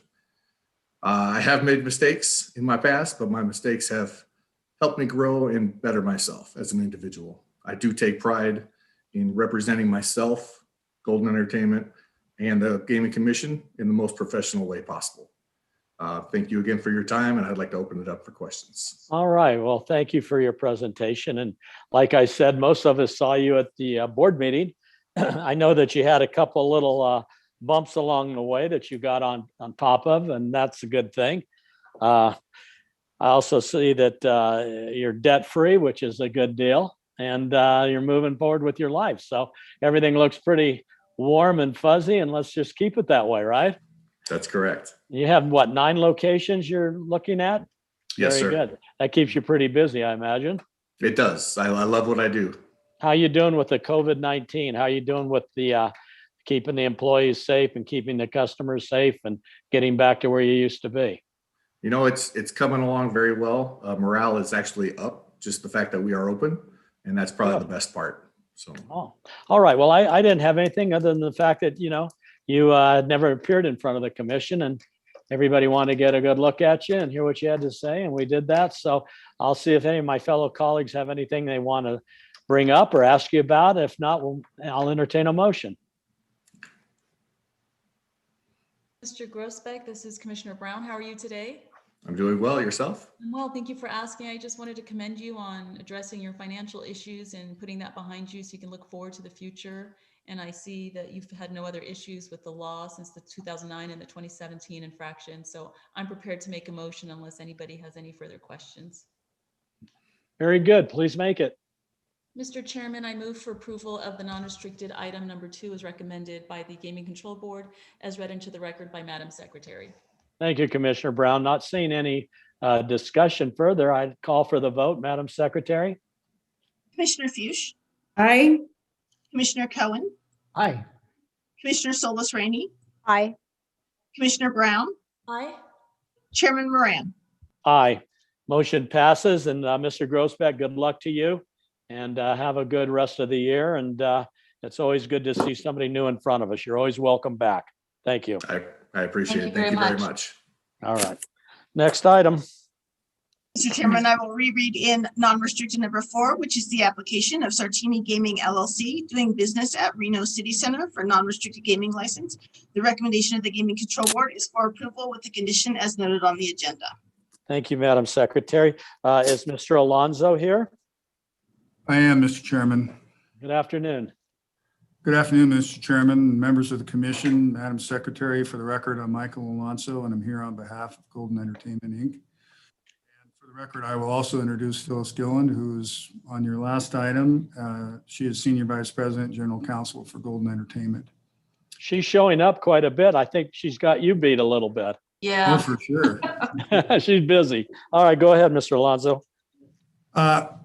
This is a very straightforward matter, as I think you all know from the board hearing and the transcript of the board hearing. I'll go through some of the highlights. I know it's been a long day for all of you. This matter involves an application for what we kind of refer to as either a one-day or quarterly gaming license, which is intended to help preserve the grandfathered gaming license. In this particular case, it's at the property that was known for many, many, many years in downtown Reno as Harrah's Casino. That property was sold this last September of 2020, and the developers embarking on a large remodel and sort of repositioning program, as we understand it. And they approached Goldman Sartini in order to try to preserve the grandfathered gaming license there, because they may try to program in something that would require a non-restricted gaming license. And so that transaction was put together, and we submitted the applications to the board and commission for that approval. And also the city of Reno. The city of Reno has, slightly different rules, and they have kind of a 6-month period of time in order to have gaming there to preserve the land use approvals that exist for that property. And essentially, if the commission approves this, then we would appear before the city council, not necessarily appear. I mean, everything seems to be in order. It would be a consent agenda item in front of the city council. Obtain that gaming license. We would operate on March 30th and again on April 1st to cover the conditions being recommended by the board, and continue to operate on a quarterly basis and seek temporary closures as appropriate in order to just preserve the grandfathered gaming license. All right. Mr. Chairman, I would be happy to answer any questions that you or the other commissioners may have. Thank you. I just had a kind of a question. It's I understand that it's going to be a mixed use is what's contemplated for that location, correct? I don't know that we know exactly what they're doing. Okay. They are changing. They've made some changes. They were approached, I believe, by some large employers about using some of the hotel rooms there as housing. And so I think they've delayed some of what they were proposing to do early on, but I really don't have a good answer on what the project's ultimately going to look like. It could have retail, restaurants, and then apartments, hotel rooms. I think to your point, it's intended to be mixed use, but I don't have a level of detail I'm comfortable explaining because I just don't know. All right. So basically, they're preserving the gaming with the grandfather open shut one day, and just so they have flexibility in whatever they end up doing in that location, correct? That's correct, Mr. Chairman. All right. I don't have any other questions. Thank you, Mr. Alonso. Do any of my colleagues have any questions for Mr. Alonso or Ms. Gillen? Just a quick comment, Mr. Alonso, Ms. Gillen, thanks for being here. And I have to tell you, my husband is probably happier than any of us to hear this because he keeps asking me what's happening with that gaming license. I mean, it dates back to 1947. And as Renoites, we are sad to see that property closed down because of the history with it. But I am certainly happy that you're moving forward with the grandfather status, and I'm more than happy to recommend approval for you. Thank you very much. Very good. I just wanted, I don't have any other questions. I don't know if my fellow commissioners have any, but before we get too far down the road, I wanted to make sure that on the disclosure by Commissioner Brown on item number 4, that would in fact be applied here, even though we got a little out of order. Is that Madam Secretary and also our attorney, Ms. Breinig, is that okay? Yes, Mr. Chairman, Commissioner Brown's disclosure for non-restricted item number 4 will apply. All right, very good then, great. I didn't want to interrupt Mr. Alonso, but he's seen me do that before, so it's not a surprise. So anyway, Mr. Alonso, I don't have any questions. If my fellow commissioners don't have any, I would entertain a motion. Mr. Chairman, thank you. I'd be happy to make a motion if nobody else has any questions. Great, please do. All right, I move for approval of non-restricted item number 4 as read into the record and recommended by the Game Control Board.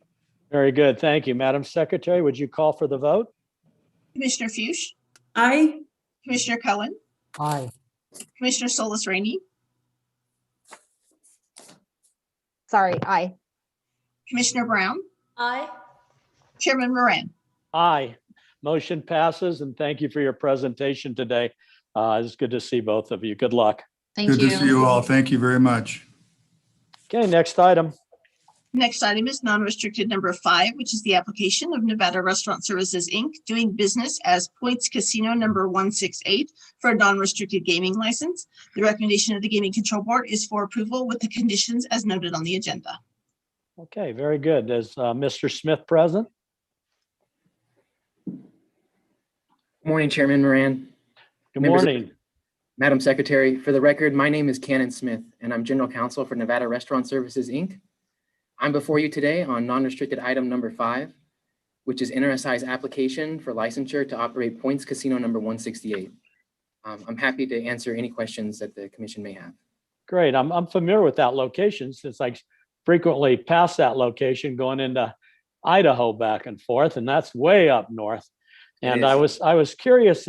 I noticed in your presentation previously, you were talking about 2 concepts in the same location. Could you just tell me a little bit about that? I guess there's 150 slot machines in the entire casino there, correct? That's correct. So the thought or the idea behind a casino like this is that there's a main casino floor, but then there's also other bars within the casino that are themed the different recognizable brands that NRSI has. I mean, that's essentially it, that it's a single casino, and within it, there's a couple different themed bars so that there's options for a spectrum of customers. Okay, very good. Well, I didn't have any other questions for you, and let me see if my colleagues have any. Just a quick question here. It's a new building, correct? Yes, Commissioner Fuchs, it is. And it will be built out of cash on hand, no financing? That's correct. Great. And then my biggest question is, I have also visited on my way to Montana. Where is the majority of your patrons from? I know you can hit Idaho, Montana, Utah, Nevada.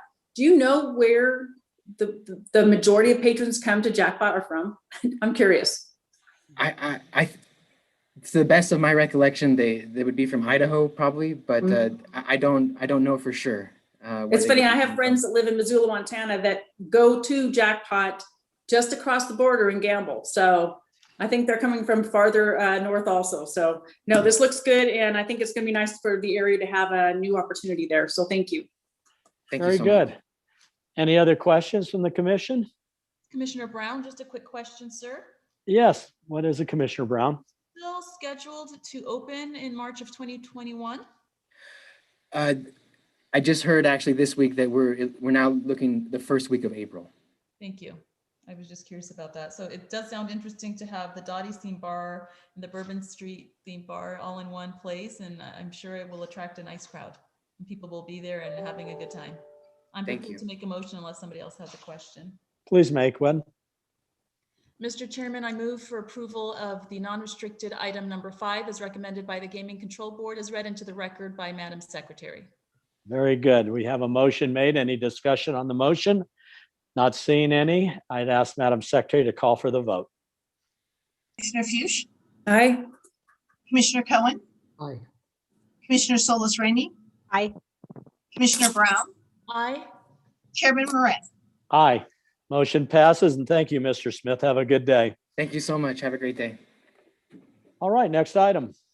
Next item is non-restricted number 6, which are the applications of Peter Joseph Craigie, Sandra Lynn Rapp, and Kevin Thomas Kelly for a finding of suitability and or licensure as an officer, key employee, key executive, or as a controlling person of Travel Centers of America, Inc. and TA Operating Nevada LLC, as noted on the agenda. The recommendation of the Gaming Control Board is for approval. I believe we have a disclosure on this item. Thank you, Madam Secretary. Commissioner Brown. Thank you, Chair Moran. I do have a disclosure to make, not just for item number 6, but the related item number 7. Travel Centers of America, Inc. is a client of Louis Roca, the law firm where I'm a partner, and it's involved in unrelated development matters. I have no pecuniary interest in the outcome of this agenda item, and I do not believe the independence of judgment of a reasonable person in my position would be affected as described on the record, and I therefore intend to participate. Deputy Attorney General Breinig, is this disclosure satisfactory under NRS 281A 420 and in compliance with the disclosure requirements? Yes, Commissioner, the disclosure is adequate. Thank you so much. All right, very good. Do you have Mr. Giordano? Yes, Chairman Moran, members of the commission, Madam Secretary, for the record, Greg Giordano, the law firm McDonald Carano, appearing with the applicants here, Peter Craig, Sandra Rapp, and Kevin Kelly. Mr. Chairman, if it's okay with you, I would ask each of them to give You're breaking up on the one down on the connection. list in the order on the agenda. So if that's acceptable with you, I would ask that Peter Craig, if that's acceptable with you, I'll have that proceed in that order to give a brief background, and then they can answer questions whenever the commission members desire. That would be fine, Mr. Giordano. Please proceed. Okay, Mr. Craig, Peter, why don't you go ahead and introduce yourself and then give a brief background on yourself. Great, thank you. Thank you very much. Mr. Chairman, members of the commission, Madam Secretary, for the record, my name is Peter Joseph Craig.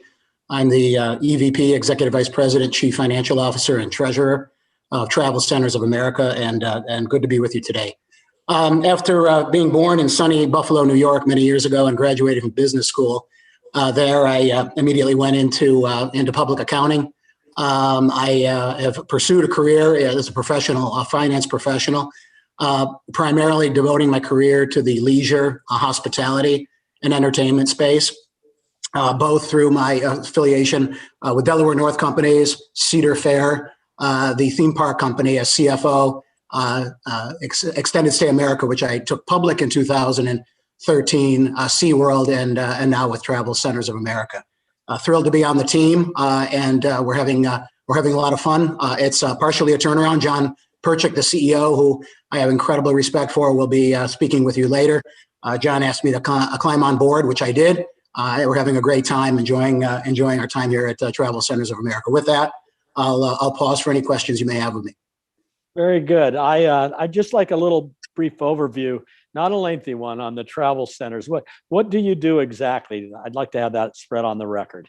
Oh, certainly. Okay. I'm the Chief Financial Officer. So my purview is obviously the finance and accounting organization, the tax organization, the information technology organization, which is headed up by Sandy Rapp, who you'll be speaking with, a human resources organization, as well as my purview then extends to our public markets presence with both our shareholders and, of course, my time working with John to keep our board of directors informed and governance matters. Excellent. Thank you for that. All right, let's hear from Ms. Rapp. Good afternoon, Mr. Chairman, Commissioners, and Madam Secretary. It's nice to see you this afternoon. My name is Sandra Lynn Rapp, and I am the Senior Vice President and Chief Information Officer for Travel Centers of America. My responsibilities, reporting to Peter Craig, include managing and leading the information technology team, which also includes cybersecurity. I've been with the team since May of 2020. And prior to that, I've been in the Northeast Ohio area for a little over 30 years and in a variety of companies, including banking, consumer products, and manufacturing, mostly in the technology type of roles. Okay, very good. I was curious now, all three that are coming before me don't have any prior gaming experience, correct? I do not. Okay, so do you have any interest in trying to get some? In gaming experience? Yeah. I think my I better stick to the information technology area. That's a safe answer. That's a good answer. Okay, I didn't have any questions for you, Ms. Rapp, in particular. Let me ask why don't we get Mr. Kelly next, and then we'll see if the commissioners have any questions for all three of you. I don't have any. Thank you. My name is Kevin Kelly. I'm the Senior Vice President of Hospitality for Travel Centers. born and raised in San Francisco Bay Area, attended University of Southern California and studied economics. I've been in hospitality 35 years. My first 10 years with Aramark, where I worked in national and state parks. I moved over to Delaware North, where I spent 23 years with Delaware North in their Parks and Resorts division to start. I became president of that division for 7 years. And then my last 6 years with the company, I was president of their travel hospitality group, which was food service and retail in airports. Today, I have oversight over all the guest-facing functionalities of TA. So that's the full service restaurants, quick service restaurants.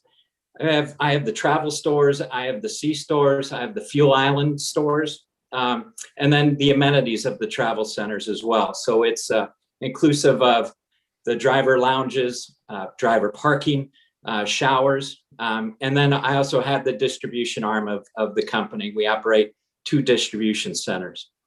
All right, very, very good. You have, in the past, it sounds like you had a job that I would have liked with the National Park Center. That had to be a lot of fun. Lived and worked in Yosemite for 7 years. It was really a treat. Yeah, and a cold day like this in February is beautiful. Yeah, what a great job. I used to be the chair of the Wildlife Commission here in the state, so we got to interact with the Park Service every once in a while, and I always thought that would be a really great job to have, as being with the Federal Park Service and seeing all those people. I get on the road once in a while and with the dog and the wife, and we go on RV trips. So we travel around, we see you guys out there, and that's a lot of fun. But anyway, I won't take up everybody else's time with that. I'm going to ask my commissioners if they have any questions for you about this, and we'll go forward. I just have a quick question, if you don't mind. Again, all the 3 of your backgrounds were clear, and I don't have any particular interest in that. And they're very diverse backgrounds and interesting backgrounds. I think you all come from someplace a little different, but it sounds like you were all brought in almost as a group. And I think Mr. Craig said it, the reorganization and rebirth of the company. So this new team, along with probably, it looks like Mr. Perchik, you really sounds like you came in to do kind of a turnaround job with upper management. Is that correct? Yes, that's correct. And John was brought on, he can speak for himself, in December of 19, myself in February, and then Sandy and Kevin in the early to middle part of 2020. And again, it was part of a reorganization and rebirth, as you put it? Yes, the board of directors picked John to lead the troops. He's the leader of the organization, is the CEO, and John has put together an incredible team. I'm sure he'll talk more about that when you speak with him, but an incredible team that, quite frankly, has been able to gel and coalesce through the pandemic remotely and through the third quarter, which is public. Great results, and we'll be reporting on our fourth quarter at the end of next week. Well, and I look forward to talking with him, because I did pull up your third quarter report online since you're a public company, and it is interesting to see the turnaround that's happened in the last year or so. Thank you very much. Again, all the backgrounds were clean, and I look forward to moving forward with this group. Thank you. All right. Very good, Commissioner. Any other commission questions? Mr. Chairman, I didn't have any questions, but I just wanted to commend Miss, I'm sorry, I can't see your last name, Sandra, just on all your involvement with Girl Scouts of America. I think it's a great organization, and I appreciate you taking the time to do that. Thank you very much. It's very rewarding. Very good, very good. All right, anything else, or do we have a motion maker? Mr. Chairman, I'll move for approval on non-restricted item number 7 as recommended by the Gaming, non-restricted number 6 as recommended by the Gaming Control Board. Thank you, Commissioner Fuchs. Any discussion on the motion? Not seeing any. I'd ask Madam Secretary to call for the vote. Commissioner Fuchs? Aye. Commissioner Cohen? Aye. Commissioner Solis Rainey? Aye. Commissioner Brown? Aye. Chairman Moran? Aye.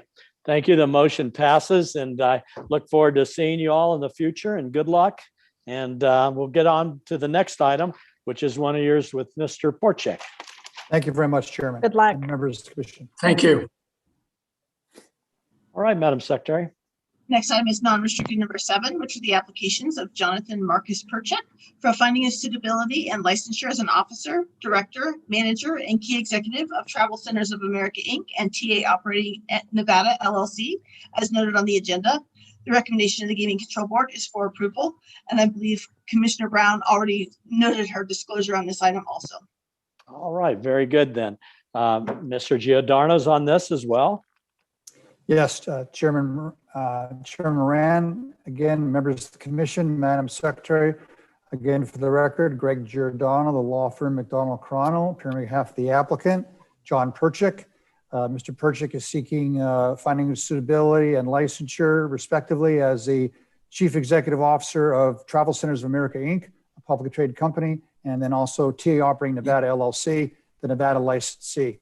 I would ask, with your permission, Mr. Chairman, that Mr. Perchik give a brief background history on himself, work history, education history, and then throw it open for questions from the commission members concerning him and his activities with Travel Centers of America. That'd be wonderful. Thank you, Mr. Giordano. Please proceed. Thanks, Mr. Giordano. Mr. Perchik. Thank you, Chairman, and thank you, Commissioners. It's nice to see you all today. Also wanted to recognize Agent Dastrup, really, her both persistence and patience in allowing me to gather some old materials. At times it was a little challenging, but very much appreciated, again, our patience and persistence. I'm John Perchik, for the record. I'm the CEO of Travel Centers of America. You just heard from 3 of my amazing teammates who I'm humbled to get to work with every day, albeit with social distancing. I was born in, I really grew up in New Jersey. I was born abroad, although my parents were American, and went abroad for a few years. I was born abroad and then grew up in New Jersey. I was a public school kid there, did some undergrad at Tulane and then finished my undergrad at Rutgers, was practiced law for a period of time, and then got an LLM afterwards while I was still sort of sorting out what I really wanted to do when I grew up. And found myself in commercial real estate after practicing for a couple of years. I worked for Roger Staubach, the great Roger Staubach, great man, great leader. From there, I opened and ran a region for that company. That's what brought us to Florida with a very pregnant wife at the time, and then had 2 kids. From there, I joined a company that was on the eve of bankruptcy, maybe a year and a half before the Great Recession hit. It was a high-rise tower developer and a master plan community developer. And so you can imagine, right in the epicenter of what hit this country that nobody really saw coming, at least the depth of it, back in 05, 6, 7. Carl Icahn was our chairman and sort of muscling the company around as he does as a shareholder activist. And to make a long story short, he appointed me as head of the bankruptcy, as the chief restructuring officer. And that's when my career really took a turn and sort of accelerated. I learned a lot through a process like that, as you can imagine. A public company, very complex, 4,000 people, a few billion in total debt, asset value of maybe a third of that. So fascinating, interesting process. Probably learned more there than any other part of my career. And from there, I'll speed it up here in the interest of time. Ended up running, after we got the company through the bankruptcy, the next company was a private equity-backed company that was the largest FDIC joint venture. So a bunch of private equity along with FDIC came and basically took over a failed bank and made it into a real estate company. And so after, again, executing through that for 4 years or thereabouts, one of the investors asked me to go run another company called In Town Suites, a low price point hotel chain. Did that, had a lot of great things happen there. We doubled EBITDA and a lot of neat numbers and things. And then it came to this company, which has just been awesome. And as I appreciate some of those questions earlier, I don't think I've ever had so much fun in sort of an intellectually challenging way as I ever have in my career as here. I mean, putting aside even COVID, we're a 20,000 person company that's really a complex ecosystem of 6 or 7 businesses wrapped up into one. And 6 months before I got here, the company had done a 5-time reverse stock split, meaning the stock was getting a risk of getting delisted. It was down to $2. And so the company, a year ago, July, about 6 months before I got here, decided to do a reverse 5-time split. Well, the day I got here, the stock was $8.90 and we had 17 million in the bank and a $71 million market cap. We have over $500 million of liquidity now. This is through COVID. Our stock is right around 30-ish. Our market cap is 450 million or so. And so we're very proud of where we are. And maybe I'll pause there. There may be questions about certain things from my background from some time ago, and I'm happy to address those or frankly, anything else. So thank you for your time and given this opportunity today. All right, well, very good. I watched you when you were in front of the board, and you said something that was kind of interesting about your team, how you were all marching in step together. And that was a pretty nice thing. You said some really good, you have an excellent team making good choices, and you're all marching in step. So sounds like you guys are marching in step. You got it going forward really nicely. I didn't have any questions. You're operating in what, 40 plus states? Yes, sir. I think 43 states, and I live in Naples, Florida. The company's headquartered in Ohio. We have this little thing called COVID, so location is very challenging. But yes, that is correct. You worked for Carl Icahn back in the day? I did. I've had some of them. Roger Staubach was one chairman. Carl was my next chairman, and I don't know if you know a person named Barry Stern, like the big hotel guy who started Hotels. He was my chairman through the next two companies. So had some very big personalities. Oh yeah. Can both contend with and frankly still speak to all of them. I see Carl almost, well, now through COVID, I haven't seen him in over a year, but I had seen him every quarter, for many years, even after leaving that company. When you see him again, tell him the old attorney used in Las Vegas to go down to Mayor Goodwin's office had you on television with him. That's me. Oh, nice. Will do. Okay. Okay. All right. Well, I don't have any questions for you. Sounds like you got a great team. You're moving forward. You haven't been licensed before here. I did have one question. I take that back. You're being licensed in other jurisdictions, Montana, I think, or Minnesota, Louisiana, Illinois. How would you compare your licensing experience in those states to what you found here in the gold standard state, Nevada? It is an entirely different process. Nevada does an incredible job of vetting and going back and finding and digging, and ultimately, protecting citizens of the state and the industry itself, but to a whole nother degree, a whole nother level. The only other state that there's even a modicum of they all, of course, do background checks, of course, but I know Louisiana, for example, I had a single interview with a state trooper that was, fairly, cursory and to the point. So a whole nother universe of vetting and thoroughness, I would say. And yet, as I said, with emphasis, Agent Dastrup did a great job. I know uncomfortable for me having to go back 20 some odd years, digging out old things. And it was challenging for my wife, going to the bank and getting all these records and things. And she did a great job of staying on the process, but also having patience, a nice balance, but a whole different universe of process. And again, I respect the process very much. Very good. Yeah, we have some great people in our investigative staff, so we're pretty proud of them. They do a good job. All right, let me ask my colleagues if there's any questions for you before we move on to a motion. Anybody have anything they want to ask this man? Just quickly, Mr. Perchik, first we have to teach you how to say Nevada, not Nevada. Sorry, I always pick that up, but it's okay. But it seems like you were really brought in to do a turnaround and to make some key changes. It looks like you pretty much replaced your upper echelon of the C-suite. And I did look at your Q3 presentation and the numbers have really flipped. So did you expect it to be this big of a change when you came in, or as you arrived at the company, did you just find that there were a lot of changes necessary?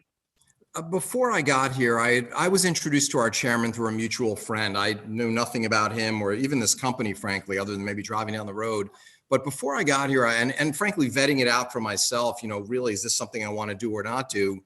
There were some statistics, some headline numbers that when you hear them and think hard about them, I reached some quick assumptions that have very much played out to be true. So I knew it was going to be a heavy lift. I knew there was going to be a lot to change and do, but the company had grown its corporate overhead at a 7% compounded annual growth rate. When you do that for 7 years, it's like this. And when top line's growing like this, you say, okay, management has to lack discipline. That's the first sort of assumption I made. Even worse than that, corporate payroll, meaning what the company was paying itself, grew at an 8% CAGR, even worse.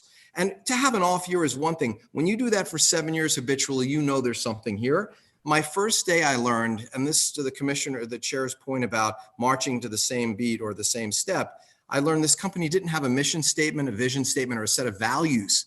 So how do you keep 20,000 people going in a singular direction and performing if you don't, right? I mean, it's obvious the answer. You don't is the answer. We didn't have a centralized procurement department. So we weren't using our economies of scale to buy anything. And I'll stop there just to say, it's what I expected. Plus, you know, I didn't expect COVID.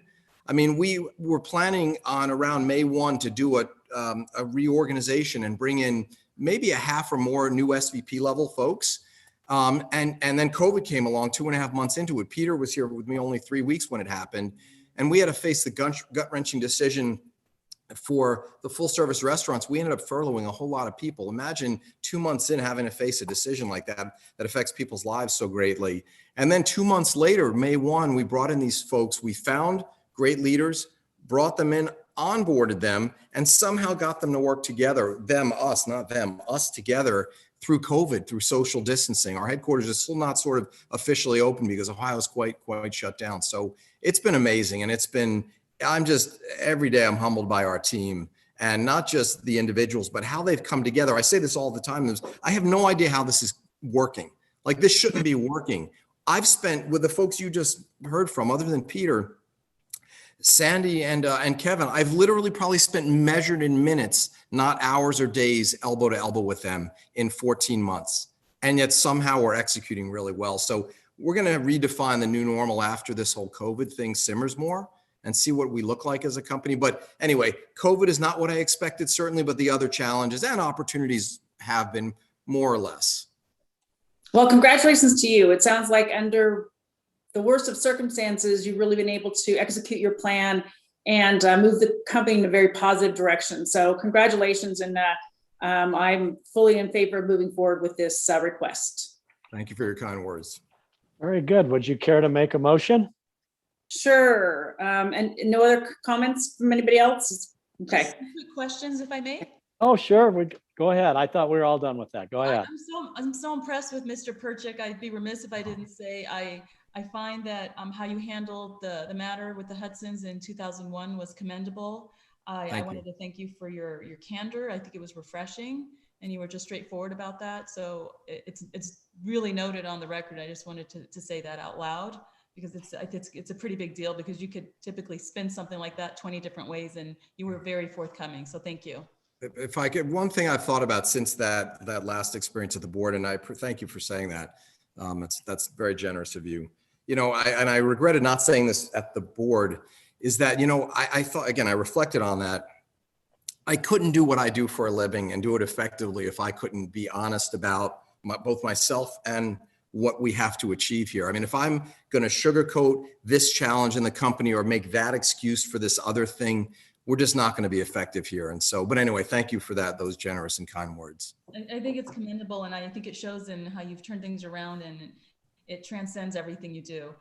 Also curious, how long did you live in Switzerland? I know you were born there, but how long were you actually living there? So I was there from birth to 3. My dad finished his education. My dad's a neurologist, and he finished his education, went to med school at Columbia in New York. And I guess the 60s, my parents decided they were going to go live in Europe for a few years. And both of them were from Brooklyn, New York. So Brooklyn to Switzerland. But in any case, they went for about a year before I was born. So they were there for 4 years and I was there for 3 years. Regrettably, I speak no French. I did when I was a baby, I'm told, and I speak just English and a very, very bad Spanish. And then just quickly, I know everybody's spent, but I do, want to ask you a quick question about your bankruptcy restructuring role. What was the biggest kernel that you learned from that? I mean, bankruptcy, I love bankruptcy. It's a huge crash course, I'm sure, that you experienced and you had to ramp up, but there's so much there. What is the lesson you took from that? That's a great question. I really appreciate that. And it's not a single thing. It's like many things. It's, a single thing, but it's a big single thing, is that, I learned so much about business and people. The business thing is that to simplify a complex bankruptcy, the way I think about it, ultimately you're trying to work toward a consensual plan of reorg with all kinds of diverse constituents and herding them. So the process of herding them is the people skill part. The business part was to get to that end. You're sort of looking under the hood, so to speak, and trying to see what worked and what didn't, and distill out of that mess of this year. That was an old company, been around a while. Distill out of that mess the things that work and that are virtuous and that are good, and separate that signal from the noise of the stuff that wasn't. Similarly there to this company, we saw just a grotesque lack of discipline. The company went public in 2002, right when the economy was just doing this.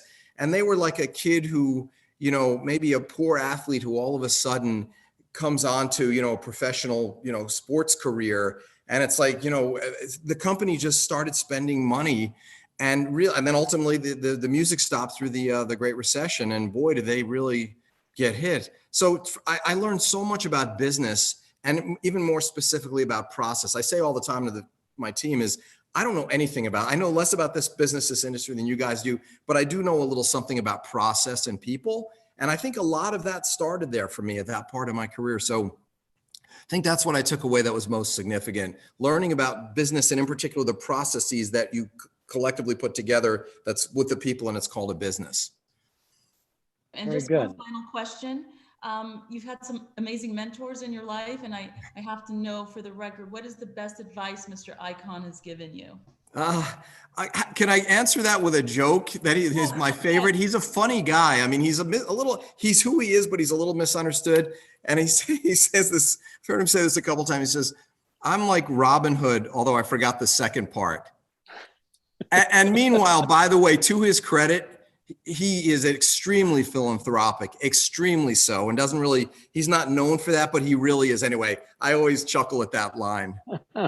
Pleasure to meet you this afternoon, and thank you for sitting through all of that and being patient. I appreciate it. Thanks to all of you as well. All right. Thank you for coming down. All right, Commissioner Fuchs, are you ready for a motion?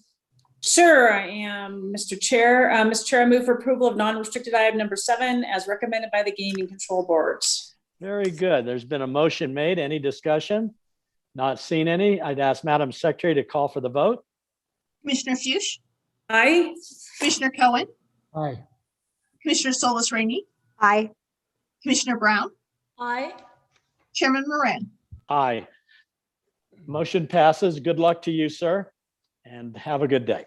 Madam you. Secretary, I think there's been a request for a short 10 to 15-minute recess by one of the commission. So could we take a recess at this time? Yes, we can. All right. So what time should we be back? Looks like it's 3:24 right now. What do you think? In 10 minutes is good? 5. Back on at 3:25. That'll be great. Sorry, 3:35. Yes. 3:35 is good. Okay. Thank you.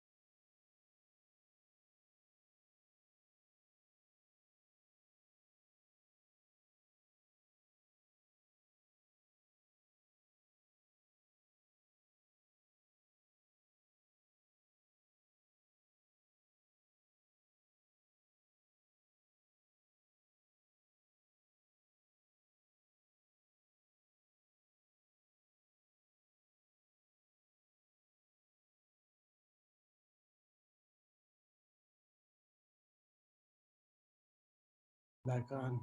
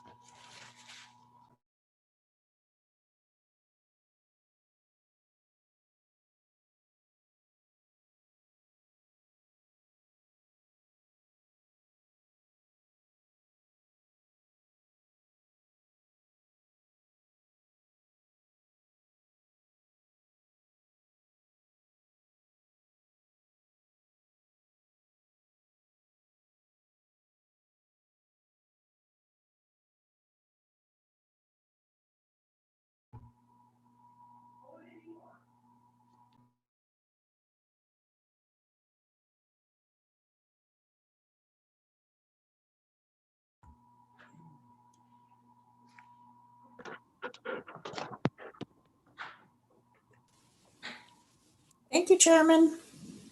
Thank you.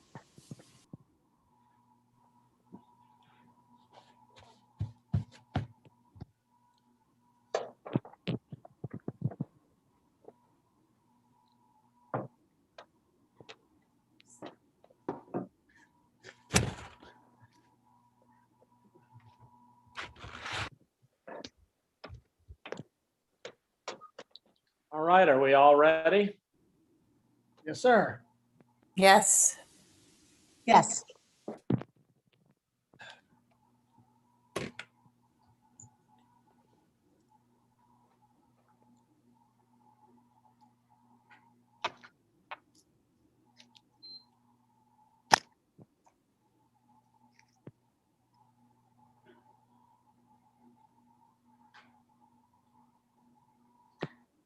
Mr. Chairman, we are ready whenever you are.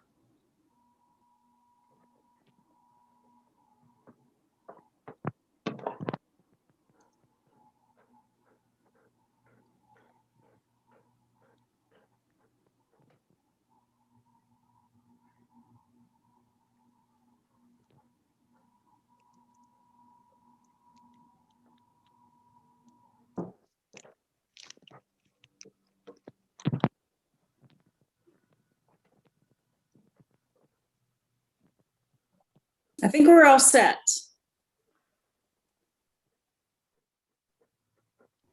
You're muted, Mr. Chairman.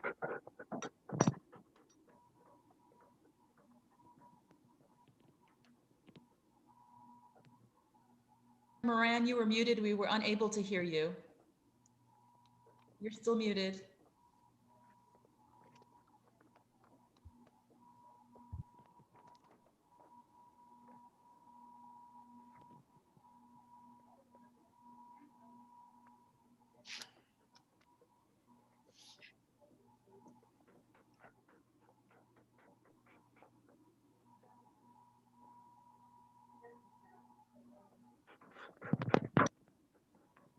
Can you hear me? Now we can. Okay, we're all set. Okay. Next item is non-restricted number 8, which is the application of John Michael Barry Gibson for a finding of suitability as a director of Entain PLC. The recommendation of the Gaming Control Board is for approval. All right, very good. Do we have an applicant, Mr. Clayton? Yes. Hi, Chairman Moran, Commissioners. For the record, Mark Clayton. I'm here on behalf of the applicant, Barry Gibson, who is chairman of the board for what is now called Entain PLC. It was formerly known as GVC Holdings PLC when they were last before you in May of 2019 for licensure of the company and its executive team at that point. Mr. Gibson, in the interim, has joined the company as chairman of the board. He'll spend a few minutes just highlighting his background and his prior work experience, and then obviously happy to respond to any questions. And then, as we indicated before the board, the company will be back before the commission in May of this year for as its license expires in May of 2021. We'll be back before, hopefully, for the grant of a new unlimited license. So with that, I'll turn it over to Mr. Gibson, and I will just, because he's probably too polite to say so, it's 20 to midnight his time, so if he's a little tired or punchy, please cut him some slack. Well, thank you, Mr. Clayton, and it's starting to feel like 20 to midnight around here too, but go ahead. Okay. Well, good evening from the United Kingdom. It's very good to see you again. I'm Barry Gibson, and I'm the chairman of the board of Entain PLC. And I've served on the boards of several gaming companies that you will probably have heard of. So I was the deputy chairman of William Hill from 2002 through to 2009. I was on the board of Playtech from 2010 to 2011, and on the board of BWin Party Gaming from 2015 to 2016. In truth, I'm a retailer by background. That's where my main executive career was. But I've also worked in transportation. So I ran airports in the United States for BAA, and we ran the public transport system in Las Vegas for a few years when I was on the board of National Express Group. But anyway, I've been on the board at Entain since 2019, and I became chairman in February 2020. I also serve as the chairman of the board's nominations committee. My main responsibility at Entain is setting the tone to make sure that we're really on top of compliance. You know, somebody has to set the moral compass in an organization, and that job comes down to the chairman and his colleagues on the board. So responsible gaming measures, adherence to policies, procedures, internal controls, looking after our customers in the right kind of way are really at the heart of what I try and do. I've got to make sure that we develop and determine the company's strategy and our objectives, and to act as the guardian of the board's decision-making.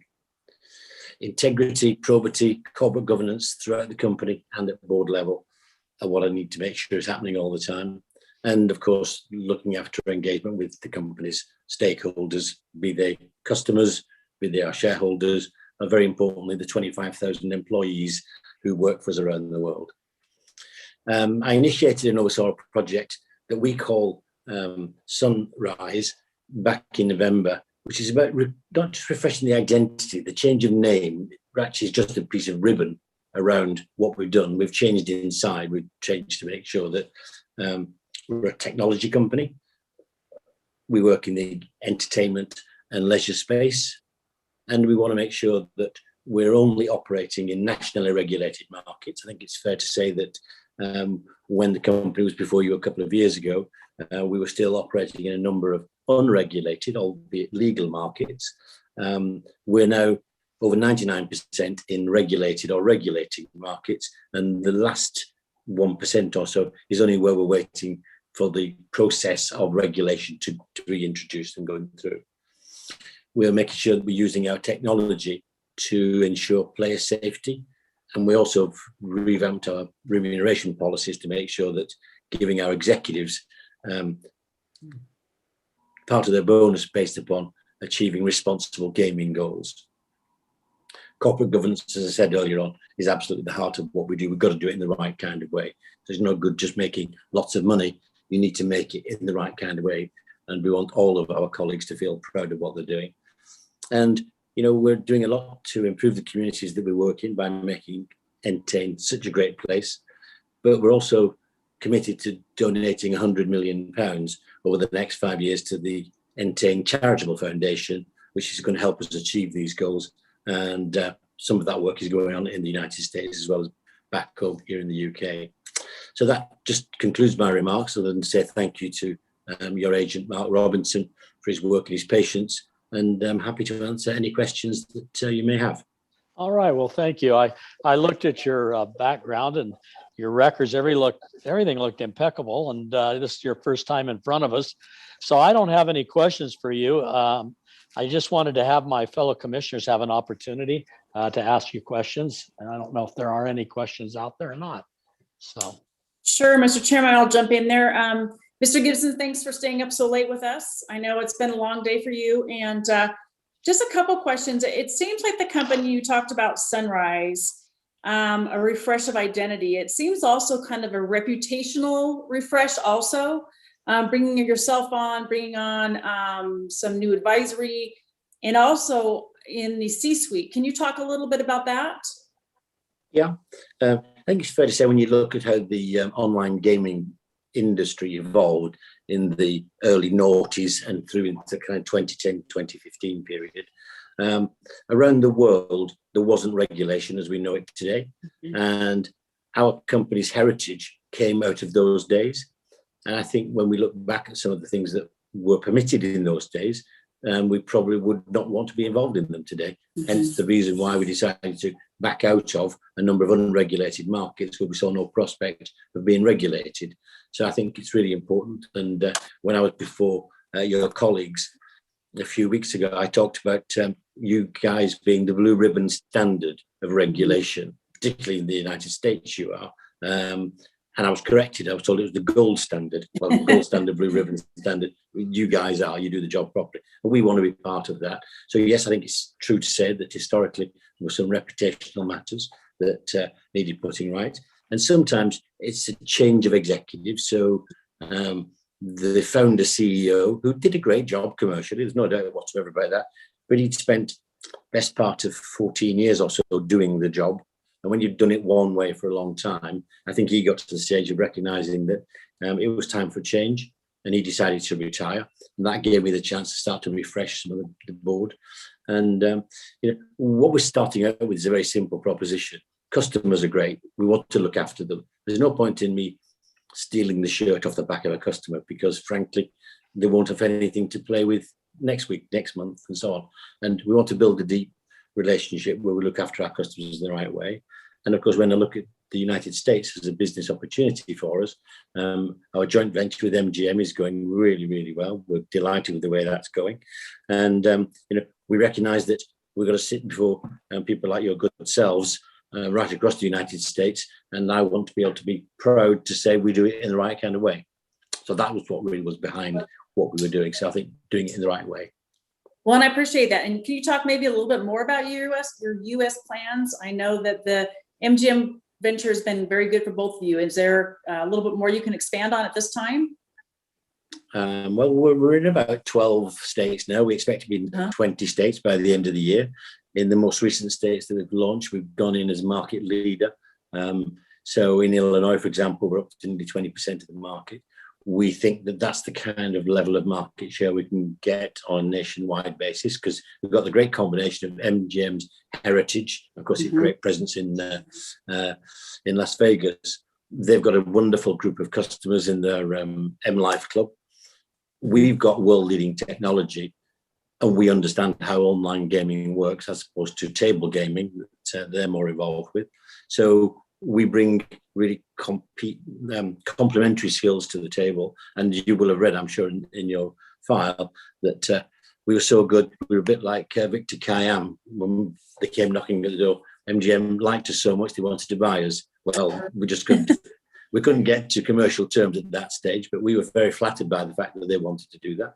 We were very good friends with them. Paul Salem, the chairman, and Bill Hornbuckle, the chief executive, and myself and our chief executive, we all kind of recognize these are commercial matters that we explored diligently and straightforwardly. We couldn't come to a conclusion that the shareholder base would be happy with, but it didn't affect at all the business on the ground. So the boys and girls who work in BetMGM, and there's already about 400 of them, are doing a really great job for us.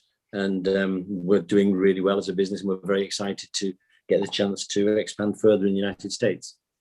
Well, great. And I appreciate what you've talked about today and your background. I think that the company needed a little bit of a refresh. I think if you go back in history with our board and the commission, it was a little bit rocky. Rocky, yeah. And I read the transcript. Yes. So I would say when your team comes back in May, we're getting through the reputational part of it, but really we'll want to hear about the nuts and bolts. Let's talk about the business. We had some problems with the processing groups and ownership at a senior level there. I think we had some issues with. So in May, when they come back, I really hope we'll dive deep into that. But I think your endeavors to this point in Operations Sunrise has shed some new light on the company.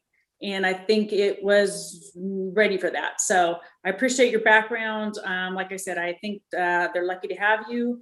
And I think May will be a big month in our meeting. I think it will be a time to really put forth Entain's new way of looking at markets and how the business is going. We're working on a plan to try and be with you in the flesh. We don't know whether either the United States or the United Kingdom or any of us as individuals, but certainly our working hypothesis is that we will be able to travel by then. But we'll see what happens. But it would be great if we could actually be there with you guys in person. But if not, then we'll make the technology work for us. Boy, I'm 100% with you, more than you can imagine. We're ready to be live and in person again. So with that, I'll go ahead and pass it off to my colleagues. But thank you for staying up, and really glad to see you at the helm. Very good. My pleasure. Any commissioners have any further questions or a motion? Okay, no questions. Can I have a motion then?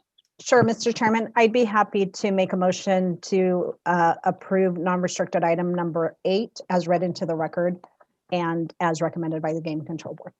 All right, wonderful. Any discussion on the motion? Not seeing any. I'd ask Madam Secretary to call for the vote. Commissioner Fuchs, Aye. Commissioner Cohen, Aye. Commissioner Solis Rainey, Aye. Commissioner Brown, Aye. Chairman Moran. Aye. Thank you very much, and good luck, Mr. Gibson, to you and the operation. Thank you. Thank you very much, Steve. Good night. All right, next item. Next item is non-restricted number 9, which is the application of Satvinder Bins for finding of suitability as a key executive of William Hill PLC. The recommendation of the Gaming Control Board is for approval. Okay, do we have Mr. Gutwald and Mr. Svens? Hello, Dennis Gutwald with the law firm of McDonald Carano, and with me today is Sadie Benz. Can you all hear me? Yes, we can. Welcome. Good to see y'all. Nice to see you. Want to give us a little background history on your client, or he might want to give it himself? I was going to ask your permission for him to talk a little bit to you guys, and that would be good. All right. All right. Hello, Mr. Chairman, Commissioners, and Madam Secretary. Thank you for allowing me the time to present myself. For the record, my name is Satvinder Benz.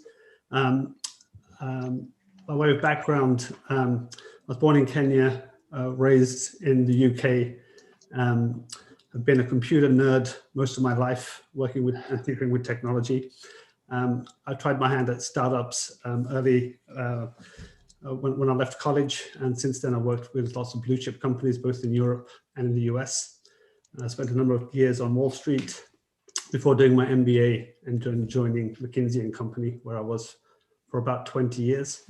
At McKinsey & Company, my role was really to build out or help our clients build out technology capabilities. So a lot of the clients that McKinsey had wanted their technology to act and feel like Google, Facebook, and Amazon.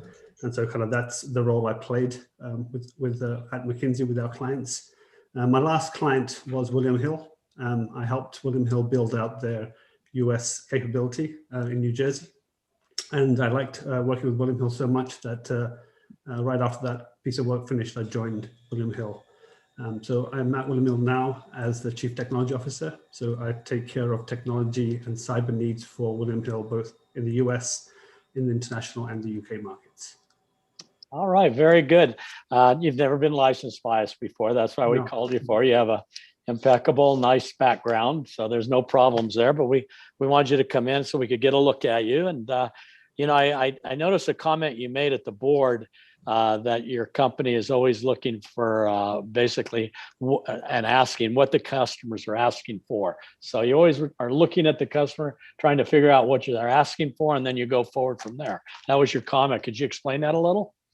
Yeah, what we try and do is figure out kind of how customers want to use our product. So sports betting, for example, do they want to bet before the game, during the game? How do they want to take their winnings? Do they want to put it in their wallet? Do they want to bet on something different? And really figure out kind of what makes it a good experience for them versus just doing a transaction with William Hill. So really thinking through the experience of using our products online and in the retail stores. So making sure we actually add as much value as we can to our customers' experiences rather than just giving them what everyone else is doing and thinking that's good enough. All right, well, very good then. I didn't have any questions, and let me see if my fellow colleagues have any. I just had one. All right, Commissioner Cohen. Thank you, Mr. Chairman. After the Super Bowl, there were some outages. Some servers went down. I don't believe it was. Was it BetMGM? Yeah, it was BetMGM. It was DraftKings. I think FanDuel. So a number of the operators, basically, there's too much load on the systems, and they couldn't accommodate them.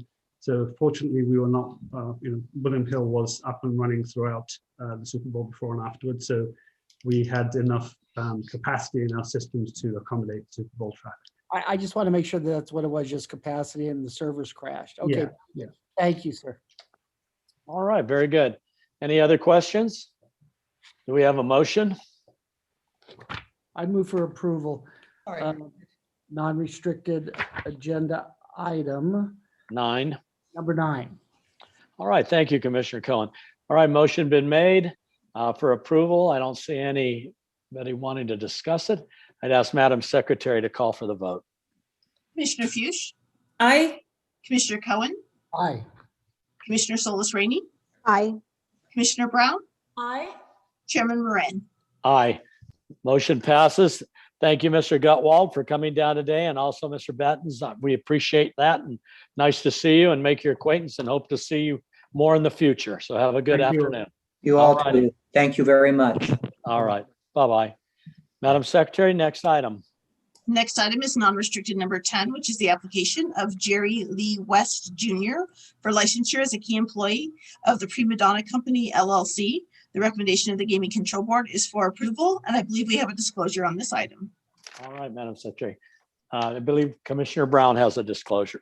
Thank you very much, Chair Moran. Yes, I do have a disclosure to make for non-restricted item number 10. Prim Valley Resort is an intellectual property client of Louis Roca, where I'm a partner, and is listed as an affiliate of City Center Land LLC in intellectual property matters and Victoria Partners and trademark litigation. I have no pecuniary interest in the outcome of this agenda item, and I do not believe the independence of judgment of a reasonable person in my position would be affected as described on the record, and I therefore intend to participate. Deputy Attorney General Breinig, is this disclosure satisfactory under NRS 281A.420 and in compliance with the disclosure requirements? Yes, Commissioner, the disclosure is adequate. Thank you. All right, very good. Good afternoon, Mr. West. How are you? I'm fine, sir. Good afternoon to you. Good. Would you like to state your name on the record? Is anybody with you on this? Mr. Let's see, Barnett from Affinity, or? Yep. Good afternoon, Commissioner. It's Erin Barnett. All right, Great to very be with good. you. Good afternoon, Commissioners. All right, did you have a presentation, or are you going to let Mr. West just tell us a little bit about his history? I was going to let Mr. West just tell us a little bit about himself. All right, very good. I know he started in gaming in 1994 down in Mississippi, so I guess we can go forward from there, right? Sure. Actually, just about the same time as I was down there, Chairman, I was in the Air Force. I did 10 years in the Air Force. I actually ended up down in Biloxi, Mississippi during the boom down there, and they were hiring all kinds of technicians. I was thank you for your service. You're welcome. I was an electronics instructor, and in the last 2 or 3 years of my 10-year tour, I was doing both jobs, both casinos and Air Force. And I decided, since they wouldn't let me fly the planes, that I was going to move on to just being full-time casino. Since that time, I've never regretted the decision. I've worked with some really good people. I've been blessed with good mentors. I've done several openings and remodels, renovations. That's kind of what I got caught up in when I first started my career. And it served me well over the years. I started out here at Prim in 2018, gave me some time to kind of understand the nuances of the property, the ins and outs, because out here you're running gas stations and water treatment plants, water towers, stuff that I've been exposed to, but now I have to put my mayor hat on and get busy every day. So it really gave me time until this position became available. I would like to take a second to thank Agent Tan for all her hard work to get me here in front of you today. And with that, I'm happy to answer any questions. Very good. Well, I'm glad to hear you came from the Air Force to here. You know, we've got a lot of good people in Nevada that started out at a military base, and here locally, Nellis Air Force Base. We've got a lot of friends that started their careers here, getting out of the service like yourself and finding a home here. So it's been real good to have the military close by like that. I don't have any questions. We just wanted to get a look at you, and you've never been licensed before, and glad that you could make it today and tell us a little bit about yourself. And let me ask my fellow commissioners if they have any questions or maybe a motion to make. Just a quick question, if you don't mind. Since COVID has happened and we're now a year into it, did you see a big interruption in the traffic flow to the properties? I know that there's limited floor space that you could take up, but the actual ability to draw the traffic, did you see a big slowdown, or has it been pretty consistent? That kind of goes a variety. I can answer that a variety of ways here at Prim, right? Because we have the gas stations as well. And we, of course, closed the casinos, and the gas stations and the diesel side, especially the truck stop, was paramount for traffic and delivering supplies. So what we saw was a shift in autos and those kind of people to truckers for a while. And then after we reopened, it was kind of a slow start, right? And we we followed the restrictions and complied, but we kind of went a little tighter than that even, because we just didn't know if people were going to come out. So it started a little rocky in June, and then it picked up pretty substantially for the months thereafter until about Black Friday. I think everybody decided that they were done with their shopping, and usually we get some good weekend out of that out here with the mall. Right. But with the mall being in its state, it just didn't give us any help on that weekend. And then December kind of fizzled out. I think right now we're kind of picking up a little bit now. We're kind of ramping up a little bit more now.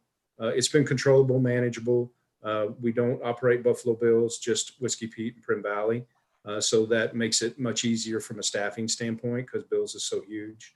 But we can't wait to get back into concerts, quite frankly, and we look forward to that day. We can't wait for you to get back into concerts. So great.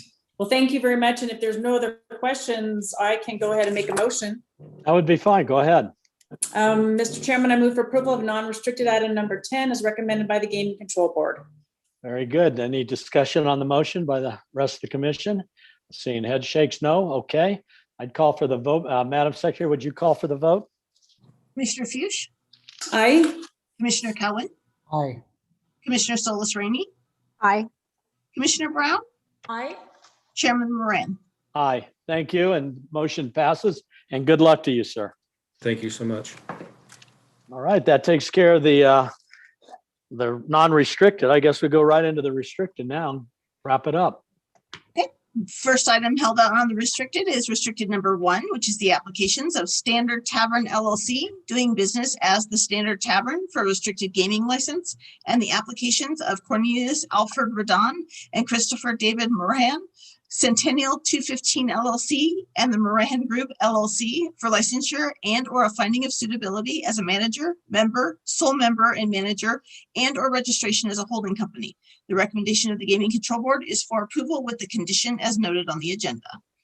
All right. Very good. Do we have an applicant and a representative? I think it was Serena Choi.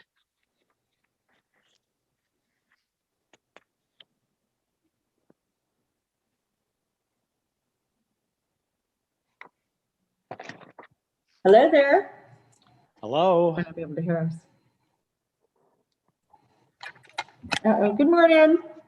Good afternoon. No. No. We can hear you, but we can't see you.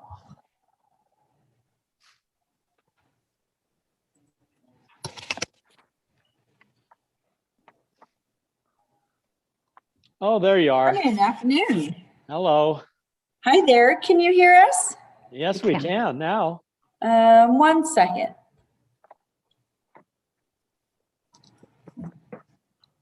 We can see you and Do we you mind can. grabbing and I can hear you and see you. 1 second. Sorry about that. Doug on it.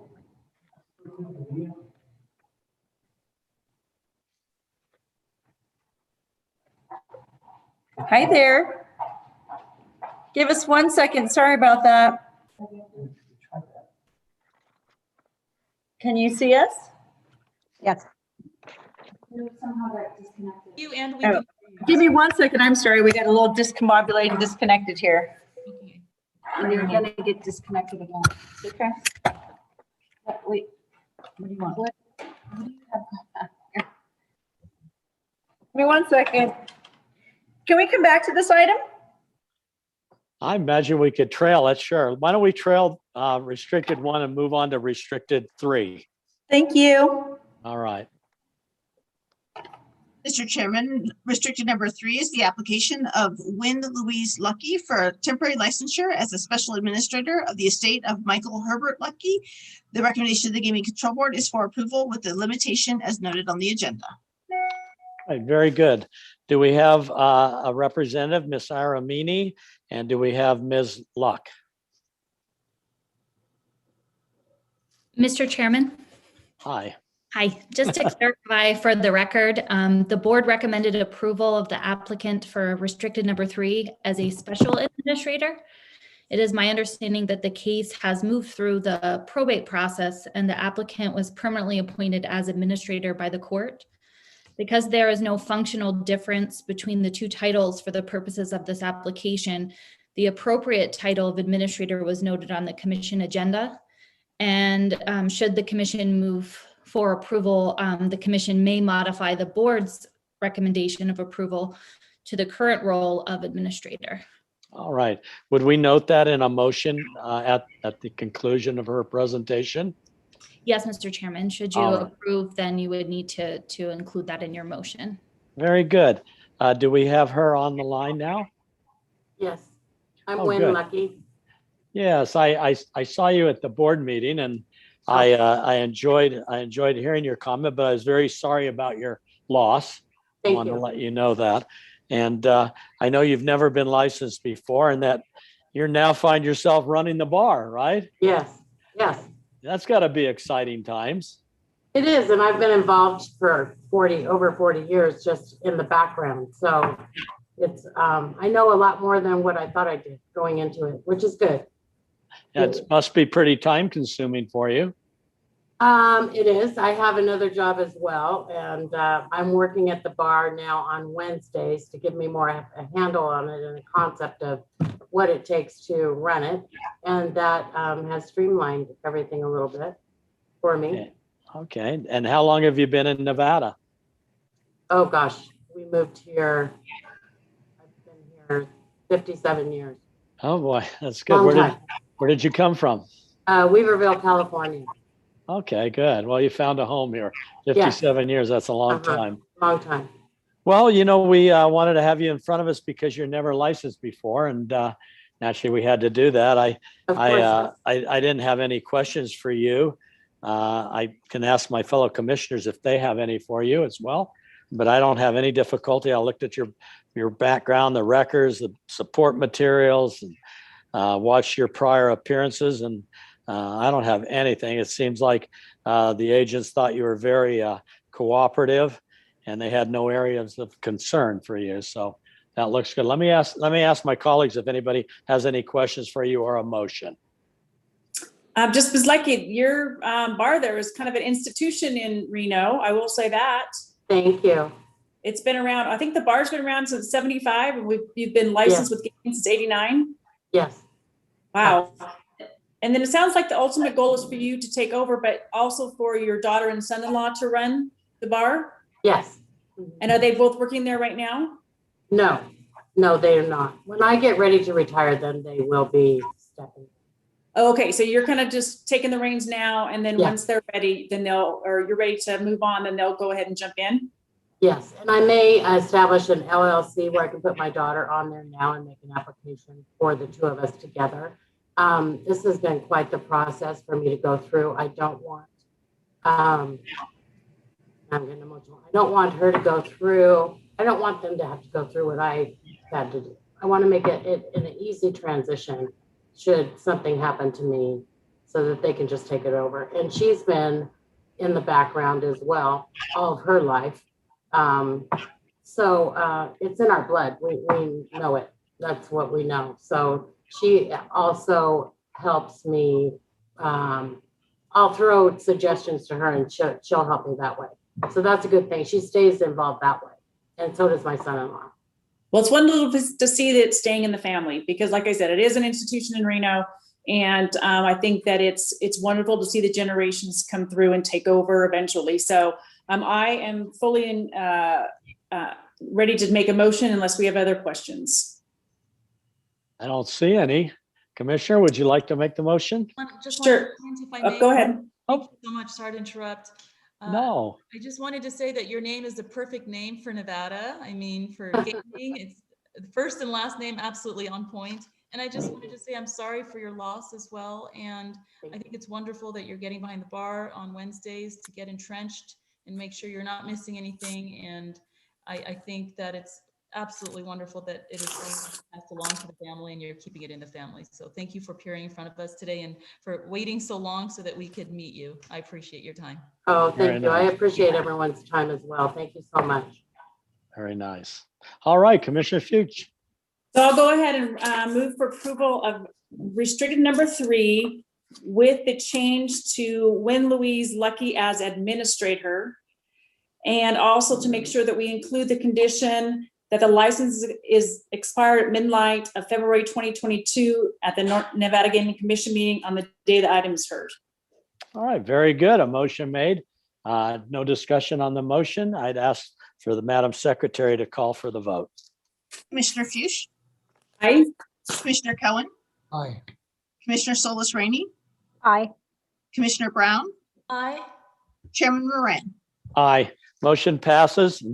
Good luck to you, and it's nice to have you on the commission to see us today and on our time. And anyway, good luck to you going forward. We'll be thinking of you. Thank you so much. All right, we can go back to number 1 now, maybe. Yep, we're good. We're here. Can you hear us? Yes. Yes, we can. Perfect. We apologize for that. Good afternoon, Commissioner, members of the commission. My name is Serena Troy with NLS, and in front of me, we have the applicants, Mr. Cornelius Redan, and we have Mr. Christopher Moorhan for the Standard. It is a tavern that will be opening 15 slot machines in the city of Las Vegas. It will have a kitchen, and I think that's all that we have. So we're here to answer any questions that you may have. Okay, I see you have Mr. Radin there and Mr. Monahan. Yes, correct, sir. Okay, very good. Tell us a little bit about yourself. I'd like to hear a little bit about, your history. Thank you, Mr. Chairman, Commissioners, Madam Secretary. My name is Cornelius Redan. I've been working in the restaurant bar industry since I was 13 years old. I've been in Nevada for about 9 years. I opened up McFadden's of Town Square here. We've been going strong and we're very excited to be in the game for our first gaming bar. Okay, and this is a new build out, correct? Yes, sir. And you used to be at Hakkasan? That was my partner, Chris. Yes. Okay. I'm looking at my notes here. There was a in your record. I noticed that you had a failure to seal. Was it you on the arrest in 2004? Yes, that was me. This is Christopher Moorhan. I had an arrest in 2004. I was 18 years old. I'm 36. I'm 36 now. The final disposition of that arrest was if I got a youthful offender charge in New York, which I was told by my counsel and the judge at the time, because of my youthful offender status, that I wouldn't have to involve that arrest in anything going forward, any kind of criminal background check. I've been through numerous Nevada checks. I've owned a sheriff's card here in Nevada for about 10 years now, and it's never once came up. So it was just kind of oversight on my part about the arrest. I spoke with our agent, Agent McElhaney, and we went over everything. I gave her all info, and I believe she was satisfied with my response that I was not trying to deceive or not be forthcoming with my arrest, but rather it's never been an issue or hasn't been an issue in the past 17 years. So I didn't bring it up. And then when it did come up in my background, I provided all info. I explained the same thing to the board. Since that arrest, when I was 18 years old, I've had absolutely no issues with the law. I've been an executive here for a couple nightlife companies in Vegas for about 10 years now. And before that, I was working in the hospitality industry in New York, where I'm from. So I do apologize for not putting that on the initial report, but I have absolutely no problems answering questions or speaking about it. Right. I saw the materials, and the only reason I wanted to bring it up was to impress upon you how important it is to fully disclose in areas of gaming and to make sure that the information that you do disclose is accurate. So that's the only reason. I don't need to get into all the instances of the arrest and the rest of that. I'm not interested in that at this point, but I see that was some time ago. It seems like you learned your lesson on that. Absolutely. And, so I'm pretty good. I didn't really have any other questions for you beyond that, failing to list on the app, and you kind of understand how that works now. And so that'll be good. Let me ask my fellow commissioners if they have anything for you in addition to that. Sure. Any questions for this gentleman or the other one? Just really quickly, you do have a slot ride operator. That's Jet. Is that correct? Yes, correct. We have a deal with Jet gaming operators as of now. Correct. Perfect. Thank you very much. And commissioners, they did both attend the compliance course as well. Okay. Perfect. Thank you. Very good. So both the two requirements that were conditions, you've satisfied both of those, correct? Correct. Okay, very good. If there's no other questions, I'd be ready to entertain a motion. Mr. Chairman, I just had a quick question. Sure, Commissioner Sartini. Mr. Moorhan, there was an email in your in our packet of information regarding a custody issue. Is there an actual court proceeding with respect to that, or are you still just working through that cooperatively with your daughter's mother? Yeah, I have a great relationship with my daughter's mother. We're just kind of working through the situation now. It's going to family court. We're working on a decree of custody for specifics, holidays, visitations, stuff like that. But I do currently pay my daughter's private school tuition in full, and that satisfies, as of now, what she's looking for. And then moving forward, we're going to have an agreement. What that agreement is, we haven't decided yet, but we're working cooperatively. Okay, no problem. It's nice to see you working cooperatively on that. I didn't have any concerns with anything else on your application for either of you. Very good. Any other questions? Do we have a motion maker? Yes, Mr. Chairman, I'm happy to, I move for approval of restricted item number 1 as read into the record and as recommended and conditioned by the Gaming Control Board. Very good. Motion made. Madam Secretary, would you call for the vote? Commissioner Fuchs? Aye. Commissioner Cohen? Aye. Commissioner Solis Rainey? Aye. Commissioner Brown? Aye. Chairman Moran? Aye. All right, the motion passes, and good luck to both you gentlemen, and looking forward to seeing you on another location in the near future. So take care. Thank you so much. Thank you. Good luck. Madam Secretary, can we call 5 and 6 together? Yes, we can. Restricted number 5 and restricted number 6 are the applications of Town Lounge Henderson LLC and Town Lounge LLC for transfers of interest, and Louis Godino Jr. for the pledges as noted on the agenda. The recommendation of the Gaming Control Board is for approval. Very good. Is Mr. Donato on the line, and both the Godinos? Yes, I'm here, Mr. Chairman. Good afternoon. Good afternoon, members of the commission, Madam Secretary Jeff Donato with Argentum here with the applicants.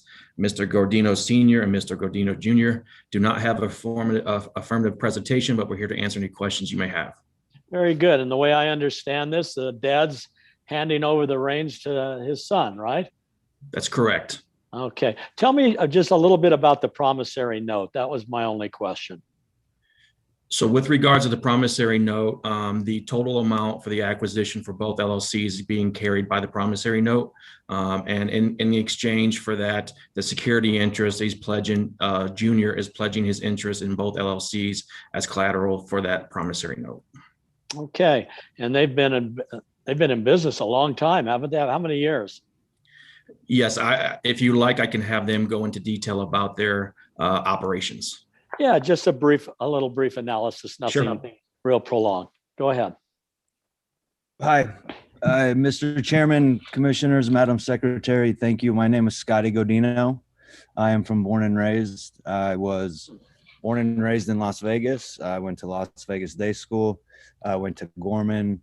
My grandfather ran Del Webb's casinos. I got to grow up a little bit around the business and understanding what Vegas was and was built on, and I always wanted to get into it. Saw a void in the market and the way customer service was going in the locals market. It wasn't what I saw and what my grandfather taught me. So we decided to open Born and Raised. I tried to raise money. This was 12 years ago. People looked at me like I was crazy. My dad said, let's do this. And almost 10 and a half years later, here we are. Very good. Good story. Good story. Going to help the dad out now, huh? It's always been my goal. Just remember, dad's always right, right? Always. Yes, sir. All right. That's what I want to hear. Okay. Well, I don't have any questions for you guys. I'm kind of excited to see your dad giving you the keys to the car and letting you go down the road a little bit with it. And that'll be good. So let me see if my fellow colleagues have anything for either of you. And that's always good to see you down here. So go ahead. Do any of the commissioners have some questions for the Godinos? I just had a quick question, if I may. Sure, absolutely. Okay. And either junior or senior, Mr. Godinos, who came up with the name? I did. It's a great name. Thank you. We were pleasantly surprised when it was available. We've had it trademarked for 12 years now, and it was a pretty joyous occasion. Great. I was just curious about that. I don't have any other questions. Your background was very clean, and I'm excited for you to see. I'm excited to see your dad handing over the reins. So good luck with that. Thank you. Thank you very much. Very good. Would you like to make a motion for approval? Question, Chair Moran, if I may? Oh, yes, sure, certainly. Commissioner Brown. Gentlemen, thank you so much for waiting and welcome. It's nice to see you both. I saw your presentation in front of the board and it sounds like a wonderful transition. And Mr. Godino Jr., just for the record, what is the best advice that you're following in connection with financial? I'm always interested what you think it is and what he thinks it is. My grandfather was persistence. And when I got to work for my dad and alongside my dad, it was nothing less than exceptional. And it's always been a driving factor for us and never settling for anything less than exceptional.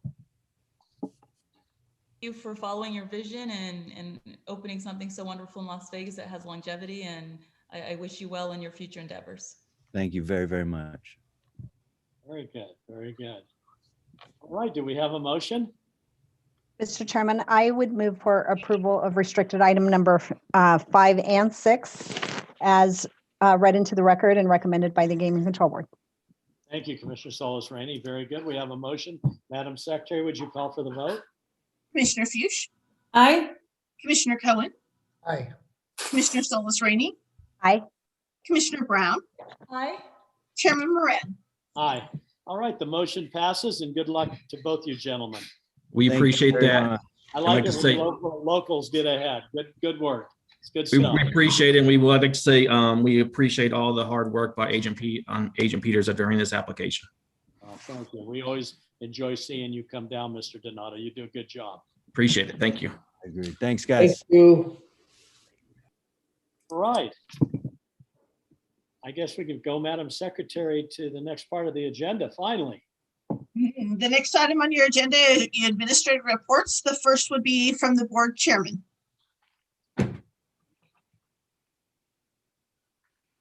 Good afternoon. The March meeting will be a 2-day meeting, my first. March 3rd, 9 a.m. We'll start with our non-restricted agenda items. Then on the 4th, we'll start at 9 a.m. as well and do our restricted items. So 2 days, March 3rd and 4th. Thank you. Very good. Thank you. Okay. Do you have any? I don't have anything at this time. Okay, and then the last would be the Attorney General's office. All right. Nothing to report, Mr. Chairman.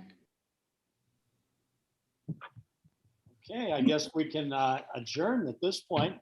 Actually, that brings us to public comment. All right. This item is placed on the agenda to give the public an opportunity to comment on gaming related matters. We did not receive any additional public comments during the course of the meeting. All right, very good. All right, I guess we can adjourn now. Yes. Thank you. I enjoy spending the whole day with everybody who's on the screen right now. So it was nice, and everybody did a very good job, and I'll see you in the future. Thank you.